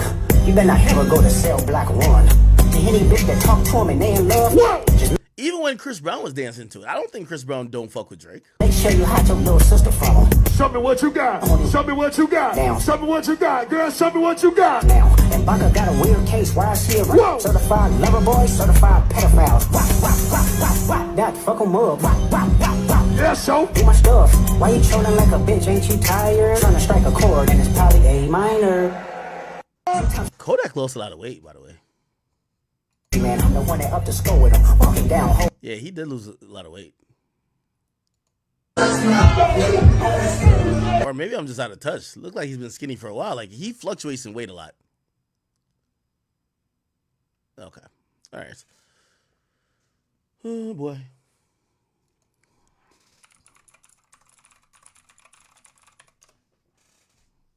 Oh, look at my man Rick Ross ain't going out like that. Ross reacted to Drake posting under his comment section where Rick Ross baby mama Tia Kemp, she said Drake, and Drake says my goat, and he's responding to her, and of course, Ross says the pedo versus Granny, and he at Drake. Yo, bruh. Have y'all gotten to the realization that we'll never get another record from these two? Like, yo, it's just going too far. It's too deep at this point. It's gone too far. We'll never get another record from them. Like, it's just really gone too far. Maybe I got recency bias, but like, I feel like this shit is just way worse and has gone way too far, even beyond like the Pusha T stuff. And now some people are gonna mention oh, well, he pieced it up with Meek. I think this is like 20 levels deeper, right? By the way, Rick Ross' baby mama got on live after the video leaked, and she reacted. This is what she said. Ass ain't throwing no blows. Man, Will, they swung on your fat ass. You ain't done. You stood your fat ass back, man. Your scary ass. Your big fat scary ass stood back, bitch. I'm looking good now from this angle. That bitch got back, man. He tried to. Oh, they kicking the shit out that security. They fucking his fat ass up. Watch this shit again, dog. That fat bitch got on khaki green or something. Look at him with his stank breath ass all in the nigga face with that doodle ass breath. I'm glad they smacked the shit out your bitch ass. This bitch ass out there in the crowd like he run the city. Man, you ain't. This fat ass ain't throwing no blows. Man, Will, they. Yo, why does she hate Rick Ross like that? Like, damn, y'all got a kid together. What does a kid think about all this shit? She hates the shit out of that nigga. Why does she hate that nigga so much? You know who's been entertaining? She been going back and forth with Charleston White. Let me see if I can find. Where's Charleston White's page? Charleston White's page has been hilarious. Where's Charleston White's page? Right here. Sorry, I had to click that page to find it. Yo, he be just roasting her. I was so happy and clapping. Y'all thought the bitch had me on the ropes, and I was rope-a-doping that hoe. I was rope-a-doping that hoe. They thought that, no, bitch. Get on back in here, bitch. I was so happy and clapping. Yeah, they've been on like a roast festival. Dr. Umar Johnson be making up some shit now. It's already bad enough the boy called himself a doctor, and we don't know what PhD he got. It's already bad enough the boy called himself a doctor, and the man don't practice nowhere. Where the nigga office at? He the only doctor I know ain't got a doctor's office. I'm sick of this nigga. No. Dr. Umar Johnson be making up some shit now. Wait, what did Dr. Umar say? Dr. Umar Johnson. Where do Dr. Umar Johnson getting off saying? People with emotional trauma like to fuck. Nigga, what? You should say, man, somebody tag Dr. Umar Johnson. This nigga just making up shit now. This nigga said, now listen, I'm telling you, people with, this nigga just making up shit now. Everybody like to fuck. Nigga dogs like to fuck. Nigga, now I want to see him versus this Tia girl. Dropped a t-shirt with her on the front. I want to see. I ain't scared of a. Oh, what the hell? I ain't scared of a motherfucking thing, and I damn sure ain't scared to go to war. I've been practicing for this shit in my mind, psychologically about to go crazy, ready for this motherfucking war to jump out. Yeah, nah, I'm with the shit. I ain't. Is this not his page? The nigga in their right mind don't want. All right, now I can't find no shit on here. Might not be. All right, anyway. Whatever. Okay. Let me see. What else did I not talk about today? We pushed about 5.5 hours.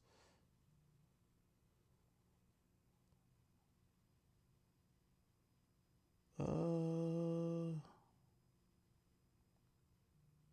tired of talking about Kendrick and Drake, bro. I'm just so sick of it, bro. I'm literally just sick of talking about Kendrick and Drake. Y'all just give me some new topics, bro. Give me some new topics. I'm tired of talking about Kendrick and Drake. Like, literally, bro.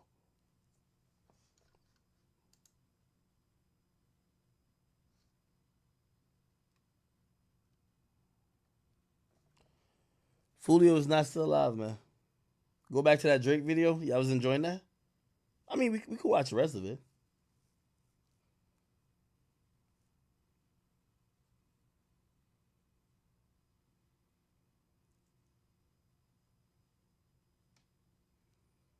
There's a video of them pressing Pop Smoke's Killer.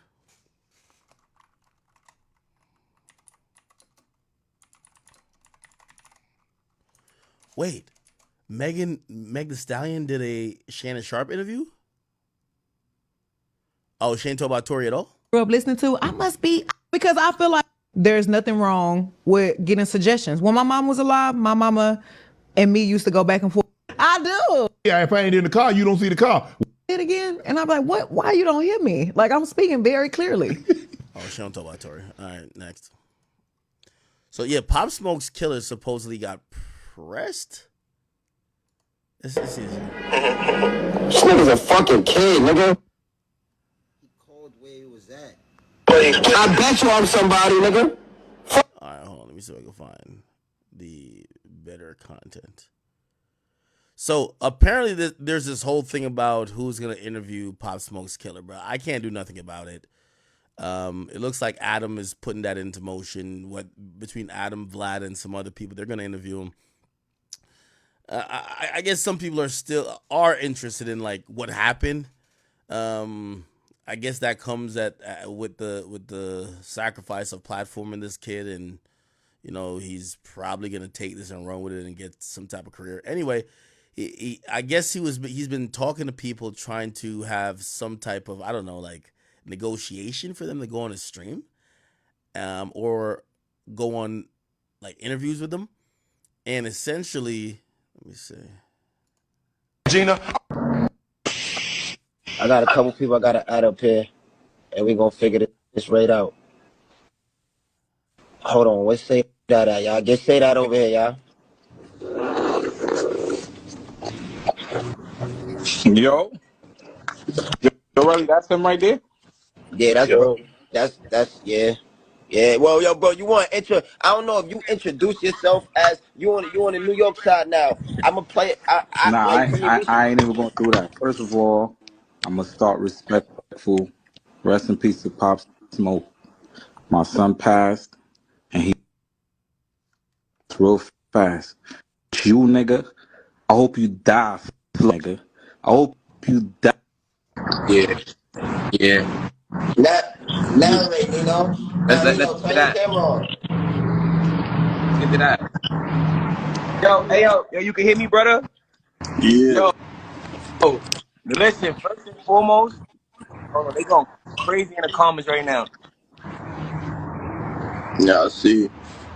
Tell them niggas, get off your dick. Y'all niggas mad that y'all man got backdoored by their own man. Suck my dick. Get Fabio in. So let me add time for the people that's here. So out there in Cali. Wait, what? Oh, he got out of here. Swipe by mistake. Get killed, Pop Smoke. Blame it on Wolf. Blame it on Big Show, and blame it on all the honey clocks.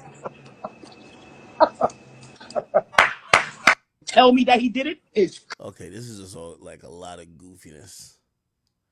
Yeah, but apparently he is gonna get an interview somewhere. I'm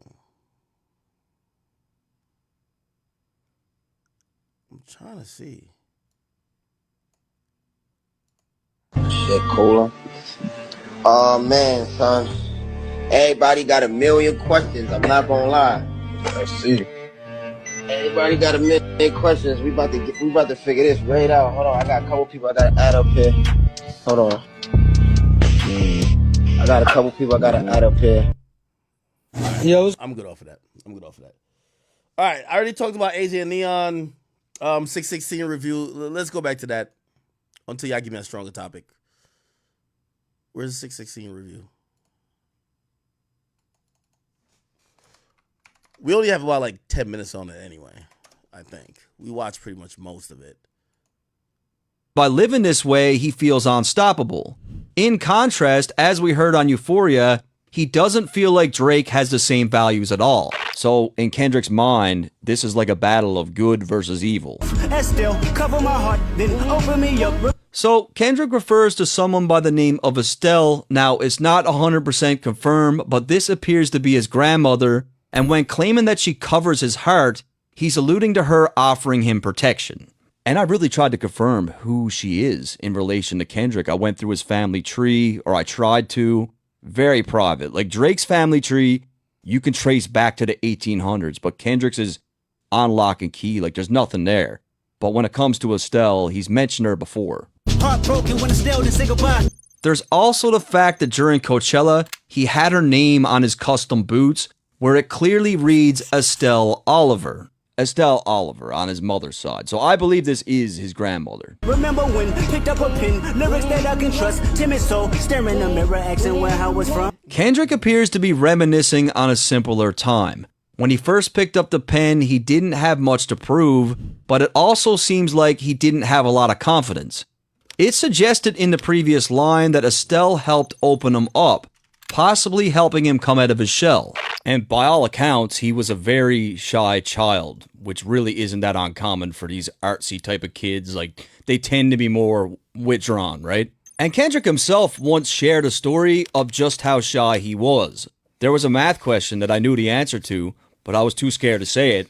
And then this little chick said the answer, and it was the right answer, my answer. That bothers me still to this day, being scared of failure. And from his past lyrics, we know that his grandmother had a huge impact on the entire family. Ever since grandma died, everyone parted ways, argue on holidays. He even said that all those Grammys that he won, when he won all those in a row, he said those are all at her house. My 7 trophies is at my granny's in heaven's arms. And he did say when she passed away, he was heartbroken. Grandma said I get some Jordans for my grades. That's my baby. When she died, my heart broke 100 ways. So when he was younger, it seems clear that this woman had a huge impact on his life. I know this type of power has gone cost, but I live in circadian rhythms of a shooting star. Kendrick recognizes that he's asking a lot from the Lord while on this journey. Earlier in the verse, we heard him dream about becoming immortalized.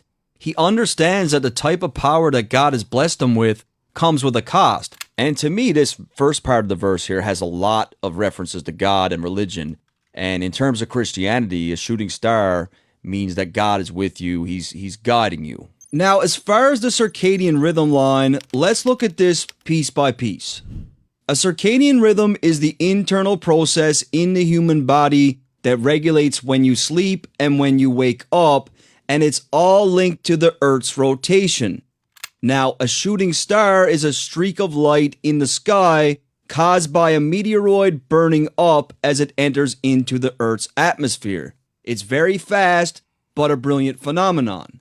By combining these ideas, Kendrick could be suggesting that, like a shooting star, his life or moments in his life are intense but fast. Plenty of meteoroids remain in space, and only some are destined to enter the Earth's atmosphere and become shooting stars.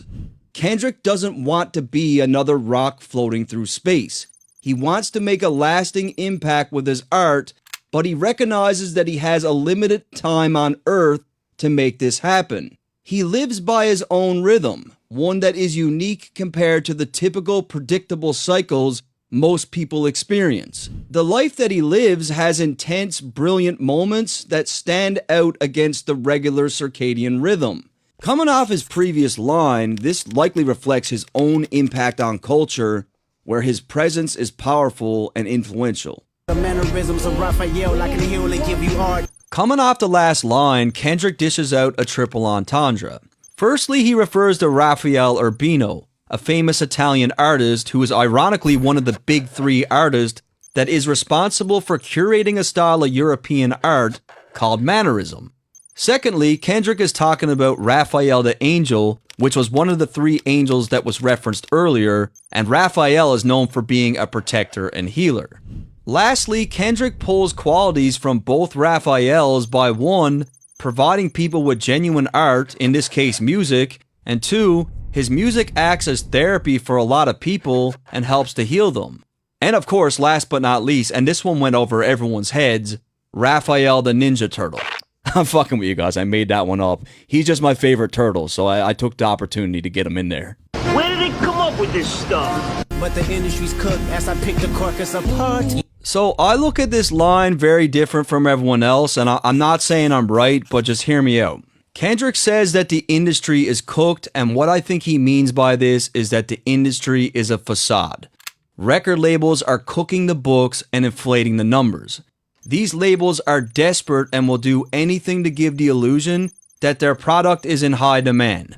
By picking the carcass apart, I feel Kendrick is alluding to exposing even more industry secrets, as we heard exactly how he felt about it on Euphoria. And fuck the industry too. And I think what I'm saying makes even more sense on the next line. Yeah, somebody's lying. I can see the vibes on act. Even he looking compromised. Let's peel the layers back. So many people have accused Akademiks of being on Drake's payroll and being on the record label's payroll. Now, it's no secret that record labels have been working with influencers, podcasters, streamers, and TikTok dancers to help with sales. However, it's even beyond sales because some of these guys like Aiden Ross and Kai Cenat seriously have the power to shape how an artist is perceived. Drake is UMG's golden boy, and I feel like Kendrick is insinuating that much like how they cook the books for their artist, the industry is crooked and manipulative, and they'll throw as many resources at this thing as possible to protect Drake's name. Let's peel the layers back. It's here where Kendrick appears to be threatening to expose more of these secrets as he plans to peel the layers back, which is something that Pusha said to Drake during their beef. We just gonna peel it back layer by layer. Now, I've been watching Akademiks from the very beginning, and he's a well-documented Drake superfan. I think he just loves Drake. It's his favorite artist. I don't think he's paid off or anything. I just think he's a massive Drake fan. Ain't no brownie points will beat in your chest, harassing ant. Fucking with good people, make good people go to bed. Kendrick makes reference to Drake's trolling antics from earlier on in the beef. Shortly after dropping the Push-Ups track, Drake decided to antagonize Kendrick's manager Ant by posting 2 pictures. Kendrick continues to paint Drake as the bad guy and bully in the situation by insinuating that Drake is picking easy targets. Ant is not a rapper and isn't known for causing issues with anyone, and because Kendrick is close with Ant, he's a good person to defend him. And remember on Euphoria, Kendrick said that he would inherit the beef for Pharrell, who, by all accounts, I believe is a pretty good dude. Conspiracies about Cash Dog, that's not even the leak. So, coming off the last line about messing with good people, Kendrick references Drake's bullying tactics against The Weeknd's manager Cash. A lot of people thought that Cash could have been the mole that was feeding Kendrick information, but he confirms here that this is not the source of the leak. But I think the line actually works in another way also. Conspiracies about Cash Dog also perfectly ties into Drake's claims about Kendrick and Top Dog, where Drake stated on Push-Ups that the label was extorting Kendrick and taking 50% of the profit. Find the jewels like Cash Dog, I just need you to think. Kendrick really starts to play with Drake's head as he's asking Drake to think a little bit harder about who the mole could be. He makes a reference to Cash Doll, who was once robbed for $500,000 in jewelry. It would make a lot more sense if we could find out that it was someone close to Cash Doll that took this jewelry, but in order to do that, someone would need to watch all of her interviews. It was around the time I lost a whole jewelry box full of jewelry in LA. Somebody stole it from me. Oh, I remember that. You went right. Yep. Okay. Yeah, and we'll talk about that. it hurted my. It hurt. It hurted. Because you didn't lose it, somebody took it. Yes, somebody took stole it. So that's somebody you trusted. Yeah. But it's not just about the items too, right? It's also about the people that you have around you. Because that's also a warning call. So Kendrick has clearly been paying attention, and the fact that it was someone inner circle that had a hand in taking his jewelry, this line just gained even more depth. Find the jewels like Cash Dog, I just need you to think. Tough line, man. You gotta say, it is. Now, I don't want to feed too much into this Ebony Prince character from Twitter, but it is definitely interesting given the fact that he posted a bunch of jewelry and proof of receipts of alleged jewelry that Drake purchased. So, I mean, this could very well be in reference to all that. No one can confirm. It's all really weird. Are you finally ready to play? Have you ever? Let's see. Kendrick continues to turn up the heat and references his lyrics from Euphoria. Have you ever played? Have you ever Okay, nigga, let's play. Now he really starts to mess with Drake's head. Have you ever thought that OVO is working for me? Kendrick cleverly attempts to make Drake question all those around him by suggesting that someone close to him is not really on his side. Fake bully, I hate bullies. You must be a terrible person. Everyone inside your team is whispering that you deserve it. So, pretty self-explanatory. Kendrick continues to paint Drake as the bad guy and implies that even his own team are preying on his downfall, claiming that he deserves everything that's coming. Can't Tootsie slide about it, this one is just gonna resurface. Kendrick references Drake's #1 smash, Tootsie Slide. This was a track that had everyone dancing during the summer of 2020, which is something that Drake is really good at doing. Left foot up, right foot slide. Now, Tootsie Slide conveniently dropped just 3 months after a video surfaced of Drake, where he's kissing a 17-year-old girl on stage.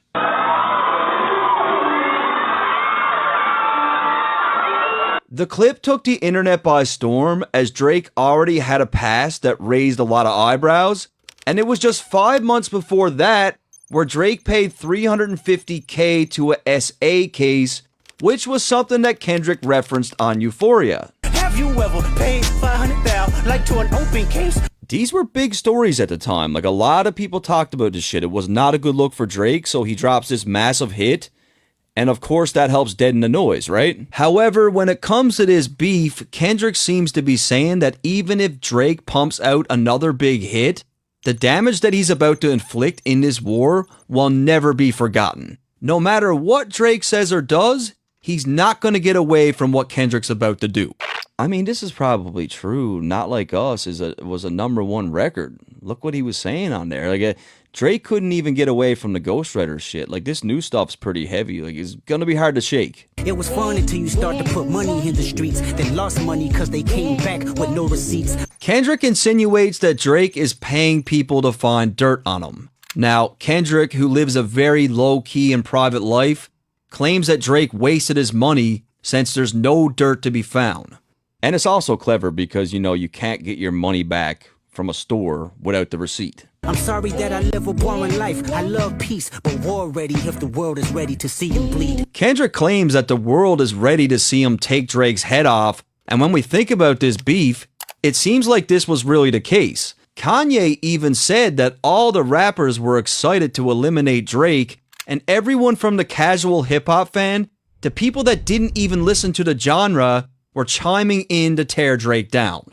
I mean, it was at the point where people were hating on Drake and they didn't even know why. Like, they'd be like, I'm a fucking metalhead, but fuck Drake. The Elohim KTW. So the word Elohim can actually be found in the scripture of multiple religions. In Christianity, it can be found in the Old Testament, and in Judaism, it's used in the Hebrew Bible. However, in both religions, it's recognized as a word for God. Kendrick could be using this here as a word of common ground between the two religions to state that regardless of the faith, he is the God. And in the exact same context, he uses this word on Family Ties, which is a record that I always thought was full of shots at Drake. The Elohim, the rebirth. Before you get to the Father, you gotta holler at me first, bitch. Now, the KTW thing is cryptic as it gets. Like, I cannot figure it out. I look for days and days. None of the theories that I saw make sense to me. I think it's something that only Drake is going to understand.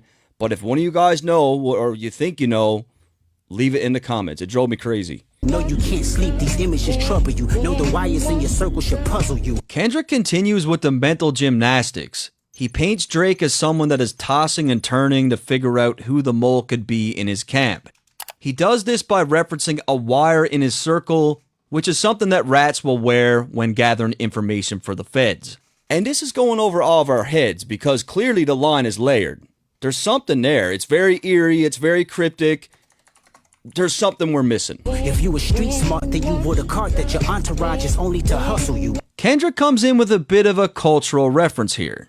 Drake isn't from the streets, but over the years has surrounded himself with street people. It's not uncommon in hip-hop for a rapper to have an entourage of people who are only around for their own benefit. So Kendrick's saying, like, Drake is so ignorant that he believes that these guys really like him when they're just using him, and Kendrick's a little wiser to it. Like, he's seen this play before. 100 niggas that you got on salary, and 20 of them want you as a casualty. Kendrick makes reference to the people on Drake's payroll. Now, this could be a reference to anything from the people that signed to his label, the team of writers that he's employed, streamers like Aiden Ross or Kai, his mob ties connection with Jay Prince, or any of the other street connections that he may have established over the years. And he's saying 20% of these guys want you out of here. They want you gone. And one of them is actually next to you, and two of them is practically tired of your lifestyle, just don't got the audacity to tell you. But now, I'll be honest, guys. I'm not going to sit here and pretend to know who Kendrick's talking about here. Is it 21 Savage? Is it 40? Is it Yachty? Is it Chubbs? Who really knows? It does seem very specific, and Kendrick says this with such conviction. But at the same time, this could also just be a war tactic to get inside Drake's head even further to make him question absolutely anyone that's close to him. It's a crazy angle, but no one knows for sure who he's talking about. let me tell you some game, cause I can see you, my little homie. You playing dirty with propaganda, hit blow up on you. Coming off the last line where Kendrick claimed that people close to Drake don't have the heart to tell him the truth, Kendrick claims that he's about to give some advice to Drake as he can see through his dirty propaganda and suggests that it's going to blow up in his face. This could be in reference to the narratives that Drake has been planting about his failed relationship with Whitney, the 50-50 split rumors with TDE, using streamers like Aiden and Kai to help with public perception, or cooking the numbers. You're playing nerdy with Zach Bia and Twitter bots. So remember what I mentioned earlier about Kendrick's thoughts on the music industry when it comes to cooking the numbers. Popular influencer Zach Bia hosted an online DJ segment on his Instagram during COVID-19. The show garnered a huge amount of traffic, and he even premiered Drake's hit Tootsie Slide. It's about to be the hottest song in the world. Song of the summer. No sequence. What Kendrick is trying to get across here is that Drake uses every resource imaginable to manipulate the masses. He drives this home even more with the reference to Drake using Twitter bots during the beef, which is something else that he was accused of doing. But your reality can't hide behind Wi-Fi. Kendrick claims that what he's about to reveal about Drake will be so extreme that all his old tactics won't work anymore. This ties perfectly into what he said earlier about not being able to Tootsie Slide his way out of the situation by using someone like Zach Bia for internet games. Your little means is losing steam, they figured you out. Kendrick claims that Drake's Instagram memes and the trolling that he was doing is losing steam, which is 100% correct. In hindsight, all the childish bullshit that Drake was doing online only made him look even more ridiculous when this beef came to a close. It really annoys me because when Drake went against Meek, he was quiet. He let the music talk. And now in this beef, he acted like Meek. He had the Twitter fingers. He was doing all these memes, and it just made him look ridiculous. The first opinions is not convincing, I need a new route. So again, back to the streamers, influencers, podcasters, and media personalities. Many said that UMG and Drake were paying these people off, forcing opinions. It's a little bit ridiculous. I mean, even people were saying that I was paid off by Drake. Tons of people. It's like if anyone says anything good about him, they're on some sort of payroll. Like maybe he's doing some things right. Maybe some people agree with him. You know what I mean? It's time that you look around on who's around you. Before you figure that you're not alone, ask what Mike would do. So in the first line, Kendrick is advising Drake to take a good look at his team, assess the situation, and start questioning who's really loyal here. He then suggests that Drake is not alone with his OVO team, meaning that someone from outside is always present. I mean, this whole planting seeds of doubt in Drake's brain about his crew is like a huge angle in the latter part of this record. To end things off, Kendrick tells Drake to think about what Mike would do, which is definitely a reference to Michael Jackson, as he also quotes his song, You're Not Alone. What's even more interesting is the fact that R. Kelly wrote this record for MJ, and we all know about R. Kelly and what he was into. Another MJ flip, and again, this one is fire. Finally, we also got to consider that MJ's personal doctor, someone who he was obviously close with, was proven guilty in court of killing MJ with a cocktail of medications. So again, Drake needs to be careful of who's around him because they might just be responsible for his downfall. And I got to be honest with you guys, this record was extremely difficult to break down. It is very cryptic. The way that it's written is mind-boggling. I know I missed a lot of shit because I know there's a lot of stuff in here that Drake is only going to get and no one else will. Okay. Yeah, it's a pretty good video. Yo, you guys should go get this guy a sub. Go give him a view. Shout out to my boy, what's the dirt? I think he's from Canada as well. All right. Cool. Chat, have y'all seen this? So remember the whole Mike Knox situation? Guy who was with G Unit, I guess. And he apologized to Meek Mill. Right? This is recently after pretty much doubling down that Meek Mill, you know what I mean, you had to see him face to face. He met up with one of Meek Mill's goons, Garcia, and then he filmed an apology video. Now, 50 unfollowed him, and this is a video that 50 posted parodying the situation. He says, now y'all got to see this. He says, I'm a turkey burger. This shit getting wild out here. The caption says, how Ape Gang Garcia and Mike Knox convo really happened. Come on, Garce, man. You gotta be like this, Garce. Come on, man. I apologize, man. On video then. Damn, man, my shirt. I just got it. I had a crew neck. This is a V-neck. 3, 2, 1. What's up, man? We're right here with Garcia, man. He ran up on me. I mean, we ran into each other. We had a serious conversation. We talked about how I'm out of pocket. I'm out of line. I was disrespectful. Meek Mill hate train and shit. Right, the Meek Mill hate train and everything like that, man. Oh, shit. I just want to tell you, do not play with the chasers or you will be chased. That's one thing about it. You guys are grown men and I'm a turkey burger. And turkey burger with extra turkey bacon to be exact. I can say that about you. I should have called you. I should have called Meek. I should have called Ryder. At this point, I should have called God. I must have really lost my marbles fucking with y'all. And I just want to say, man, I apologize to you. Man, you a stand-up dude. You stand on business. I apologize to Meek. Meek, I apologize to you. I'm sorry, man. Sincerely, I'm sorry. You run your city from South Philly all the way back to Uptown. I can say that exactly. And I don't care how anybody feels about this. I don't care about what you feel or how you think. I'm telling these guys I apologize, man. Seriously, man. These guys are honorable. That nigga got himself up. And as a man, I apologize, man. As a man. Come on, Garth, man. You gotta be like. Damn. Now, obviously, what he's talking about is where's the video? Look at this. Me and Garcia had a conversation. I don't lie, I'm a fat. Bumped into each other. We had a serious conversation about this situation with me and how I was out of pocket, how I was wrong, right? How I was fucked up, how I was disrespectful, how I wasn't man time, how I got caught up in the bullshit with the Instagram and being disrespectful, and we had something going on together where we all were supposed to do something together and switch, and I got on some bullshit with the disrespect, right? With the Meek Mill hate train, with the disrespect and the saying anything that wasn't supposed to be said on man time.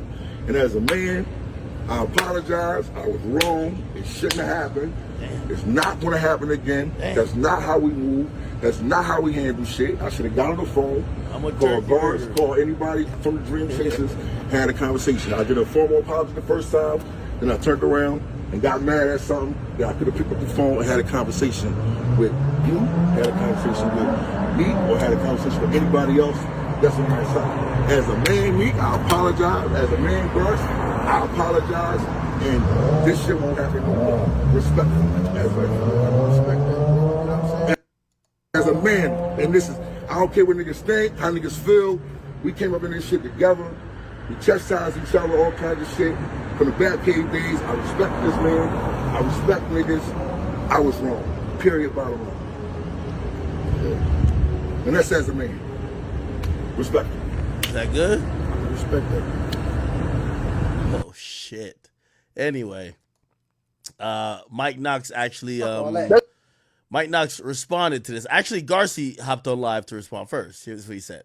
Goofy shit to me, bro. If you felt like that's how you felt, then you should have picked up the phone and called niggas. Don't get on this internet shit trying to do this shit for the people, like you coming in here checking niggas for the people, like you saying some real shit just because you coming on here screaming. Cause the phone call could have been placed when the nigga dropped the diss record. If that was the case, if you felt like that, you should have felt like that shit when the shit initially started. 100%. You could have got niggas calls initially when this shit initially started. Like where the fuck you thought this shit was gonna go? The fuck? Oh, man. It's just too much goofy shit, man, and too many niggas' opinions, man. How about mind your fucking business if it ain't got nothing to do with you? How about that? And that goes to anybody, not even just talking about H. I'm talking about everybody. It's one thing to talk about something, man, because that's just how it go. It's the current events. Yo, this nigga, I think this is a Garcia dude. This is a new ARI with Philly right now. Yo, he got niggas just like Yo, you know how there was like, yo, Kendrick ain't even start rapping yet, and J. Cole just apologized? Like, J. Cole was like, nah, my bad, Kendrick, you got it, you the best. I'm sorry, I'm a bitch, you're the best. I'm a hoe, you're the best. I'm a whack-ass rapper, you're the best. Like, he just started copying all type of pleas. You're like, what the fuck? Like, that's the first sign Drake should have got, like, maybe this nigga is the boogeyman. What the fuck? Nigga, did you just start apologizing before you responded, nigga? What in the fuck? Niggas see this guy. Yo, I'm sorry for all my disrespect. I'm sorry I was even born. Yo, I'm sorry I woke up today. I'm sorry I even came down here. I'm sorry I respect the apology that I ain't even give. Yo, I'm sorry about everything. Listen, I'm sorry my crew neck wasn't a V-neck today. Grab it. Nah, it's crazy. This is a new boogeyman right here. This is a boogeyman of Philly right here. Cool, I understand that. But when you come in like, bro, like niggas in jail, when they go to niggas with issues about some shit that's they issues. Craziest thing is, yo, this is the toughest nigga with glasses I've ever seen. Yo, I've never seen a nigga that got glasses. You know what that tells me? Bro, niggas don't even touch him. Cause you punch a nigga in the face with glasses, this shit break. His shit was impeccable, designer too. This is the boogeyman. Niggas' whole bed be fucked up after that. Niggas in the streets that get in between other men issues, bro, niggas' whole shit be fucked up after that. You know what I'm saying? Sometimes you gotta mind your business. Don't try to come in on here doing no shit for the people, bro, because that's the same shit. I ain't gonna lie, he do give off apologetic aura. Like, you see a nigga like this, you kind of want to apologize. Like, nigga, after watching Mike Knox apologize, nigga, I'm trying to figure out what I need to apologize. Nigga, I'm writing my apology right now. That'll make shit go left and go bad for no reason. Sometimes it's just best to say, damn, whether your opinion is your opinion, I don't give a fuck. If you feel like niggas is tripping, or you feel like niggas is right, or you feel like niggas is wrong, I don't give a fuck. Yo, this nigga, the brother Muzone of Philly, bro. The brother Muzone, like, you know the Muslim nigga? The Muslim nigga with the glasses? This is him right here. We found him. Chat, we found him right here. Brother Muzone. Brother Muzone. This nigga right here. This is how that nigga stood. That nigga stood and looked at Mike Knox just like this. Like, yo, that nigga look just like this, bruh. Yo, you haven't seen this part of The Wire?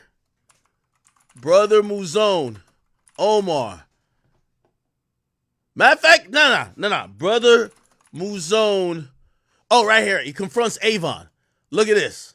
Real gangster. Look at this shit. This is how that nigga Garcia walked in, bro.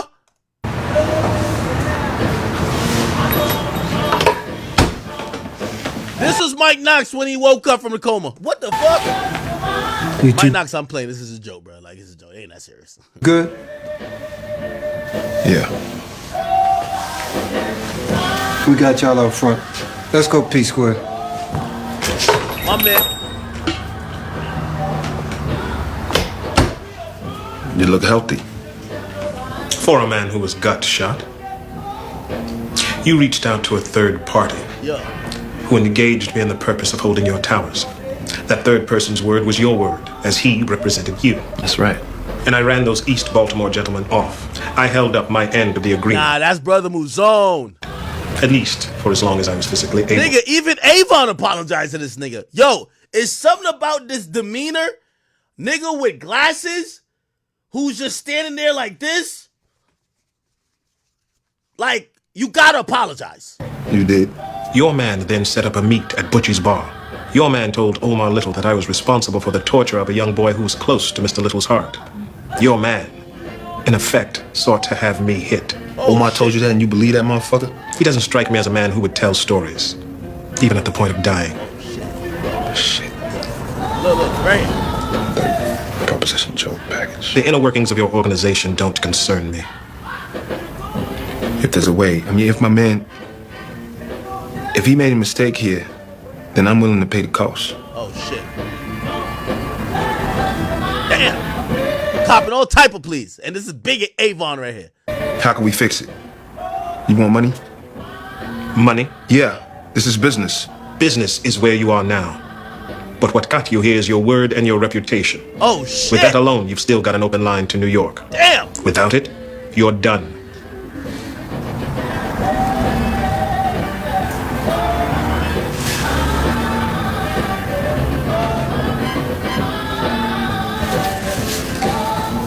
Damn, man. Holy. Anyway. Just go ahead and think that shit to yourself and keep it fucking moving. Don't bring that shit over here. Unless you want to call my phone and have a normal conversation, I'm okay with that. I had niggas call my phone and say, damn, bro, I feel like you wrong. Or I feel like you right. I don't give a fuck what you niggas feel like. Nigga, I'm a man and I'm going to stand on my own too. And I know right from fucking wrong. I know how to move and how not to move, bro. I'm around. Okay, all right. Let's go to Mike Knox. This is Mike Knox. You know what I mean? He's doubling down. Nobody pressed him. Here we go. That motherfucker, I'm always sweating, y'all. Y'all don't even know. A nigga always be sweating for real, bro. Like straight up. I'm just like a charged up person. But since the beginning of all this shit that's been going on, I ain't gonna lie, I've been watching, nigga. I've been watching. I would act like I wasn't watching, I watched that shit. Right? And nigga said that Garcia had this nigga proofread his apology.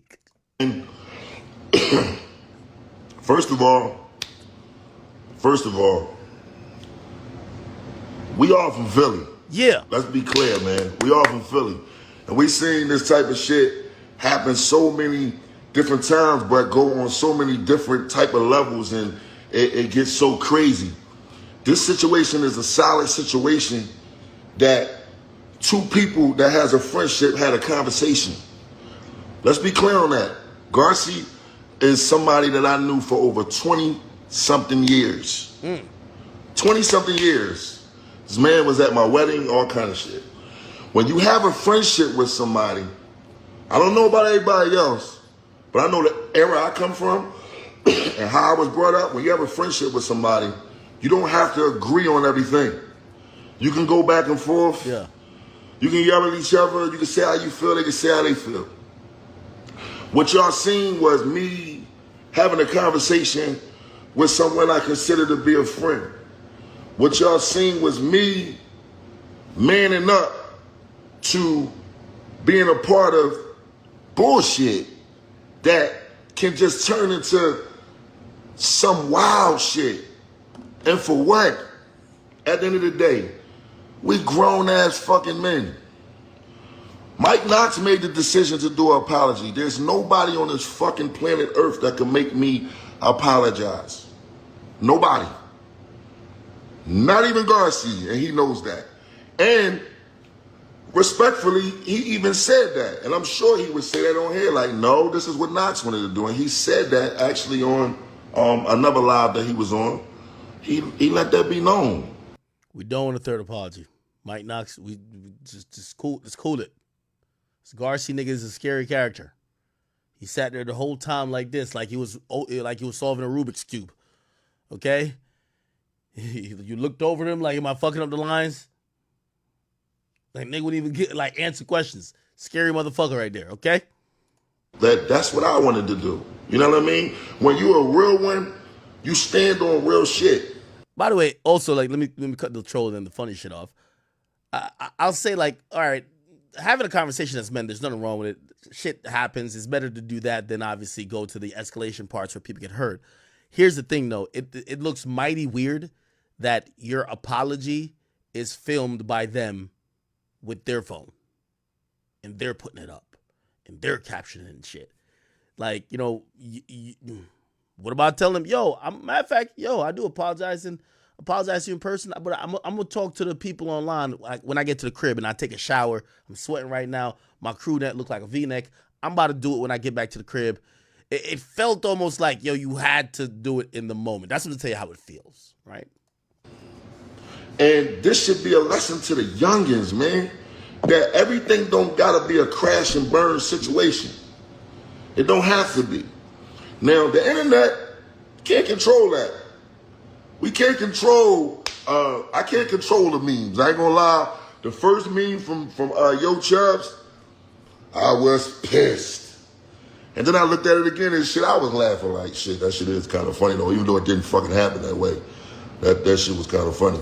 But, yo, man, like, listen, on some real shit, it's okay to be normal, man. It's okay. I've been through a lot of shit, yo. Like, it's no way possible that I would go through this whole entire... Somebody says make the respect as loud as the disrespect. He's owning that. All right, cool. I agree with you with that. The public apology, whatever. But here's the thing. It's one thing if like it's almost disrespecting your manhood if it looks like you're being held at gunpoint forcing an apology in front of these guys. You know what I mean? Like, again, you didn't disrespect them in front of them while they're holding the camera. You disrespected them when you were at home. So why can't you record your apology video at home? Entire journey and let a person just discredit me in any kind of way. You know what I mean? Now, I can't dictate what somebody else may feel and what their opinions may be of Mike Knox. But I know what Mike Knox is. And let's be clear on something. A lot of people were taking shots and saying shit and saying this. And I'm like, okay, cool. But when you look at niggas like Rick Ross, like, nigga, you was a Carol City fucking cop. You don't get to have an opinion on me. I'm a real nigga, man, that stood up. But I understand why you mad. I get it. You're mad because of what I did to your man at the BET Awards and you still haven't got the chain back. Oh, shit. So I get it. I understand. Wait, he's the one who took the chain from Gunplay? Oh, wow. Full circle moment. But you shouldn't be worried about me. You should be worried about game. Why you paying attention to what I got going on, but you ain't responding to game yet? You the police. You don't even get to have any type of nothing when it come to me. Y'all got to stop trying to create this narrative with me and Garcia, like me and Garcia have an issue or Garcia gripped me up. Garcia did not grip me up. Garcia expressed that he did not grip me up and that he did not touch me. He expressed that nobody did anything to Knox. Knox popped up and he had a conversation. That was it. That was all. It was my idea. Let's move on from it. You know, people will look at the tape and be like, oh, his shirt was messed up because I'm a fat nigga, right? And I'm a North nigga, and I took my shirt and went like this and kept having the conversation. Wait, ain't no way that dirt stain on the shirt was because he wiped his face. Bruh, you gotta get some better skincare. If you wipe your face with a white shirt and it's that green like you just fell? Oh, hell nah, nigga. Wait, hold on. No fucking way. Look at this. Bro, this stain right here? Yeah, bro, bullshit with the... Nigga, I ain't gonna lie. I'd rather admit he beat me up. Bro, I'm not admitting my face is this dirty. Yo, no way. Yo, I swear I ain't admitting my face this dirty. Nigga, hell to the no. Nigga, this is like lard. Like, nigga, you just wiped like a whole layer of cholesterol. Nigga, what the fuck? Nah, hell nah, nigga. I'm gonna just say, nah, he beat my ass. Nah, hell nah. If I wipe my face with my shirt and it's discolored, I'm not admitting that. That's not me. I don't care how fat I am. I'm fat, but I'm clean. Fuck that. I'm fat, but I'm clean. Like, hell no.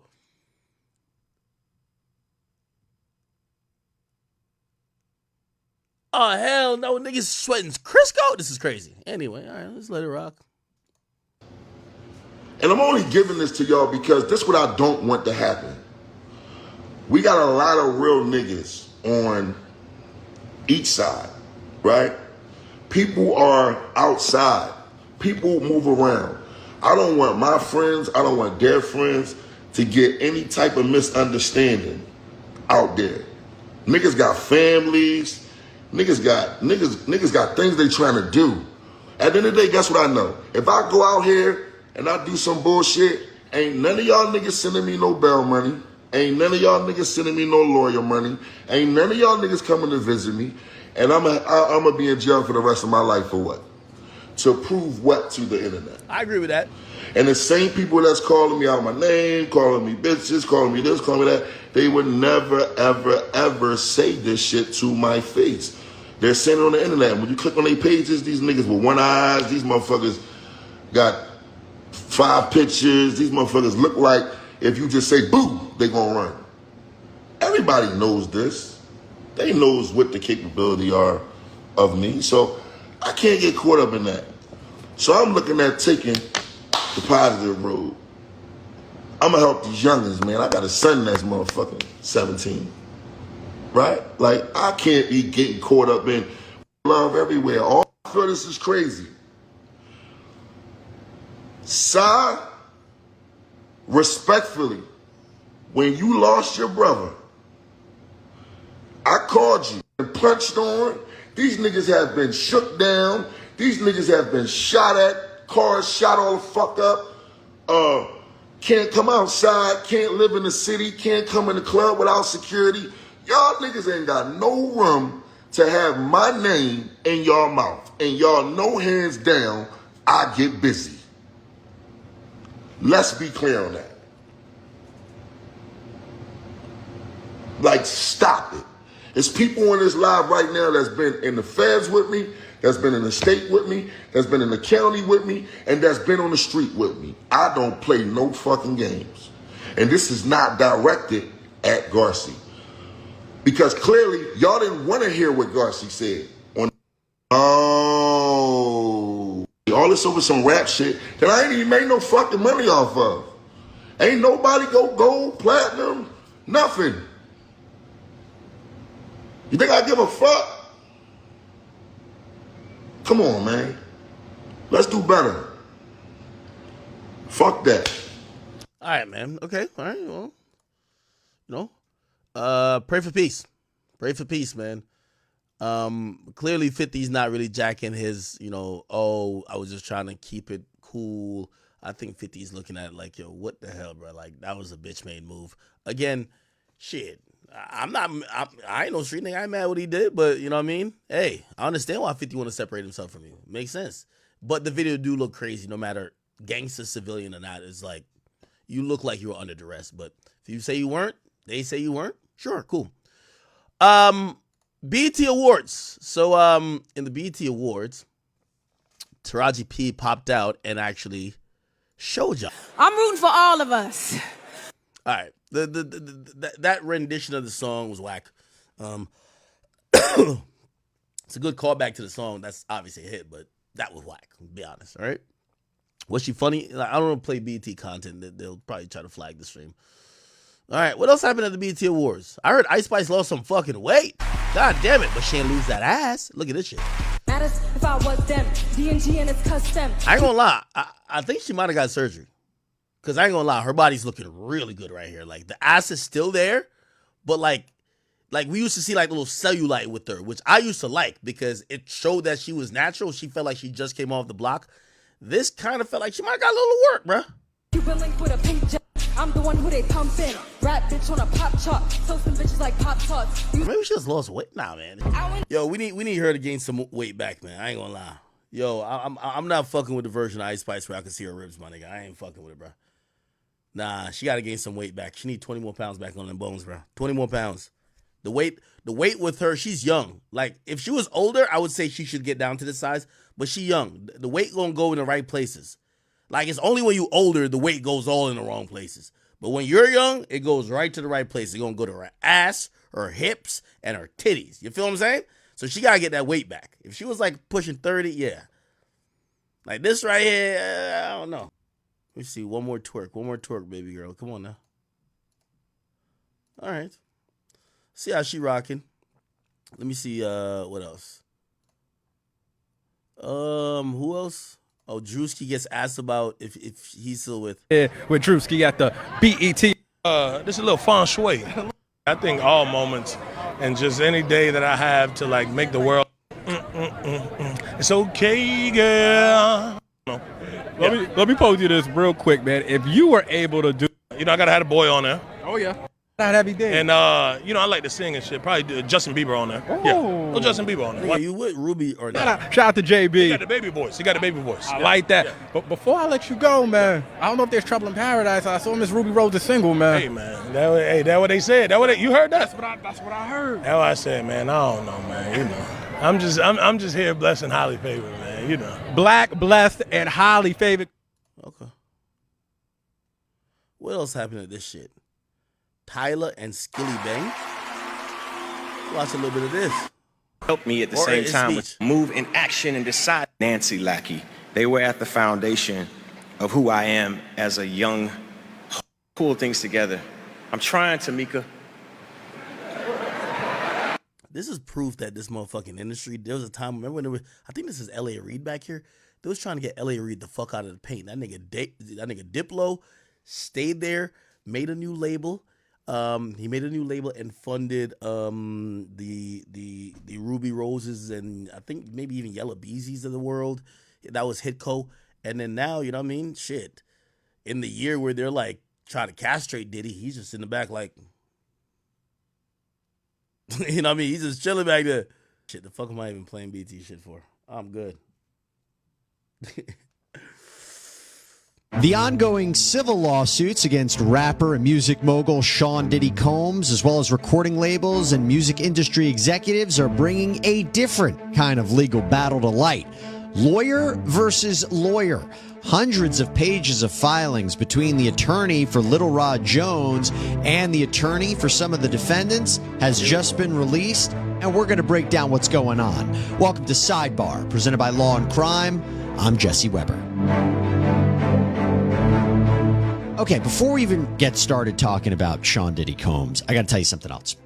I went to CrimeCon this past weekend in Nashville, Tennessee. Me and Jeanette Levy, our whole Law and Crime team. And I got to tell you, you know what was amazing? More than anything, because it's a great experience, but you know what was really amazing? Is YouTube blocked? Oh my God.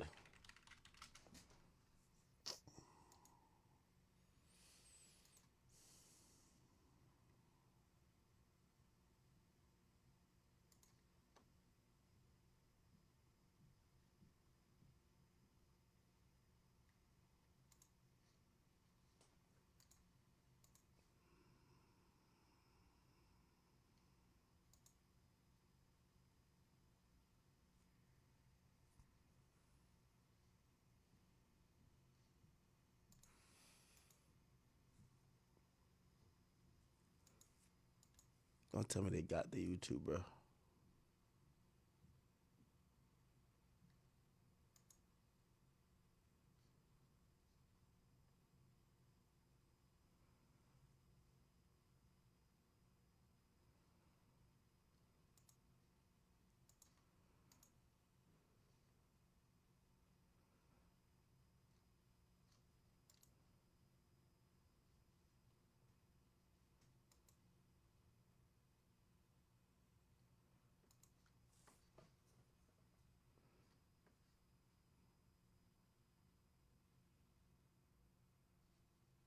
Man, they got me out of there with that, huh?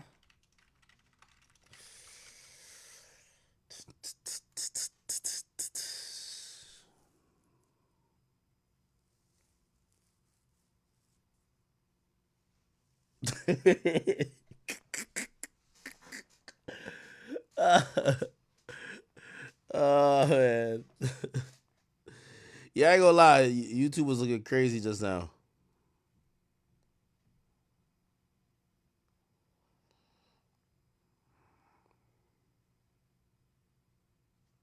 Are we good? Nah, I think we might be good. Anyway. Getting a chance to meet you. So many high-profile lawsuits. We covered so much of this here on Sidebar. And while there certainly has been drama along the way, here we go. But a federal judge referred him to the grievance committee in New York. United States of reckless partying, drugging others, sexual violence, and other illegal conduct. Yeah, so you can see he kind of has a certain dramatic flair to his filings. But Mr. Blackburn has also come into the spotlight a bit for other reasons. You see, not only has he been criticized by opposing counsel, which we're going to get into, but a federal judge referred him to the grievance committee in New York. United States District Court judge for the Southern District of New York, Denise Coate, submitted a referral to the New York Federal Court Grievance Committee claiming that there were issues with Blackburn in 5 cases. She wrote in one of these filings, quote, "A reasonable inference from Blackburn's pattern of behavior is that he improperly files cases in federal court to garner media attention, embarrass defendants with salacious allegations, and pressure defendants to settle quickly." Well, with all of that, now Tyrone Blackburn is fighting back. Not necessarily with the judge. He claims he already issued a response regarding that issue. But what we're talking about now is more specifically with respect to Sean Combs, because he is fighting back against the defendants in one of these lawsuits from filing sanctions against him. Let me explain. So Tyrone Blackburn represents Rodney Little Rod Jones, who sued Combs, Combs-affiliated companies, and others, including actor Cuba Gooding Jr. Jones alleges sexual assault, harassment, sex trafficking. As part of the lawsuit, Jones was suing Motown Records, Universal Music Group, UMG, and Lucian Grange, the CEO of UMG. Collectively, they're known as the UMG defendants. We're going to be saying that a lot. Now, interestingly, these defendants, or the attorney who represents these defendants, in a filing wrote, quote, "Plaintiff had also named Universal Music Group as a defendant, but there is no such juridical entity. Universal Music Group is an umbrella name commonly used to refer to all of the various companies and record labels that are encompassed within UMG Recordings, Inc. I therefore assume that plaintiff has misnamed Universal Music Group, intending to actually name UMG Recordings, Inc., and I will refer to Universal Music Group herein as UMG Recordings, Inc." Okay, so would not be great if you get the name wrong of one of the defendants, but putting that aside, with that, Jones alleges that all of these entities are liable for the abuse that he suffered at the hands of Sean Combs. The idea is that all of these defendants are part of this illegal criminal enterprise in violation of RICO, or racketeering law, making money by forcing and threatening people like Jones to transport drugs and guns, solicit minors and sex workers, and make music without properly paying individuals like Jones. That these UMG defendants and other affiliated companies should have been monitoring or warning or supervising what Combs and his associates were allegedly doing, but instead they just wanted to enrich themselves. Now, Jones, despite all of that, through Blackburn, ultimately decided to drop the case against the UMG defendants. And that's the issue.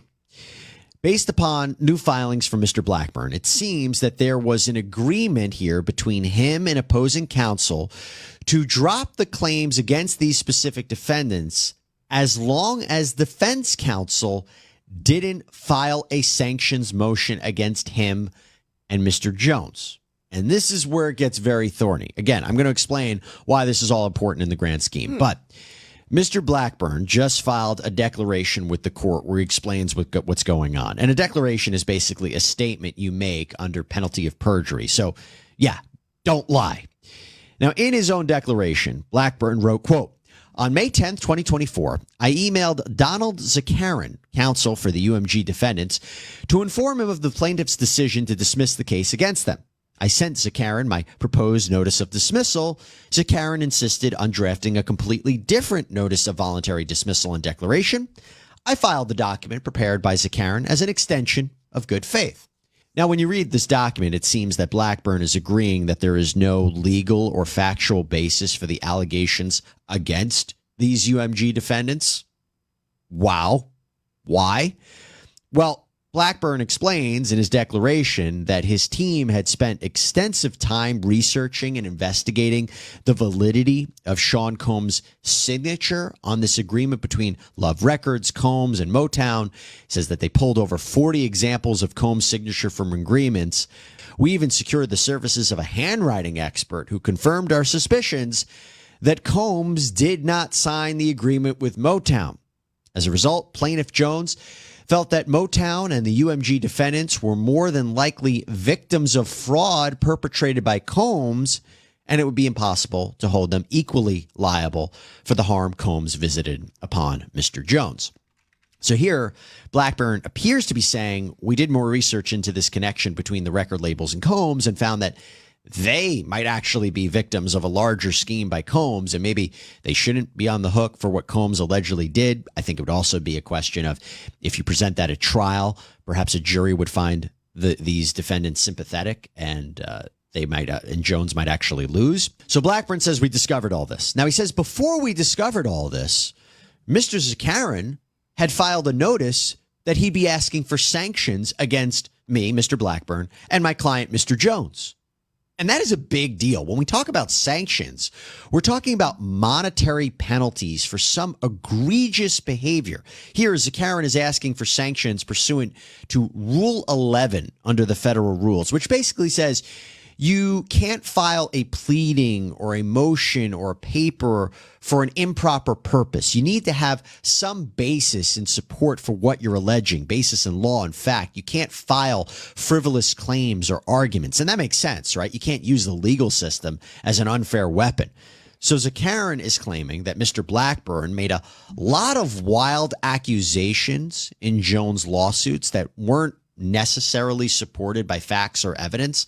And this complaint was filed purely to harass and defame the defendants and to garner media attention for Jones. And this motion that was asking for sanctions against Blackburn and Jones included a sworn declaration from Zakarin.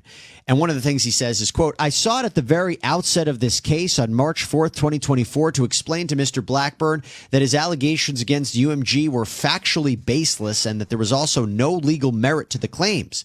Had he conducted a proper examination of the facts and the law, he could not have filed the FAC, First Amended Complaint, which would have spared my clients the hundreds of thousands of dollars in unnecessary legal fees and expenses that this action has now cost them. In one of the filings, Zakarin explains, you claim that Sir Lucian Grange and Miss Habtemariam, that's Ethiopia Habtemariam, the former chairwoman and CEO of Motown, visited Combs' homes in Los Angeles and Miami in the evenings, and both would disappear for hours in Mr. Combs' bedrooms. Aside from the absurd oddity of the identical alleged behavior by two individuals separately on apparently separate occasions, the entire story about their attendance at any events at Mr. Combs' homes or any listening parties is completely fabricated. Sir Lucian Grange has never been to Mr. Combs' homes in L.A. or Miami and never attended or sponsored any listening parties at any of Mr. Combs' homes and was not present at any writers' camps. Thus, everything alleged about both Sir Lucian Grange's supposed knowledge of illicit and illegal activities engaged in by Mr. Combs and others are categorically false. And there are hundreds and hundreds of pages in these memo filings, but it kind of gives you an idea of the accusations against Blackburn and Jones, but especially Mr. Blackburn, right?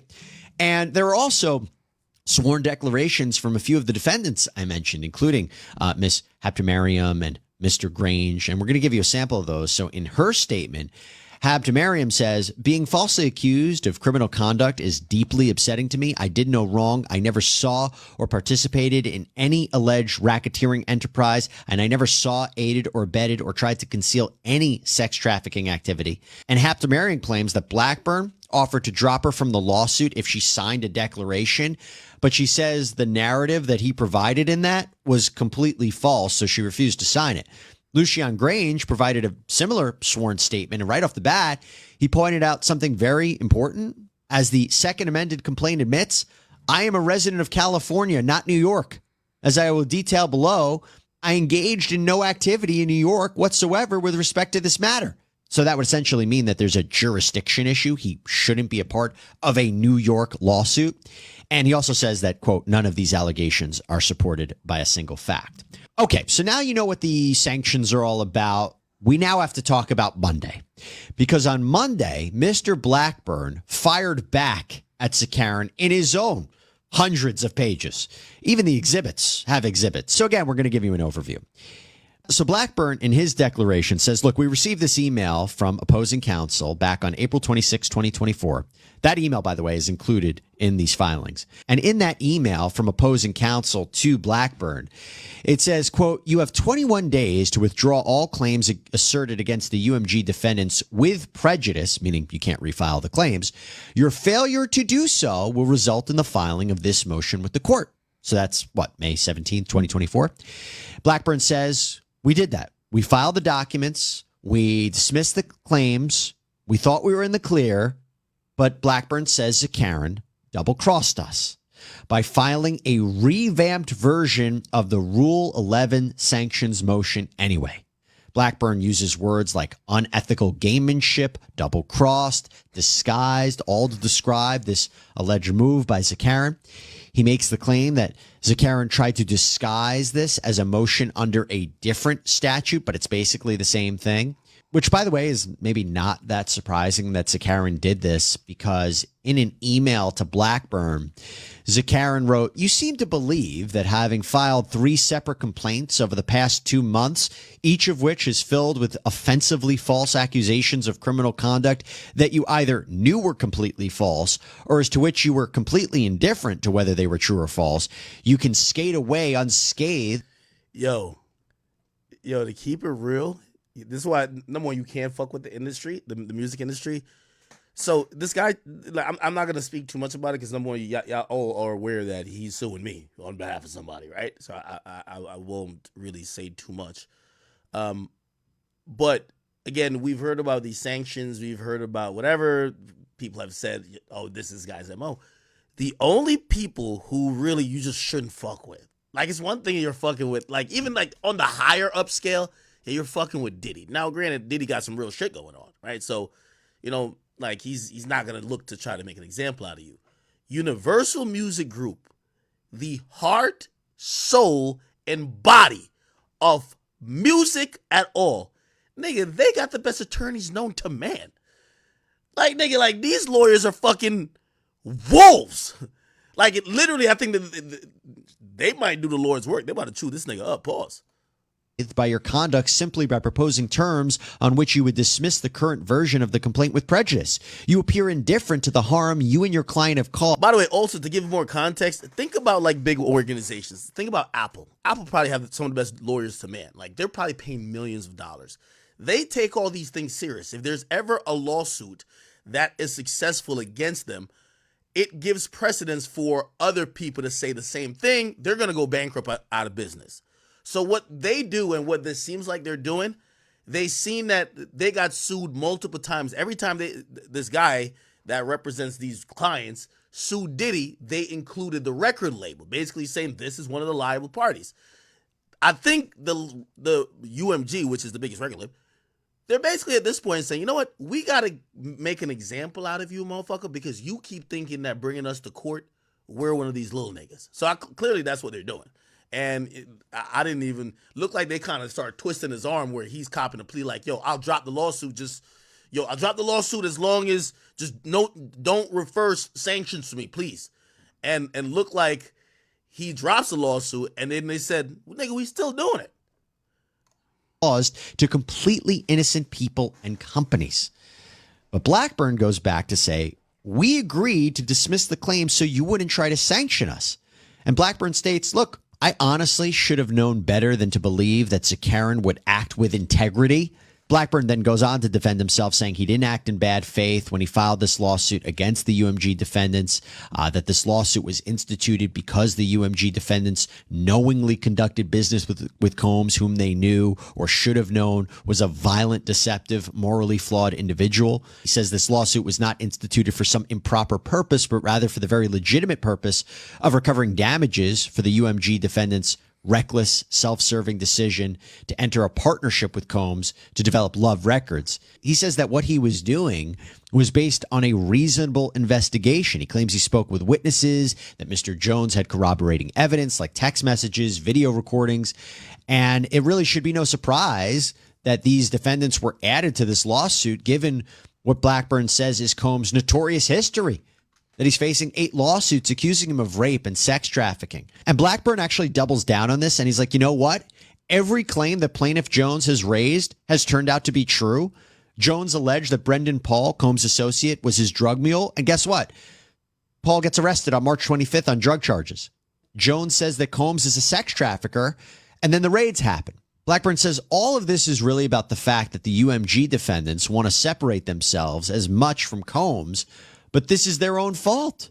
In fact, he uses this language. Remember I talked about colorful language? Before November 16th, 2023, that was the date when Cassandra Ventura filed her lawsuit against Sean Combs. This is his ex-girlfriend.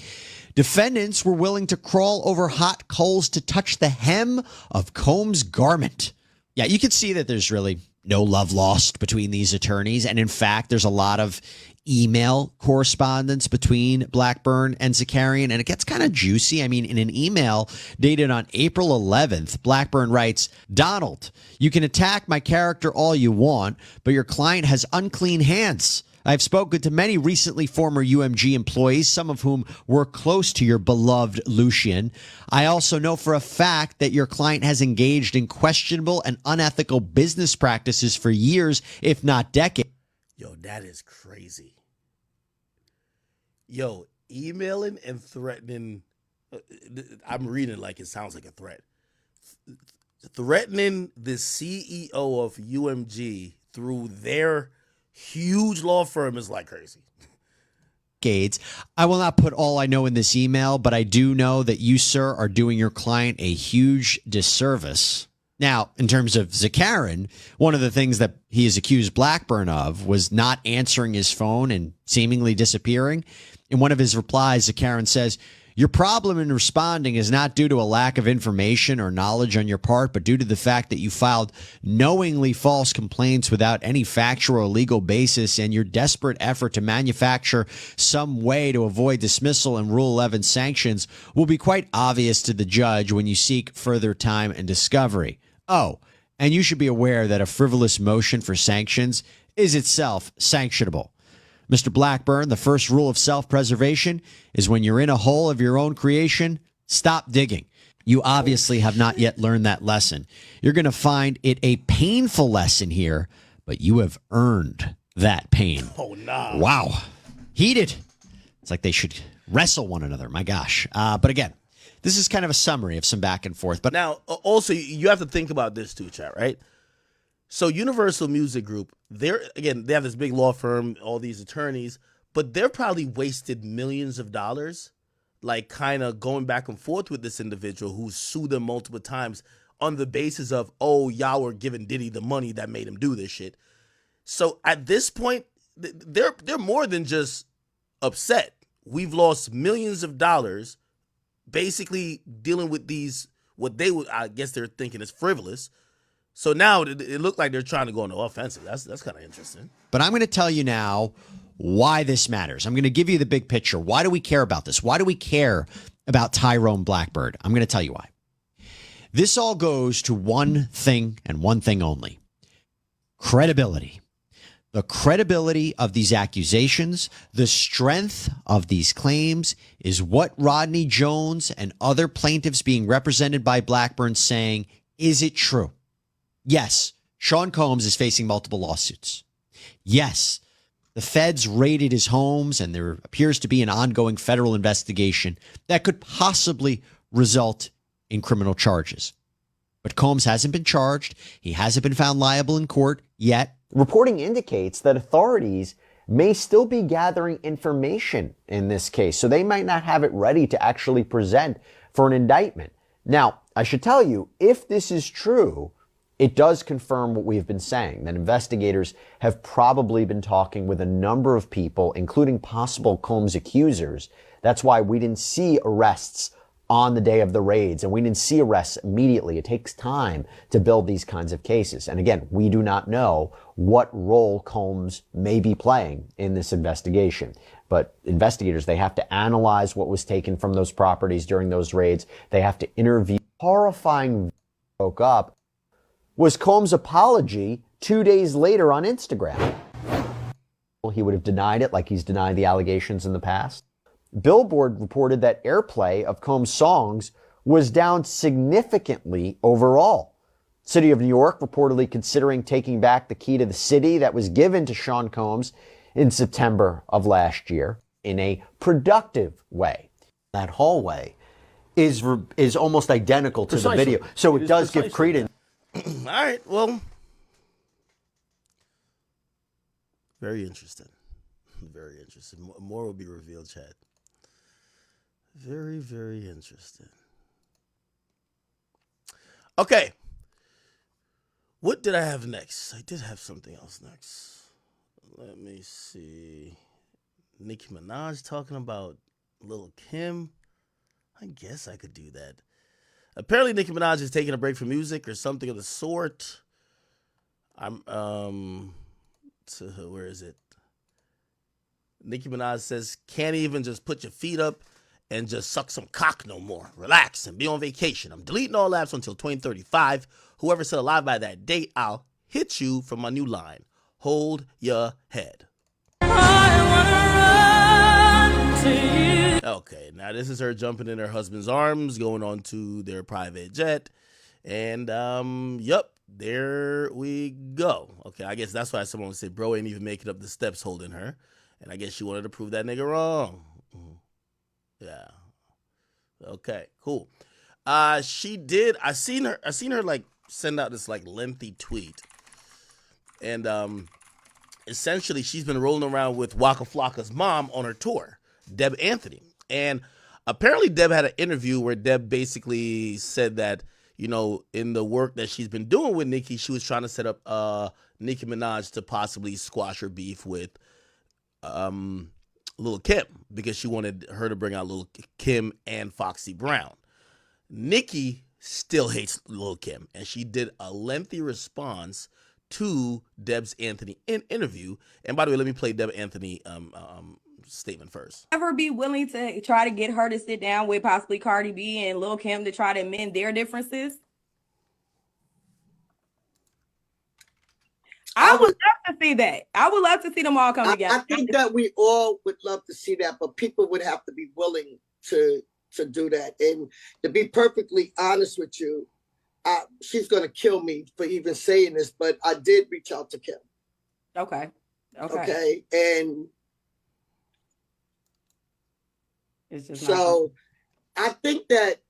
Would you ever be willing to try to get her to sit down with? Okay.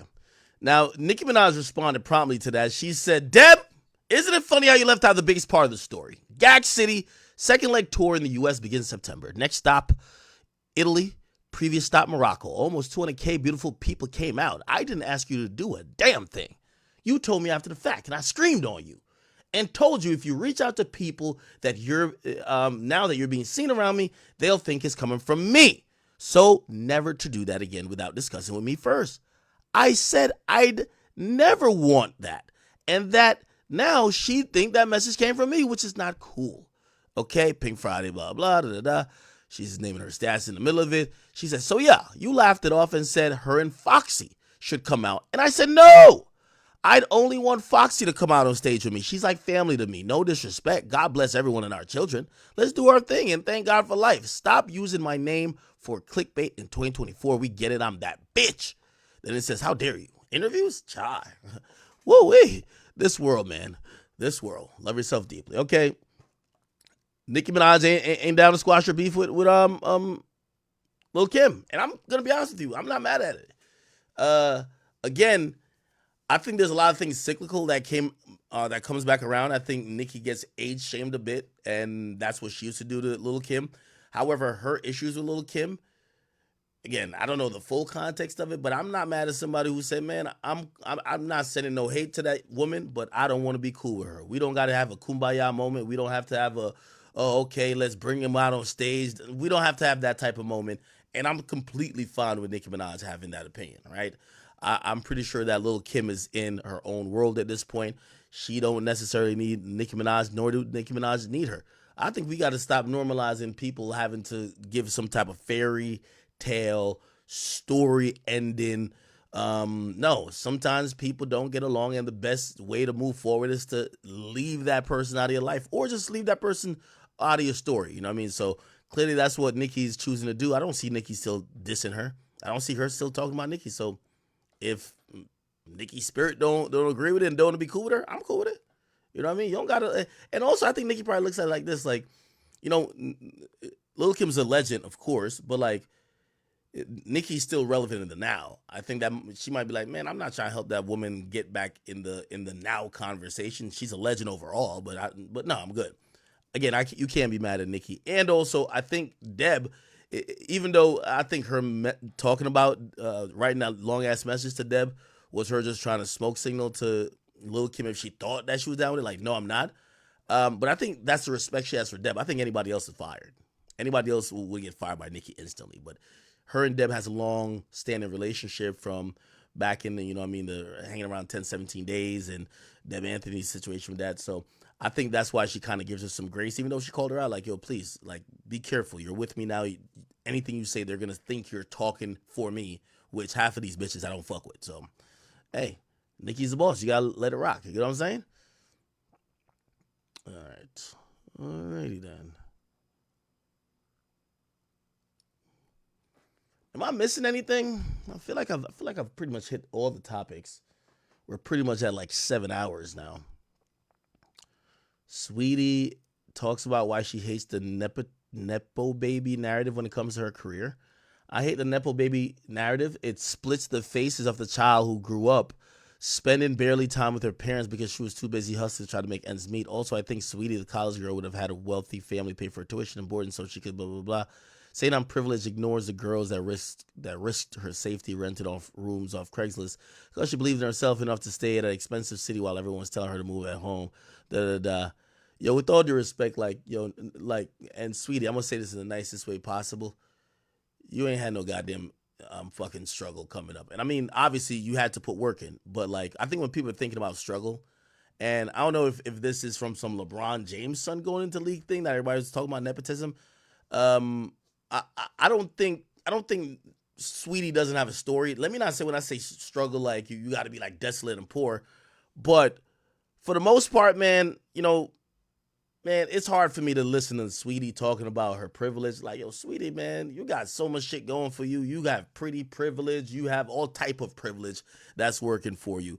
Listen, when an ugly nigga, like, put it like this, you know who probably had to struggle, man? An ugly nigga like Young Thug. Real talk. Like, did you see Young Thug? That nigga had 5 rotten teeth, missing half a gum. That nigga was like missing his jawline. That nigga looked fucked up. If you looked at Young Thug, if somebody could tell me he'd be fucking bitches like Mariah the Scientist and Jerica Carle and be one of the biggest artists in the world, that's struggle, okay? That nigga looked like he had about like $3.48 to his goddamn name before he got famous. You were the baddest bitch at your goddamn college.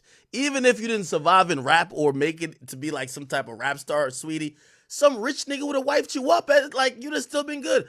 Young Thug would have been literally probably dead on the side of the road if somehow he didn't make it out of that. Look at this. Young Thug 2011 in the hood. Let's like, look at this. He say he do it. Hold on. Let me wind it out. Let me wind it out. Hey, Papa, get on the Come on, bro. Hold on. My nigga. Rocked out right here, man. You know what I'm saying? All right, you check him out now. Only nigga I know take cameras and fuck up. Listen, guys, this is what he doing. He's on his phone. Come on, man. Like, bro, I'm gonna be honest with you. I think that's struggle, bro. Like, I remember him with fucks up teeth and shit like that. Like, where's the other footage? Yeah. No, that's after he got on. There's one with him in the hood. There's one with Young Thug in the hood looking real fucked up, bro. Look at this shit.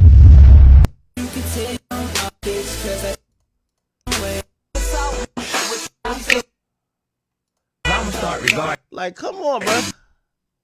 Young Thug had a face only a mother could love. Like, come on, bro. Like, this is struggle. Like, get out of here, Sweetie. With all due respect, girl, like, we happy for you, man. But some could make the point, and some do make the point, that they believe you're more looks than talent. So, like, you know what I mean? They're not over here looking at you like, oh, my God, you had to struggle a lot. Like, yo, you had some good things going for you. Young Thug was an ugly motherfucker, barely could be coherent, barely could talk, look stupid as fuck. You know what I mean? Teeth rotten as hell. The nigga, like, literally is green. I mean, yo, for him to make it, that's what struggle is, if you ask me. And by the way, I'm not saying this to diss Thug. I'm just telling you that nigga came from like the bottom. You know what I mean? Like, you can't be the bad bitch walking around your campus who is gonna get like a nigga that's rich anyway, and then you happen to be like some type of mid-tier or even low-tier rap artist as a female and talking about the struggle. You ain't got no goddamn struggle. What the fuck? This is struggle right here, man. Come the fuck up. Come on, man. Come on, bro. Like, this is struggle. Most of the rappers, you know, like, you ever seen Gucci Man? Like, there's an old video of Gucci Man before he got on. Come on, it got a face only a mother could love. Ugly as shit, dirty t-shirt, you know what I mean? Breath look like it stink through the camera, you know what I mean? Like, come on, like, that's struggle. So, like, it's hard for me to see, like, a female rapper that jump into this. Like, most of these female rappers I get on, I'm not saying all, like, half of the reason y'all even on is because y'all looks, which means God bless you from the get-go. God bless you as soon as you were born. Pretty. Your life is set already. We talking about a nigga who just fucked up, looking ugly, gotta shoot niggas, gotta rob niggas, probably got shot 5 times. These niggas somehow gotta make it.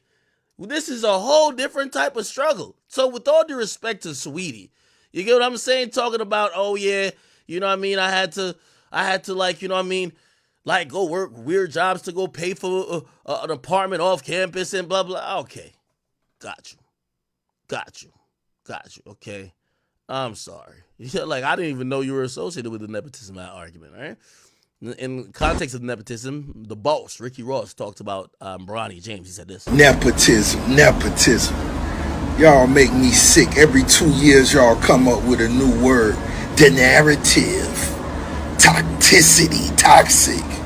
Now it's nepotism. Nepotism. 85% of all you motherfuckers got a job by somebody you know, and that ain't even what I'm referring to.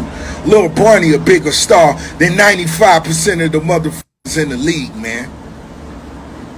This big business. Lil Bronny will sell more Wingstop wings than anybody. 95% of the people that's in the motherfucking backup squads and all that shit. Y'all want to say nepotism. First niggas who want to get in the concert free. You niggas standing in line at the side door in the rain, and you want to say nepotism. Nepotism. Y'all, who was he supposed to play for? Phil Knight's son supposed to go and run Avia or get that Nike money? Y'all let me know. Bronny, as soon as you get out there on that court, make sure you throw that baby powder in the sky. And you run out there and do that leg pump. That's right. Who was he supposed to play for? Phil Knight's son supposed to go and... Yeah, nah, I agree with Ross, but partially, though. Here's my problem when it comes to the NBA. The NBA is becoming almost like golf to a certain extent. You know what I mean? The only way these kids of former basketball players don't make it to the league is if they lose the genetic lottery, right? Like if Bronny, even if LeBron was LeBron's LeBron. If Bronny was 6'9", he would be the first round pick. Like, I mean, again, most of these, from what I've watched when it comes to basketball, like a lot of this shit is like, you know, at least when it comes to the draft, there is certain type of nepotism, and also, you know, oh, they play with these teams and these schools. You know what I mean? It kind of becomes almost like curated, where like the sons of these athletes definitely kind of have like this advantage.